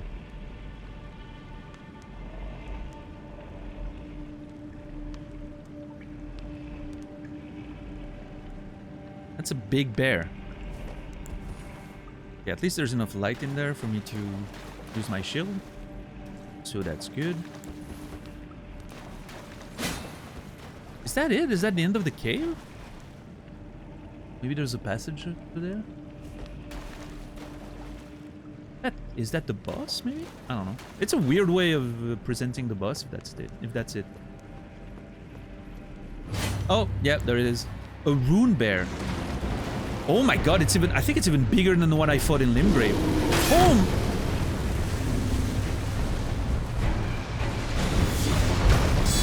Oh my fucking god. Okay, yeah, that's what I thought earlier. You know when I mentioned Barricade Shield? Barricade Shield there obviously helps with not using that much stam. But it definitely doesn't stagger on block. Oh my god. That thing looks mean! Oh my god.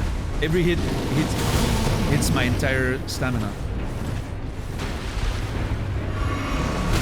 Oh my god. This is hell! That's the grab, right? Yeah. Okay.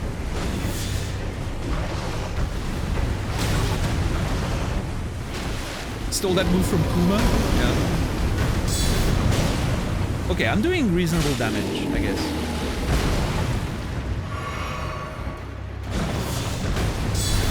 Nope, bad timing. I don't see shit, camera please. Thanks.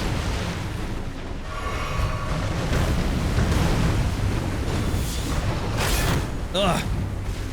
That's my last barricade shield too. I'm so fucked. Well, I mean, at this point, I can't block anymore.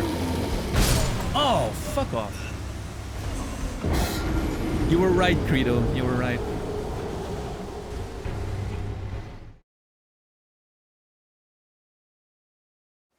Okay. Oh, there's no stake. Oh. Well, that should be okay, right? I can just jump down. So I guess I jump down here. Yep. Absolutely no fall damage whatsoever. Love that. Was it this way? Oh god, I'm lost. No, it wasn't. Fuck! No! I don't wanna...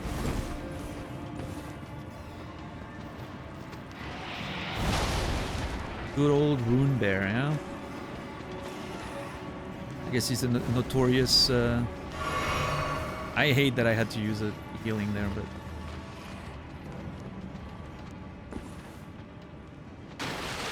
Okay. Okay, I don't know how much value I'm getting out of the shield there, but let's see. For as long as I have barricade, I think it's fine. Oh my god. Was that a massive, like, he did a massive charge attack? And I think I didn't take any damage or anything, but it pushed me back. It, like, forced me into crouch or something in Tekken terms. Oh! Oh, yeah, we're totally winning this. No, no, no! I didn't get the crit. Fuck me.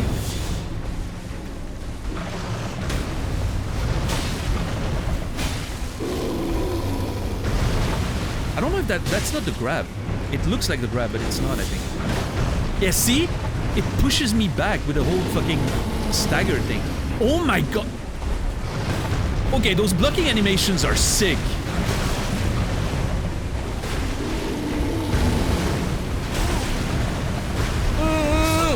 Yeah, I couldn't see shit. I was stuck. Fuck. Did you see that blocking animation? My character, like, back rolled with the shield up. That was fucking insane.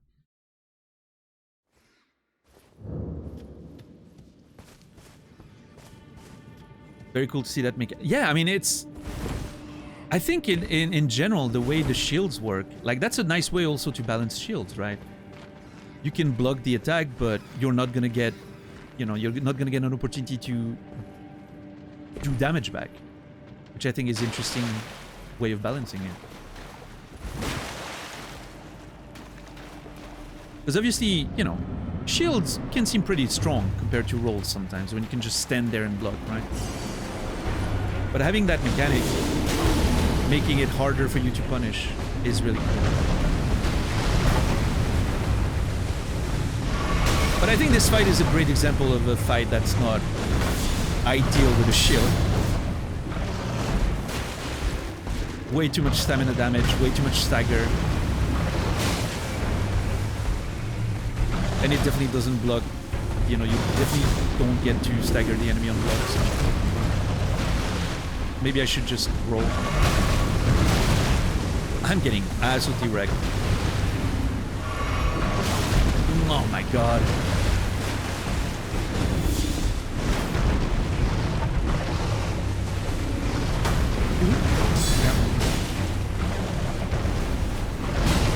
I cannot see shit.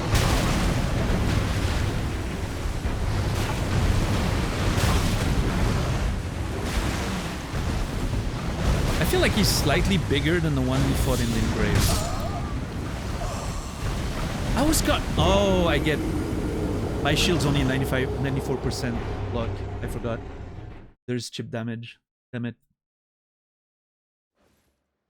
Okay, I'm giving up on the shield. Shield for this fight is definitely not the way. We're gonna two-hand the spear. I could even switch to sword actually for this one. Since I'm not using the shield, I'm doing more damage with the sword.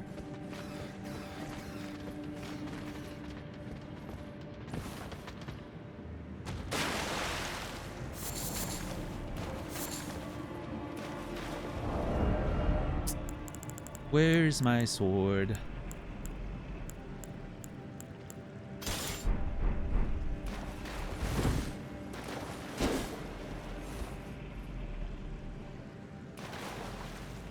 There's a part of me that kind of wants to use the claymore.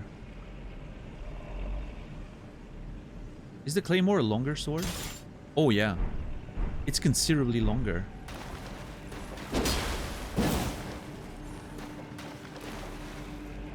Fuck, it's so cool. I love claymores.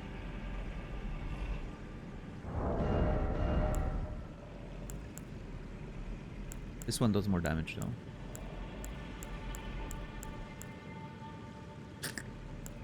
But this one has the very cool spinning attack, which I don't think I'll have an opportunity to use there, but...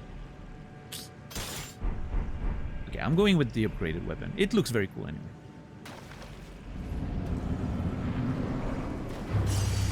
Alright, let's see. Can we do this?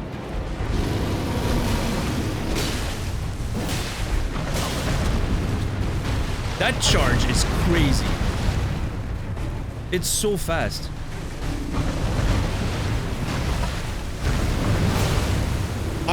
Did I take damage? I took damage, yeah. That was weird, the camera. Nope. Fucking combos. Knowledge check strings and all that. Shit.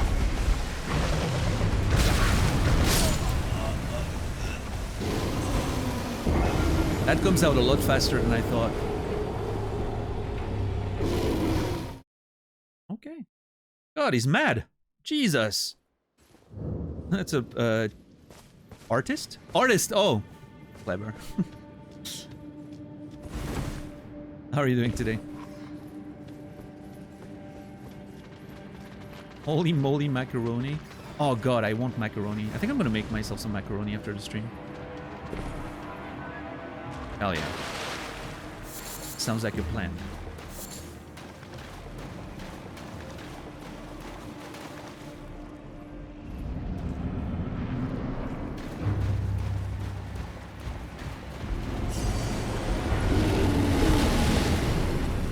You gotta physically dodge in real life. It helps, trust me. See? Perfect. That's the grab, I think. Yeah. Whew. I canceled the charge on that one. I would have gotten hit otherwise. Okay, the fact that there's this little thing in the middle of the fucking room and I get stuck on it annoys me very much. Not great. I am not getting the staggers. Okay, finally. Jesus. No, why am I not getting the critical? It's the second time I missed that one. I guess I'm not positioned in the correct way.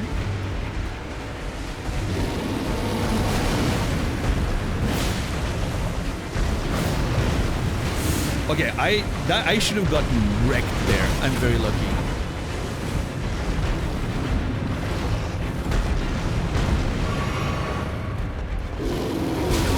God, that's so fast. Holy shit.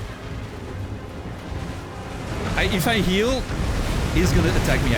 I can feel it. Okay.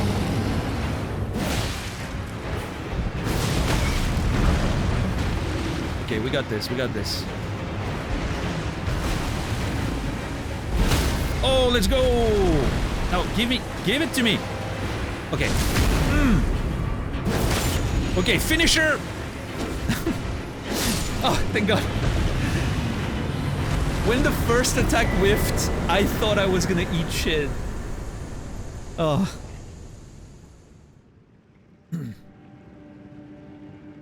Whew. Spelldrake Talisman. Nice.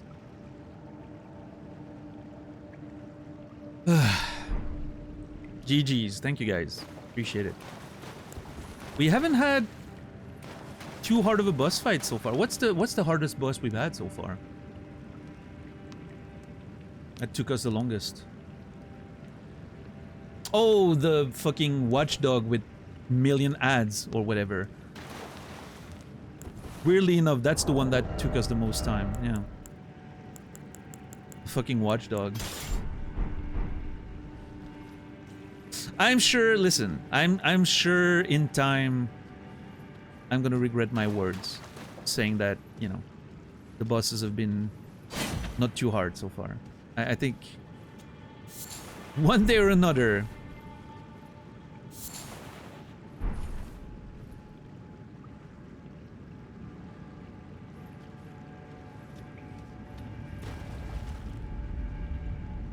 Poor people who got caught. Deathbird took longish because of the walk. Yeah, that's true. Still no secret walls. I'm irrationally upset about that.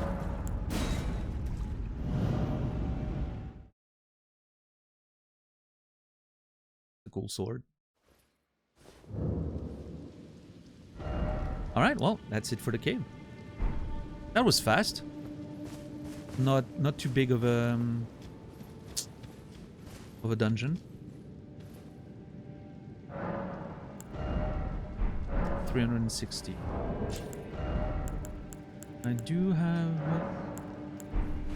No, shit. Ah. The default option should ask you how many you want to crack. Wait, oh yeah, Spelldrake. Talisman depicting a blue ancient dragon. Boosts magic damage negation. The ancient dragon who ruled the prehistoric era before the Erdtree would protect their lord as a wall of living rock. And so it is that the shape of the dragon has become symbolic of all manners of protection. Interesting, the concept of the dragons, like, you know, basically becoming a wall to protect their lord.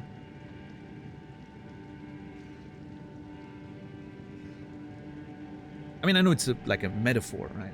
Wall of living rock, but kind of cool. So the ancient dragons ruled the prehistoric era before the Erdtree. So when they say protect their lord, I'm assuming they mean another dragon. Wait, what does this one do? Boost magic damage negation. Okay.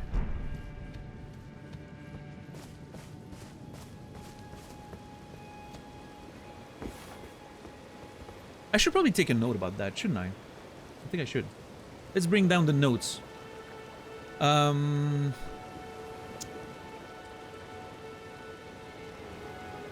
I don't know if it goes in the concepts or locations. I'm gonna put it here. Ancient dragons. Ruling the world before the Erdtree. I'm gonna put that down there somewhere.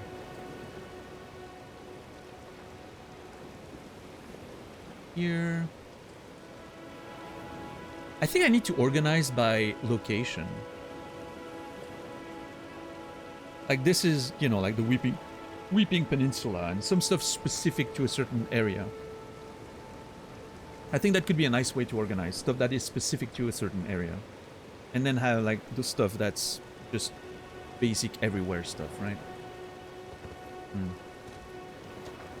Yeah, I don't know.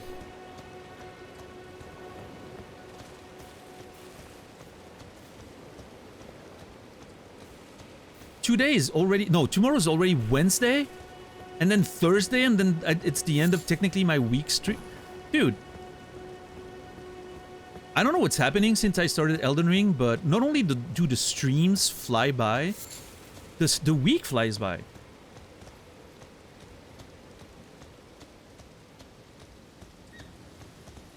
I'm gonna have to add... I think I'm gonna have to add Fridays back on the schedule. So we get more Elden Ring. I don't think I'm gonna... I was saying yesterday, like, maybe adding an hour at the beginning of the stream, but I don't think that's a good idea.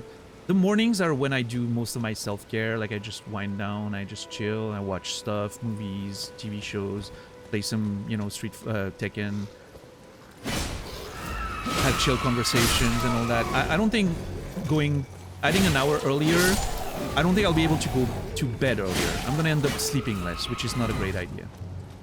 But I think adding a day, Friday, back on the schedule is probably a good idea.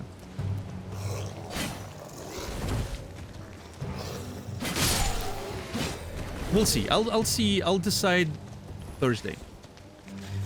On Thursday, I'll decide if we do a stream on Friday. I think.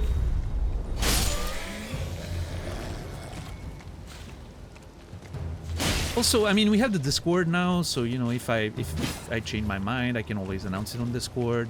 If, you know, there's the notification when I go live, so it's easier for you guys to keep track of my shenanigans, I guess. Yeah. As long as you're joining the Discord, of course. Which is my segue into $10 putting the link in the chat. Beautiful. Look at this professional streaming happening right now.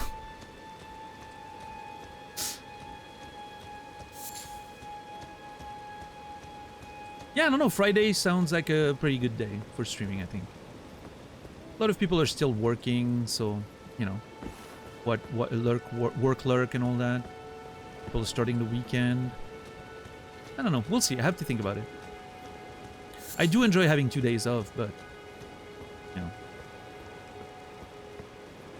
It's what I've been saying earlier, you know. Like, if I want this to be a sustainable, long-term project, I need to start putting in a little more work and generating more revenue. What the fuck is that?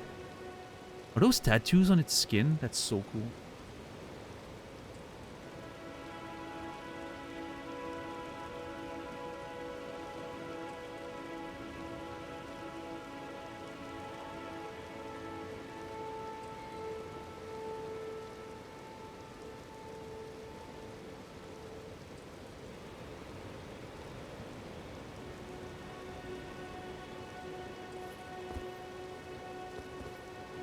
Okay, I'm gonna go there first.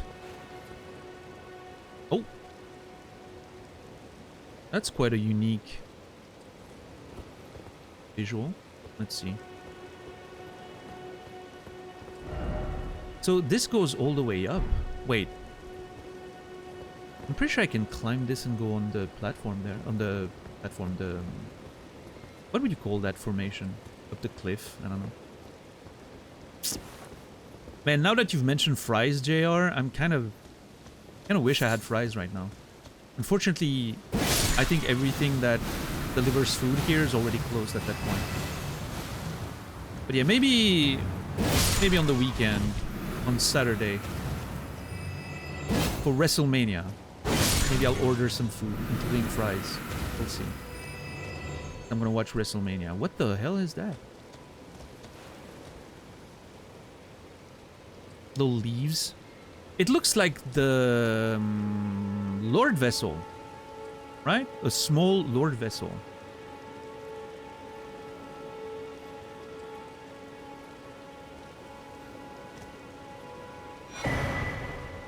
Faith, not crystal tear. A crystal tear forms slowly over the ages where the Erdtree's bounty falls to the ground. It can be mixed in the flask of wondrous physique. Resulting concoction temporarily boosts one's faith. I've heard about the flask of wondrous physique on this. Yeah. A flask of wondrous physique still remains in the 3rd Church of America, north of the Mistwood. Cross the highway bridge, follow the animal trail north. Cross the highway bridge, follow the animal trail north. I don't think...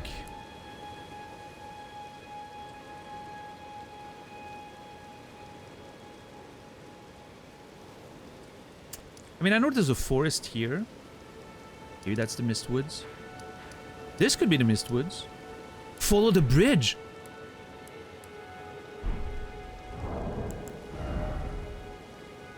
Hold up.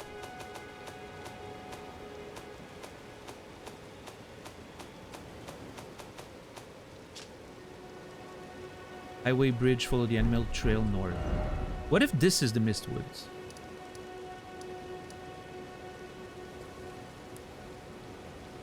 And then you cross the bridge. And then you follow... Is that the church?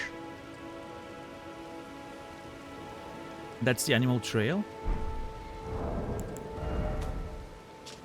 North of the Mistwood. I mean... Oh, maybe... Well, this could... Well, I don't know, actually. Well, hey, only one way to know.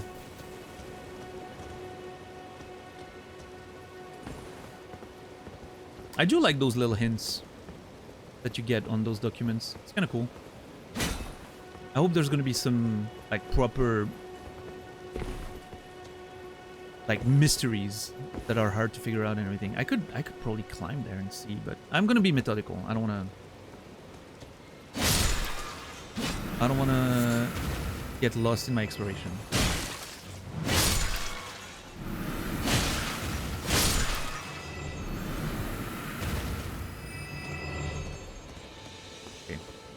Now, let's explore those ruins.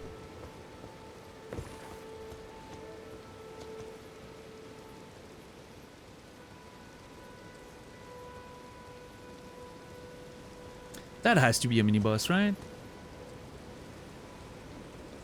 Giant ass enemy. Oh, wait, is it one of those, like, giants? Except it holds a different weapon. Let me go around and get from the front. Oh no, it's definitely something else. Am I the only one who's seeing Vicar Amelia? Without the hair. Yeah, put some hair on that model and it's Vicar Amelia from Bloodborne. Right? No?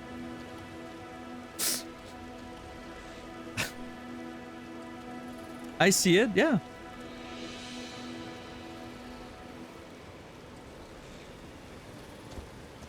Oh, shit, hold on.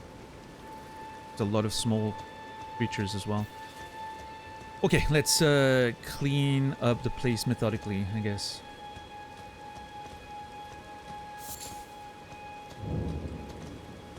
Oh my god, Malachez. Didn't she pass? Recently-ish?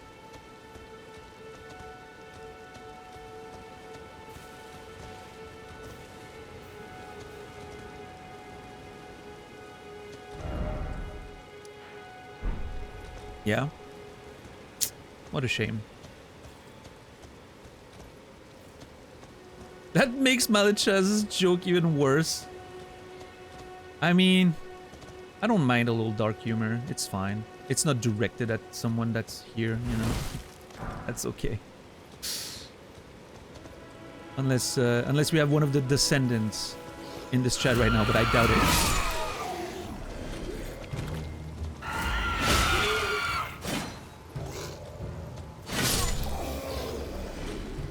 Didn't even think about that. It's fine.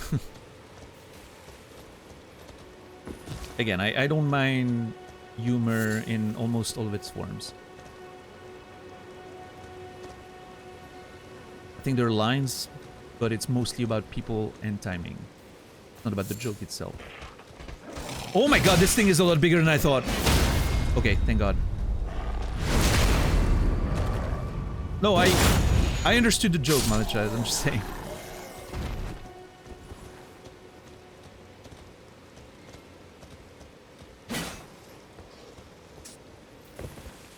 Oh. Hey, boys.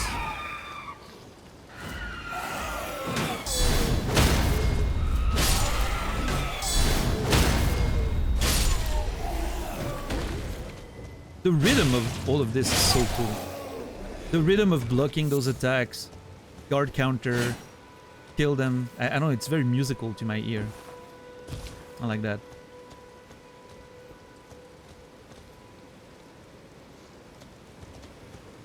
Wait, did I miss something? I hear a growl.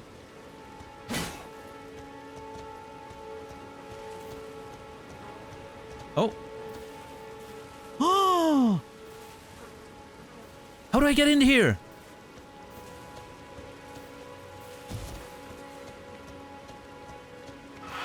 Ah! That asshole scared me. Wait, how do I... I mean, I guess I should use torrent rolling, double jump and all that, but... Oh! Oh man, that is so cool. Finding a little secret like that, a little hole in the wall, like allowing you to see, that's really fucking cool. I don't want to see what's down there, or yeah, let's see what's down there first, since I'm here anyway. How do I get out of this though?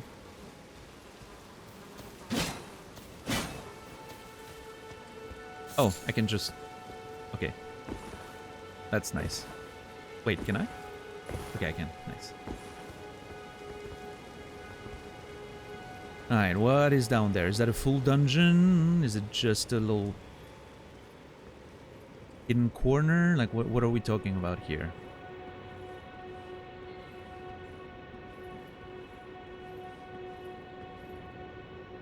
Last time I opened one of those things, there was a boss in it. The pumpkin head thing, right?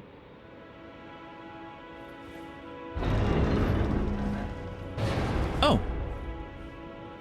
Well, okay. We get the reward without the fight. Love that. Love that for us. Unless... Okay, not a mimic. Hell yeah. The shield of the guilty. What's up, Know You? How are you doing today? Yeah, we beat the Leonine Misbegotten. We did a couple... Like, we did a dungeon. We've done quite a bit of adventuring today. We're still in the Weeping Peninsula, though. I'll show you the map in a minute. That looks so cool. Shield made to venerate a maiden whose eyes were crushed by briars of sin before being reborn in these lands. Venerating the repose of the soul, this shield boosts focus. The briars can be used to attack foes. Shield bash. Brace behind the shield using body weight to ram foes. Okay, I need to see what it looks like. It is not a very protective shield, only 81%, but... Whoa! What was that?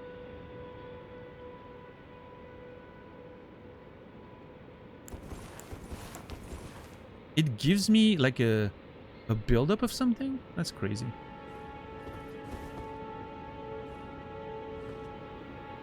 This is such a cool shield. Okay, I'm gonna go with like a deep cut reference to something right now. Most of you won't know what I'm talking about. Saint Seiya. You guys remember Saint Seiya, the anime? Perseus Silver Knight. The Silver Saint of Perseus. Algol.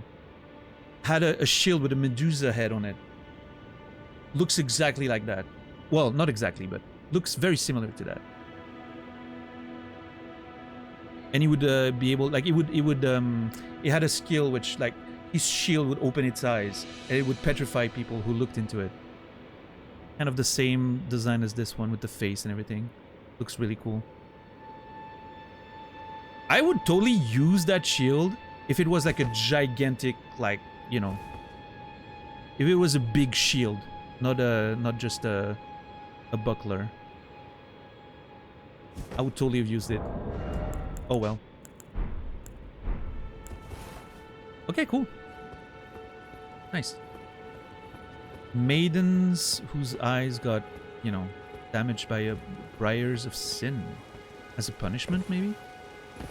And then she was reborn in the lands between. She doesn't have eyes anymore. Very Firekeeper type thing, you know, with like the eyes getting covered and everything.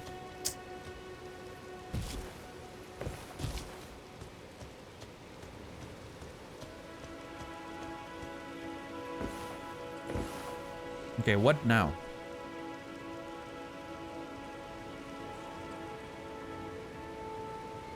Okay, giant scepter.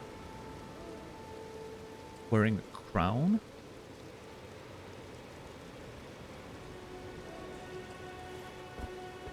Is this some weird remnant of like the Demi-Human civilization or whatever? And this is their king or something.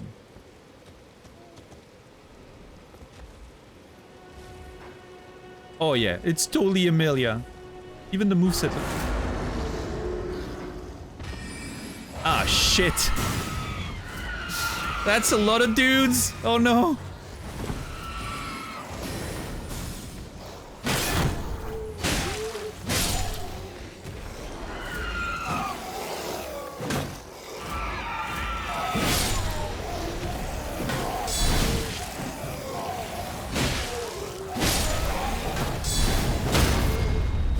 Thankfully, oh my god, there's so many of them. What the fuck? Oh no, it's coming around. Oh shit.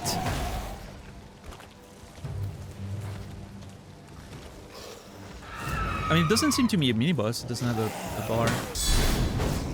Oh, come on. I guess it's more like those giants that we fought in Limgrave. Oh my god. Okay, that's kind of terrifying.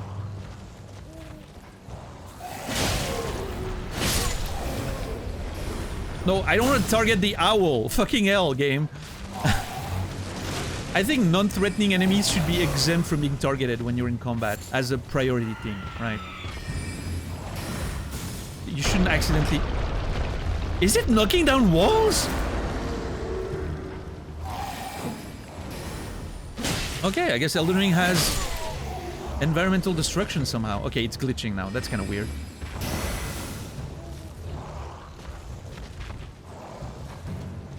Okay, come in here. Let's fight in there.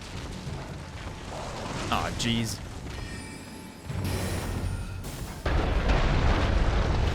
Yeah, okay. It's just destroying everything. You and me, nerd. Oh, you're absolutely dead.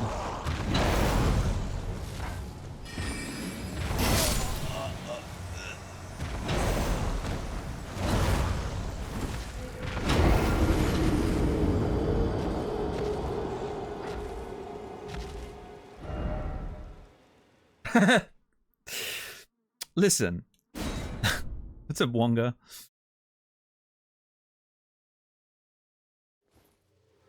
Maybe it's not a Nas thing.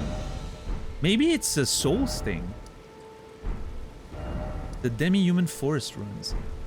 Oh, that's the Demi-Human Forest. Or... Well... Maybe the place is the Demi-Human Forest ruins? I'm not sure. What's up, E? What's up, Slide? Pretty magic? I guess so. Yeah, maybe it's not a Nas thing. Nas always has this thing where he's saying something and immediately gets punished for it. But maybe it's not a NAS thing. Maybe it's a Souls thing. Maybe the Souls game make you that way.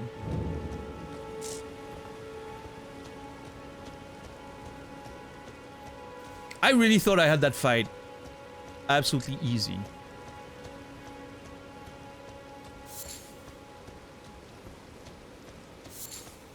As soon as I got rid of all the ads, you know, but...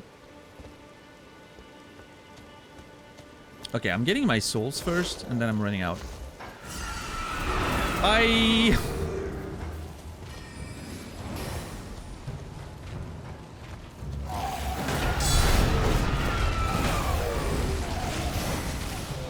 Okay, this is a little awkward.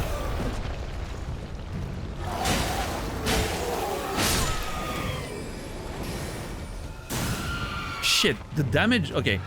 Oh no, there's more. The magic damage goes through the shield quite a bit. That is not ideal. My first attempt was much better than that. Shit. Shit!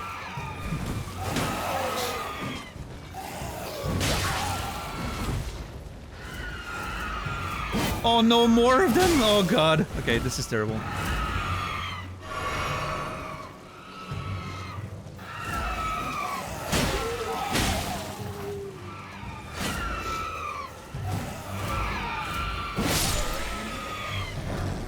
Thank you. I'm looting during the fight. I probably should not, but I don't care. I'm a loot goblin.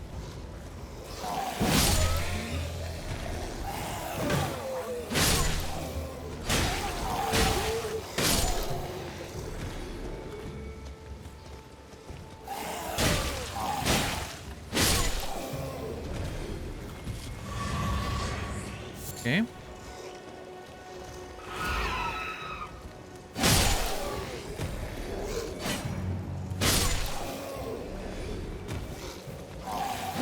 Oh.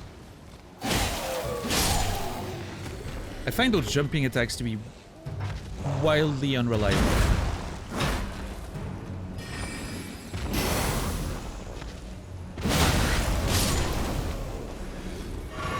It killed its own dude!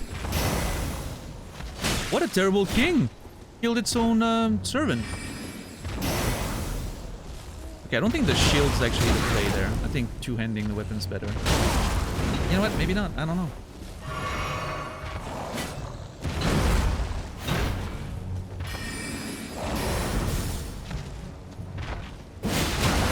Fucking hell.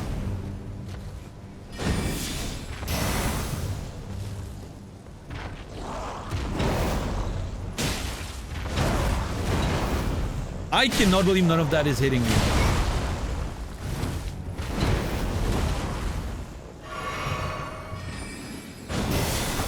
Ugh, okay, so barricade shield doesn't help against spells at all.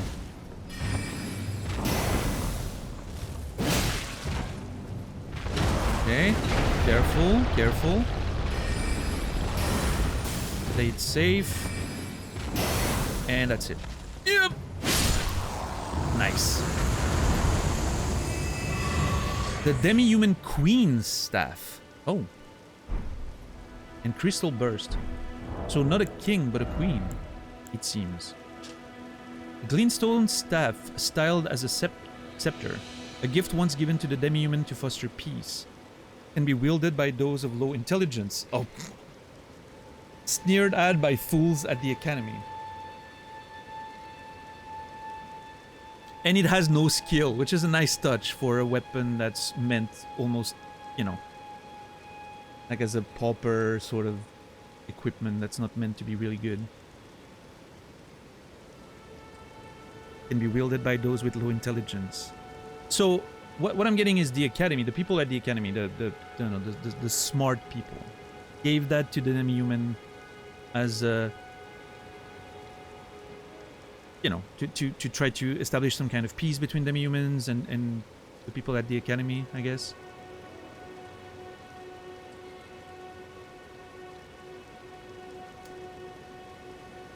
But it also seems like kind of an insult. I want to take a note there about the Demi-Humans.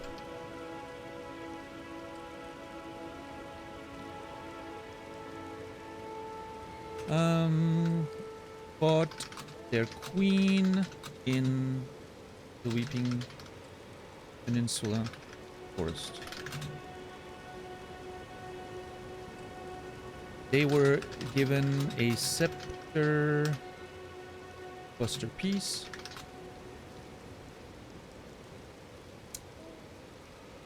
By the people of the academy? Question mark?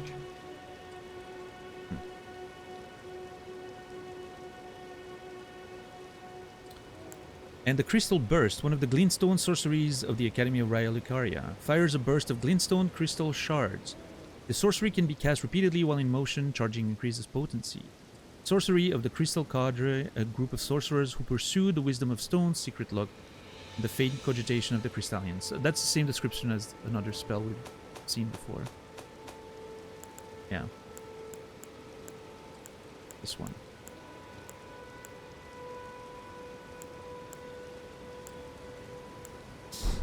Ooh, okay. Learning a lot. Very nice. More arterial leaves. Leaves, sorry.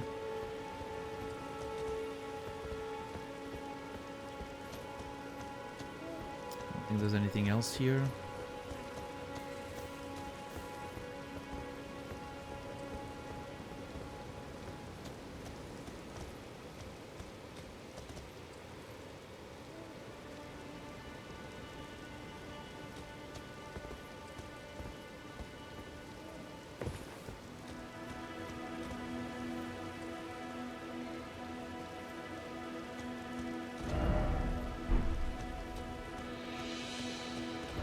Okay, there's a little more of that cliff to explore. Okay, we need to go all the way around that cliff. Check everything, and then... that terrible, terrible place with a lot of poison is what's left. I am not excited about that.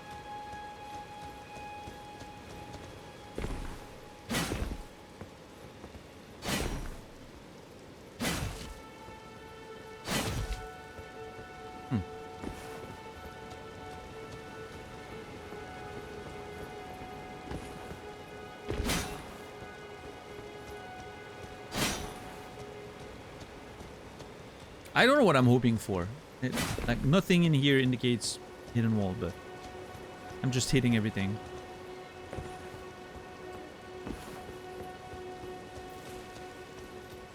One of these days it's gonna pay out. I can sense it.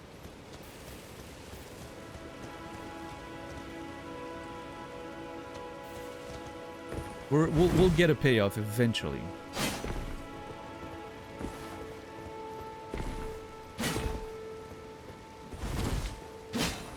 Surely, yeah. Certainly. Indubitably.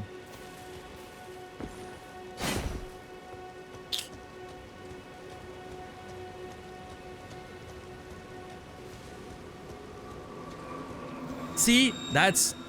God damn it, I hate that shit.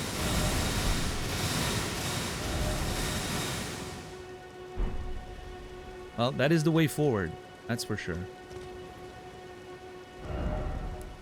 Going through the gorge here, see what we can do here. I don't know if there's a passage to get to that little plateau we saw there. Otherwise, we'll have to drop from up here. And then once we're done with this, we go all the way back. Take the road again. Cross the bridge. Second half of the island. That's the plan. But that, ladies and gentlemen, is a story for tomorrow. I mean, it's not much of a cliffhanger. It's just a, you know, but I'll call it here for today. I'm very hungry. I pressed the wrong thing. There we go. All right, everybody. Thank you so very much for hanging out tonight and watching the stream. I appreciate you all. I hope you've been doing well. I'm gonna raid out if you don't mind waiting. I would appreciate the support. I'm gonna find a good raid target. I'm not sure who I kind of feel like doing a blind raid in the Elden Ring category. I don't know.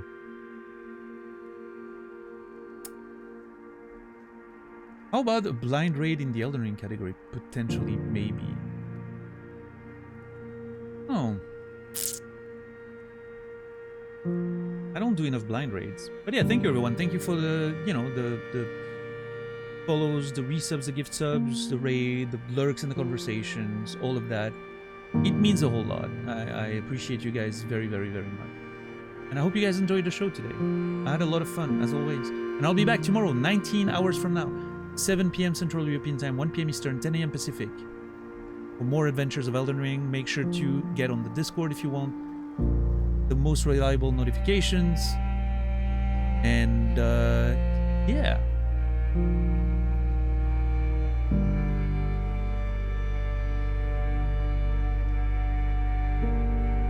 We definitely will be back. Trying to find a nice raid target, but it's difficult. Also, I'm trying to avoid not getting spoiled on Elden Ring stuff, so...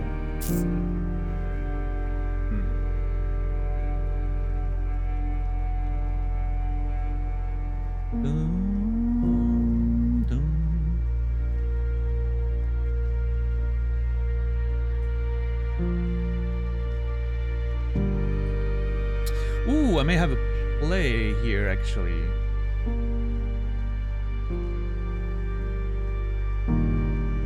Interesting.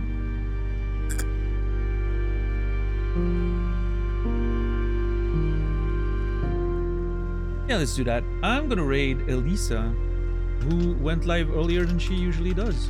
Talked about Elisa earlier today, she was there. So let's raid Elisa Prey. I don't get the chance to raid her very much, she usually starts later. She's doing Elden Ring. Deathless Randomizer.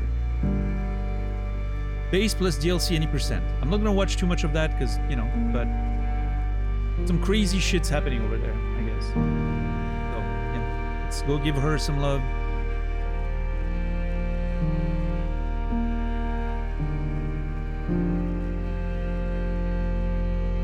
Anyway, I wish you all a beautiful rest of your day, evening, or night. I will see you guys tomorrow. And until then, remember me and I will remember you.